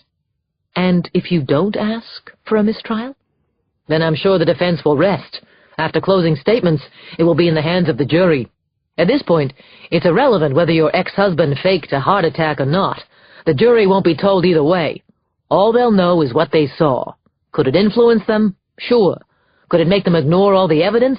I would sincerely hope not. Then he tosses in the monkey wrench, the X factor, and explains why he wants to make sure I fully understand all the ramifications of my decision. Money. The risk of proceeding, of course, goes beyond Carlyle's being acquitted. He'll sue you for defamation of character, claiming irreparable harm to his law career. He'll probably win, too. The only question would be how much money he could extract from you. Heath looks at me from behind his tidy desk. He works as he dresses, neatly. I can tell he's expecting me to ask questions, really mull things over. Screw that, though. Screw Peter. I'm alive. Try as he certainly did, that's the one thing Peter couldn't extract from me, I say. As far as another trial goes, there's not enough money in the world to make me go through this again. In other words, whatever I might have to pay Peter, it would be a bargain. I don't care about the money. Are you sure, Catherine? Asks Heath. Sometimes in the heat of things, people make snap decisions they later regret. I don't hesitate. Not for a moment. Yes, I'm sure. No regrets. Chapter 118. The jury deliberated for 3 long days, and the wait was nearly impossible for our family. On Friday afternoon at 4:45, the foreman informed Judge Barnett, with a folded note, that they had reached a unanimous verdict. Apparently Justice had weekend plans. "What do you think, Mom?" asks Ernie on our way to the courthouse. I told him that the only way he could attend the verdict was if it somehow occurred after school. Sure enough. I think I have no idea. That's what I think. I tell him in the back of our speeding cab. I'm serious. I really don't know what to expect. I've got no gut feeling about the outcome, and whether it will have any connection to justice as I see it. Neither does Nolan Heath. It makes me laugh when those pundits on TV predict a verdict based on how long the jury was out. He tells me on the phone. Truth is, they don't know squat, and neither do I. Ernie and I take our seats up front in the courtroom. I'm amazed at the buzz in the air. It's electric. Only when Judge Barnett appears do things settle down. Assuming his perch on the bench, he grabs his favorite gavel and bangs the gallery into silence. With the slightest of nods, he instructs the court clerk to let in the jury. As they shuffle to their assigned seats, I do something I haven't done the entire trial. I steal a glance over at Peter. He was conveniently absent during the closing arguments, the implication being that he was recuperating from his apparent heart attack. Surprise, surprise. He's well enough to be on hand after the jury's made its decision. There's a part of all this that still feels like an out-of-body experience to me. I mean, how did it happen? How did I get here? How could I have been so stupid as to fall in love with handsome and charming and very evil Peter Carlyle? He's a murderer, for God's sake. One of these days, I'm sure I'll stop beating myself up over it. Nothing that a few dozen sessions in Mona's office can't fix, right? Has the jury reached a verdict? Asks Judge Barnett. Talk about the ultimate rhetorical question. The jury foreman stands up slowly. Should that tell me anything? Yes, we have, Your Honor. The court clerk delivers the verdict to Judge Barnett. The man must be one hell of a poker player, because his face gives absolutely nothing away as he reads it to himself. Then he nods at the foreman, a CPA, I'm told. He looks nervous. Not as nervous as I am, though. Not as nervous as Peter, I hope. I take Ernie's hand and squeeze it hard. Here we go. Get him. Take down Peter. In the case of the State of New York versus Peter James Carlyle. Chapter 119. Judge Barnett's courtroom explodes with one giant gasp, and Nolan Heath reaches out for me. Meanwhile, I'm hugging Ernie, for all the wrong reasons. Gordon Knowles is pumping fists with the rest of his defense team. Then he turns to Peter and plasters him with a hug. Just watching the two of them makes me sick. I'm also numb. "I'm sorry, Mom," says Ernie. "It's not right. He tried to kill us." I barely hear him. All I want to do is keep holding him tightly. So this is it? This is how it ends? Peter gets away with it. He killed Jake, and he tried to kill the rest of us. That's all I can think. Meanwhile, Ernie lets go of me. Sidestepping out into the aisle, he walks straight up to Peter. He taps him on the back. What is he doing? As Peter turns around, little Ernie winds up his right leg and kicks him hard in the groin. Good. And just like that, I'm no longer numb. I feel everything. But most of all, I feel fine. Better, anyway. I almost start to laugh. Maybe it's watching Peter buckle over, the look of intense pain rippling across his face. Or maybe it's Ernie's look of satisfaction as he turns back to me. All I know is that compared to what we've been through, today is a drop in the ocean. This isn't it. This isn't how it ends. Haven't I learned anything? The boat trip was about a family that needed to come together again. My family. And that's just what happened, in ways we never could have imagined. Nothing will ever change that. The Dunnes are going to be okay. We're a family again, and we've never been stronger, tougher, more together. Chapter 120. It took 2 hours before the ache from Ernie's kick to the crotch finally subsided. A small price, Peter figured, especially with a big payday to come. It came, much faster than he thought, too. In less than a month, Peter went from being an almost free man with money to being an almost free man with oodles of money. Once he filed his civil suit, he fully expected an out-of-court settlement. What he didn't expect was that Catherine would roll over so easily, and for so much. Big whoop that he didn't get her entire fortune. 16 million still bought a lot of champagne. It was time to celebrate. "Come on, let's go out and hit the town," said Peter, sitting up in Bailey's bed. The days and nights at the Alex Hotel were over. "I'll take you to any restaurant you want. I can't wait to be out on the town with you." Bailey snapped the elastic on his boxers, his only stitch of clothing. "I already ordered Chinese, silly. I want my mushu pork." Peter shot her a dubious look. "You're still hung up on our being seen together, aren't you? I keep telling you, it's not a problem anymore. I'm innocent. I'm free as a bird. Justice was done in that courtroom, thank God." I know. Just give me a little more time with that, okay? I'm not quite ready yet to see my picture splashed on page 6 of the Post."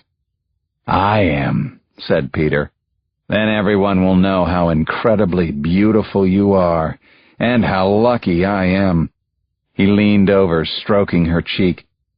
"Hey, why don't we get out of the city, take a vacation somewhere?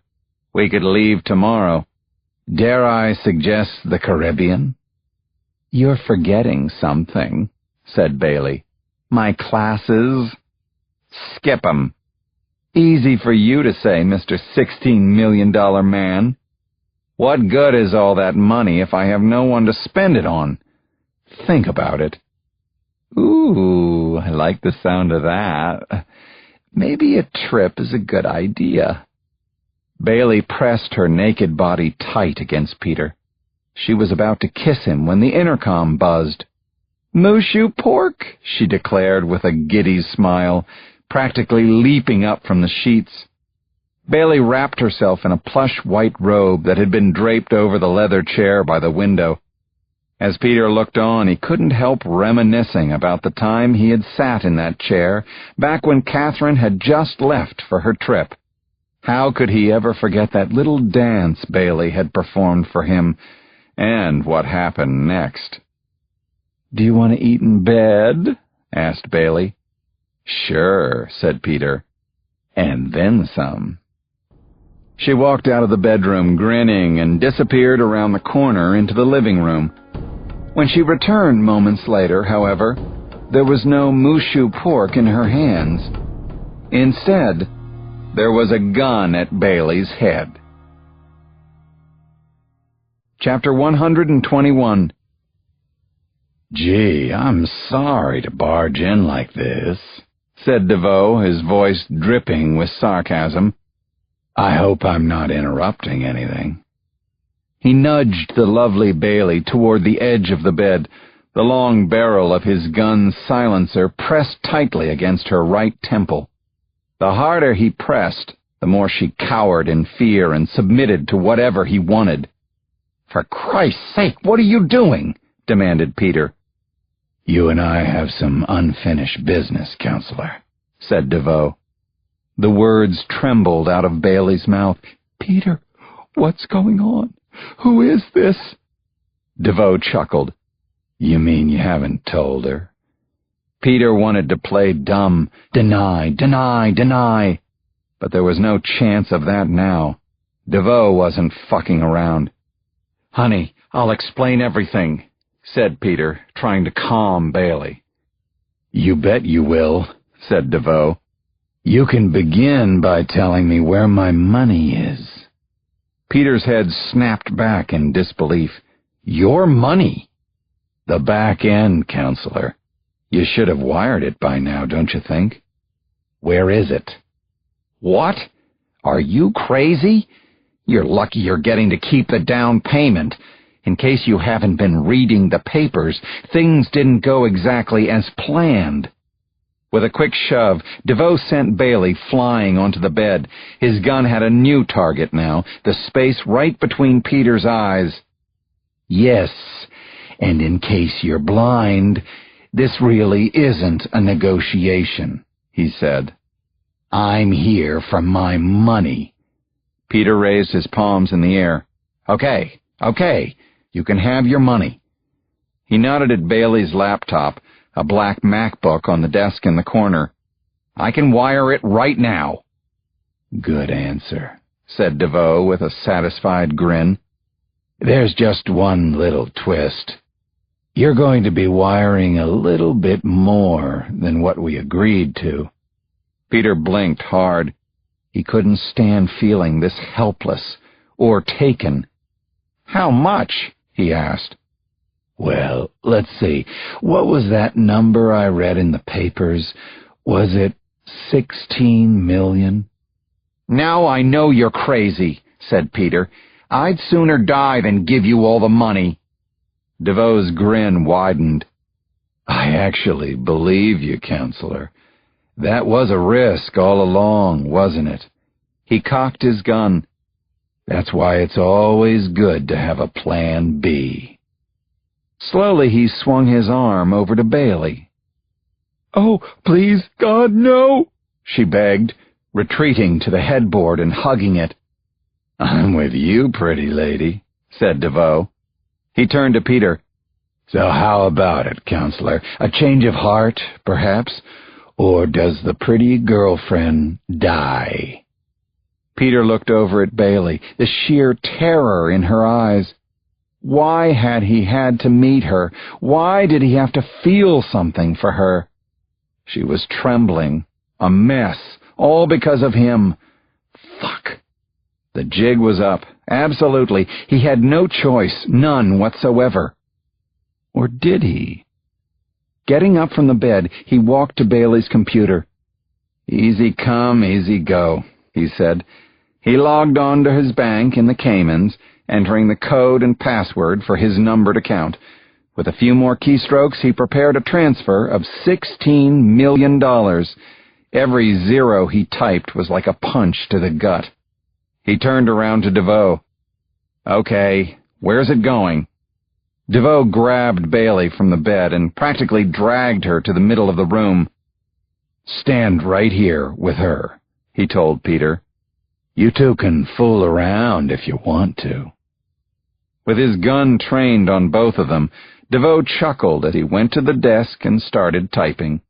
One eye on the screen, the other on Peter and Bailey. As discreetly as possible, Peter glanced at his platinum Rolex. In his head, he was practically counting down the seconds. 5, 4, 3, 2... Bailey's computer suddenly blared with a loud ringing that startled the hell out of DeVoe. Peter had set the alarm on the built-in clock. Now! Peter lunged for the gun and knocked it to the floor. Throwing all his weight, he tackled DeVoe into the wall. He landed one punch, then another. Down went DeVoe, but not out. The two of them had similar builds, but not the same training. With a sweep of Peter's legs, DeVoe got the upper hand again, pummeling away at Peter's face. He made the beating outside the plaza look like two kids tussling in a sandbox. Forget the gun. He was going to kill Peter the old-fashioned way. Then, out of nowhere, Bailey's voice filled the room, bringing everything to a stop. "Freeze!" she yelled. Chapter 122. Peter sighed so deeply that he felt lightheaded. Or was that just the lingering sting of DeVoe's punches? Who cares? All that mattered was that Bailey had the gun now. Think fast, he told himself.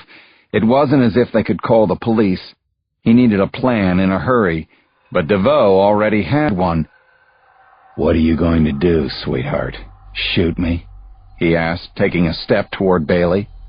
"Yes, that's exactly what she'll do," said Peter. "No, she won't." DeVoe took another step. He was only about 6 feet away from her, and that was too close. "Bailey, if he comes any closer, you shoot him. Just pull that trigger." "She won't do it," said DeVoe. "She's not a killer like you. Are you, Bailey?" "Don't take another step. Do you hear me?" barked Peter. But that's exactly what DeVoe did. "Do it!" yelled Peter. "Shoot the bastard now!" Bailey squeezed the trigger hard, her hand as steady as she could manage. Came the sound of the bullet through the silencer. It was so quiet, Peter almost didn't hear it. But he felt it. What the... Peter looked down at the small hole in his stomach, the bright blood oozing down over his striped blue boxers. He staggered backward, his legs feeling like rubber. He was trying to keep himself standing. He was trying to figure out what had just happened. Had it really happened? "Bailey?" he said, gasping for air. She shook her head, and then she started to smile. "You know, for a good-looking guy, Peter, you sure were a lousy lay."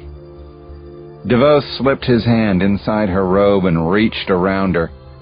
"Don't give me that shit," he said, grabbing her ass and pulling her close.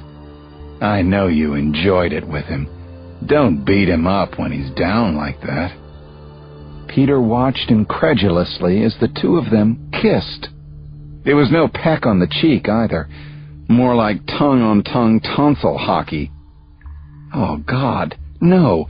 DeVoe and Bailey? Then Peter collapsed to the floor, clutching his stomach, which was starting to ache. The blood was spurting through his fingers. He could barely breathe, and his vision was collapsing at the edges.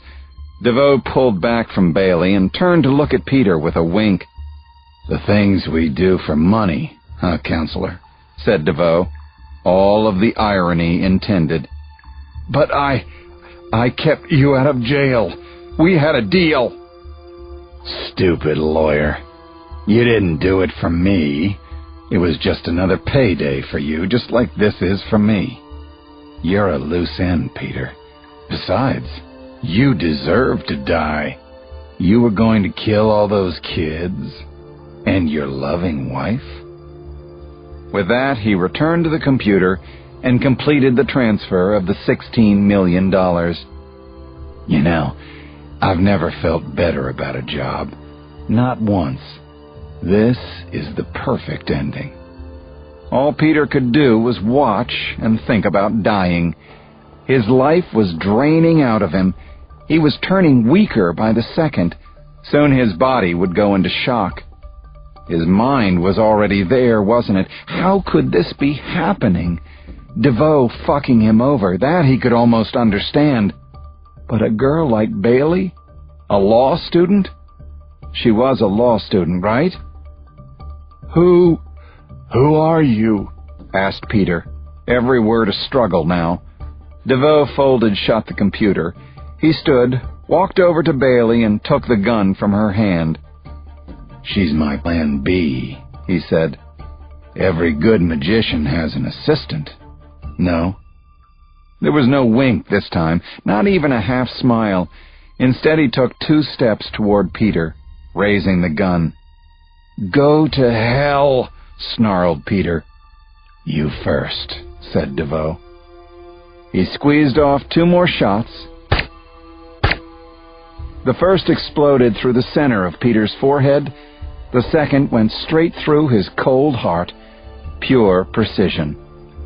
Kneeling down, DeVoe grabbed Peter's wrist and felt for a pulse.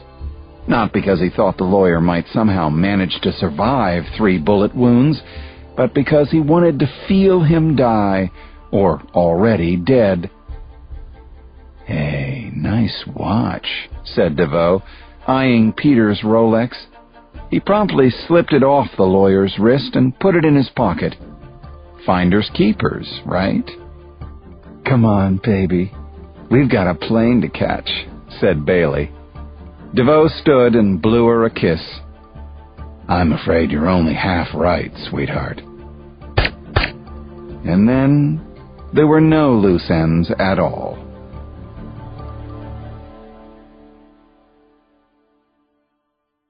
Chapter 123. Less than 36 hours later, DeVoe was strolling along the Champs-Élysées, and everything was sweetness and light. Couldn't have been better. The late afternoon sun was beginning to dip from the sky, its lights engulfing the Arc de Triomphe with a majestic orange glow. God, he loved Paris. He breathed it all in, closing his eyes finally. The crisp October air was laced with the smell of fresh bread and coffee from the outdoor cafes. It was positively intoxicating, and as familiar as an old friend. "America is my country, but Paris is my hometown," said Gertrude Stein famously. He knew exactly what the old broad meant. With the money he'd made off Peter Carlyle, he could afford an extended European vacation, to put it mildly, and that's precisely what he had in mind. Besides, too much killing wasn't good for the soul. Suddenly the voice of a passerby made him stop. Est-ce que vous avez l'heure, s'il vous plaît?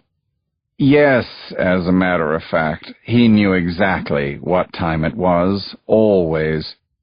As DeVoe pulled back the sleeve on his Prada waxed cotton duster, he barely glanced at the woman who had stopped him. Instead, his eyes were trained on his newly acquired platinum Rolex. "I'll give you this, Carlyle. You at least had taste. You knew how to spend $1. DeVoe finally looked up, about to tell this stranger in his best French that the time was 20 minutes after 5. That's when his mouth froze. This was no stranger. "Don't move an inch," said Agent Ellen Pierce, taking 2 steps back with her Glock 40 caliber drawn. "I swear to God I'll shoot you right here and now." Of all things, DeVoe smiled. "I should have killed you when I had the chance," he said. "Yeah, life's just full of regrets, huh?" came back Ellen. "And little surprises. Now put your hands behind your head and drop down to your knees. Do it now."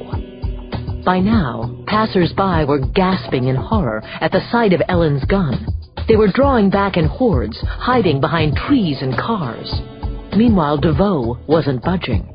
"I said put your hands behind your head and drop to your knees," ordered Ellen. Instead, DeVoe took a step toward her. Ellen jabbed her Glock straight at his chest. "Last warning," she yelled. "Take one more step and you're dead." It wasn't just one step that DeVoe took. Behind a death-wish laugh, he suddenly lunged for Ellen, his arms extended for her gun. Ellen pumped a shot into his chest. The crowd of onlookers screamed with fear. Several of them began to run away. DeVoe staggered backward, his legs buckling, but they didn't quite fold. He should have been flat on his back, dead as disco. Instead, the son of a bitch was still standing. Worse, he was coming for her again. He had a switchblade knife from somewhere. This time the mystery man went down, and he stayed there for good.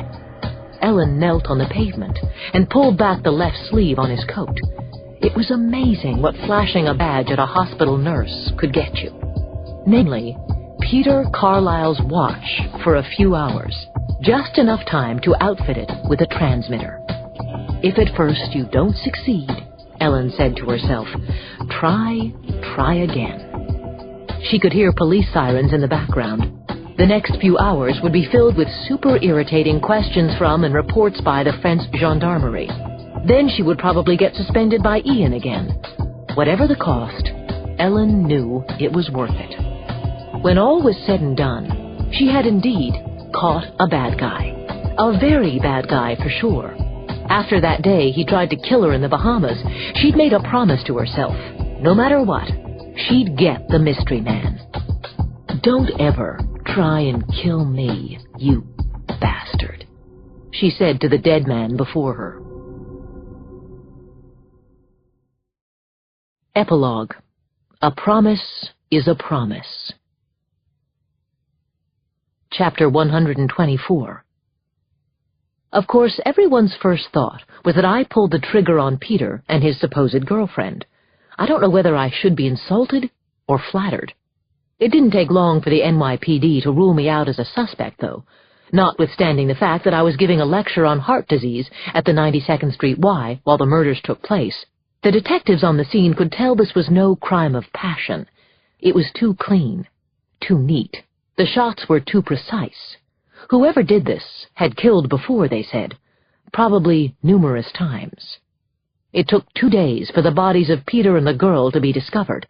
It probably would have taken longer if a neighbor had not complained to the super about some alarm clock in the apartment.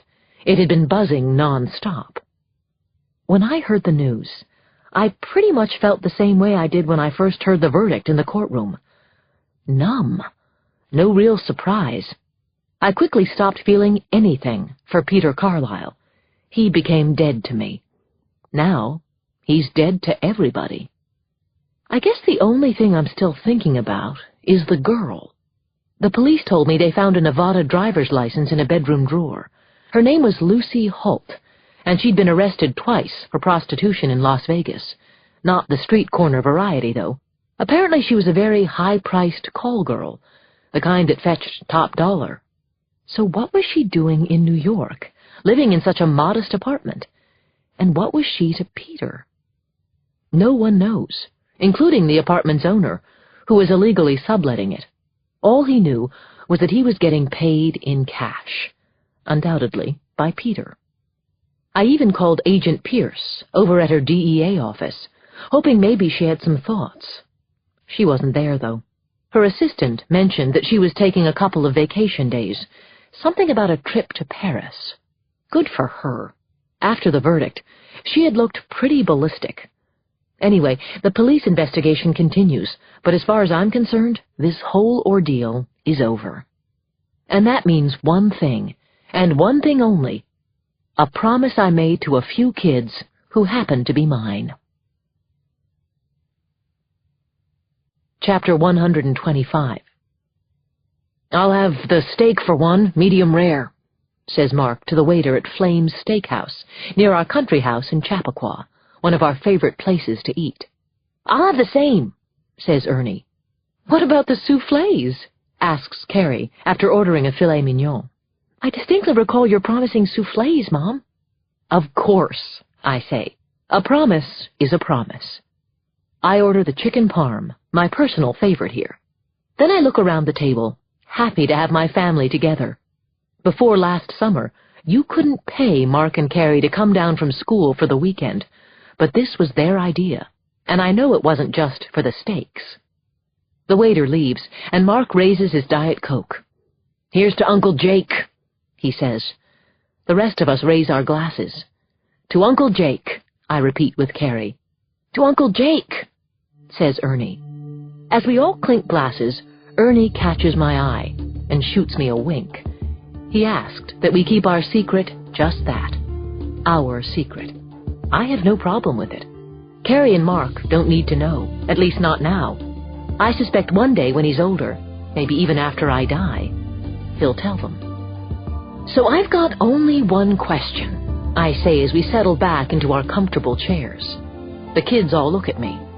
What are we going to do next summer? I ask.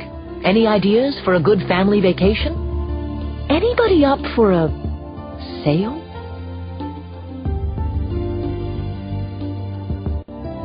This has been a Hachette audio production of Sail,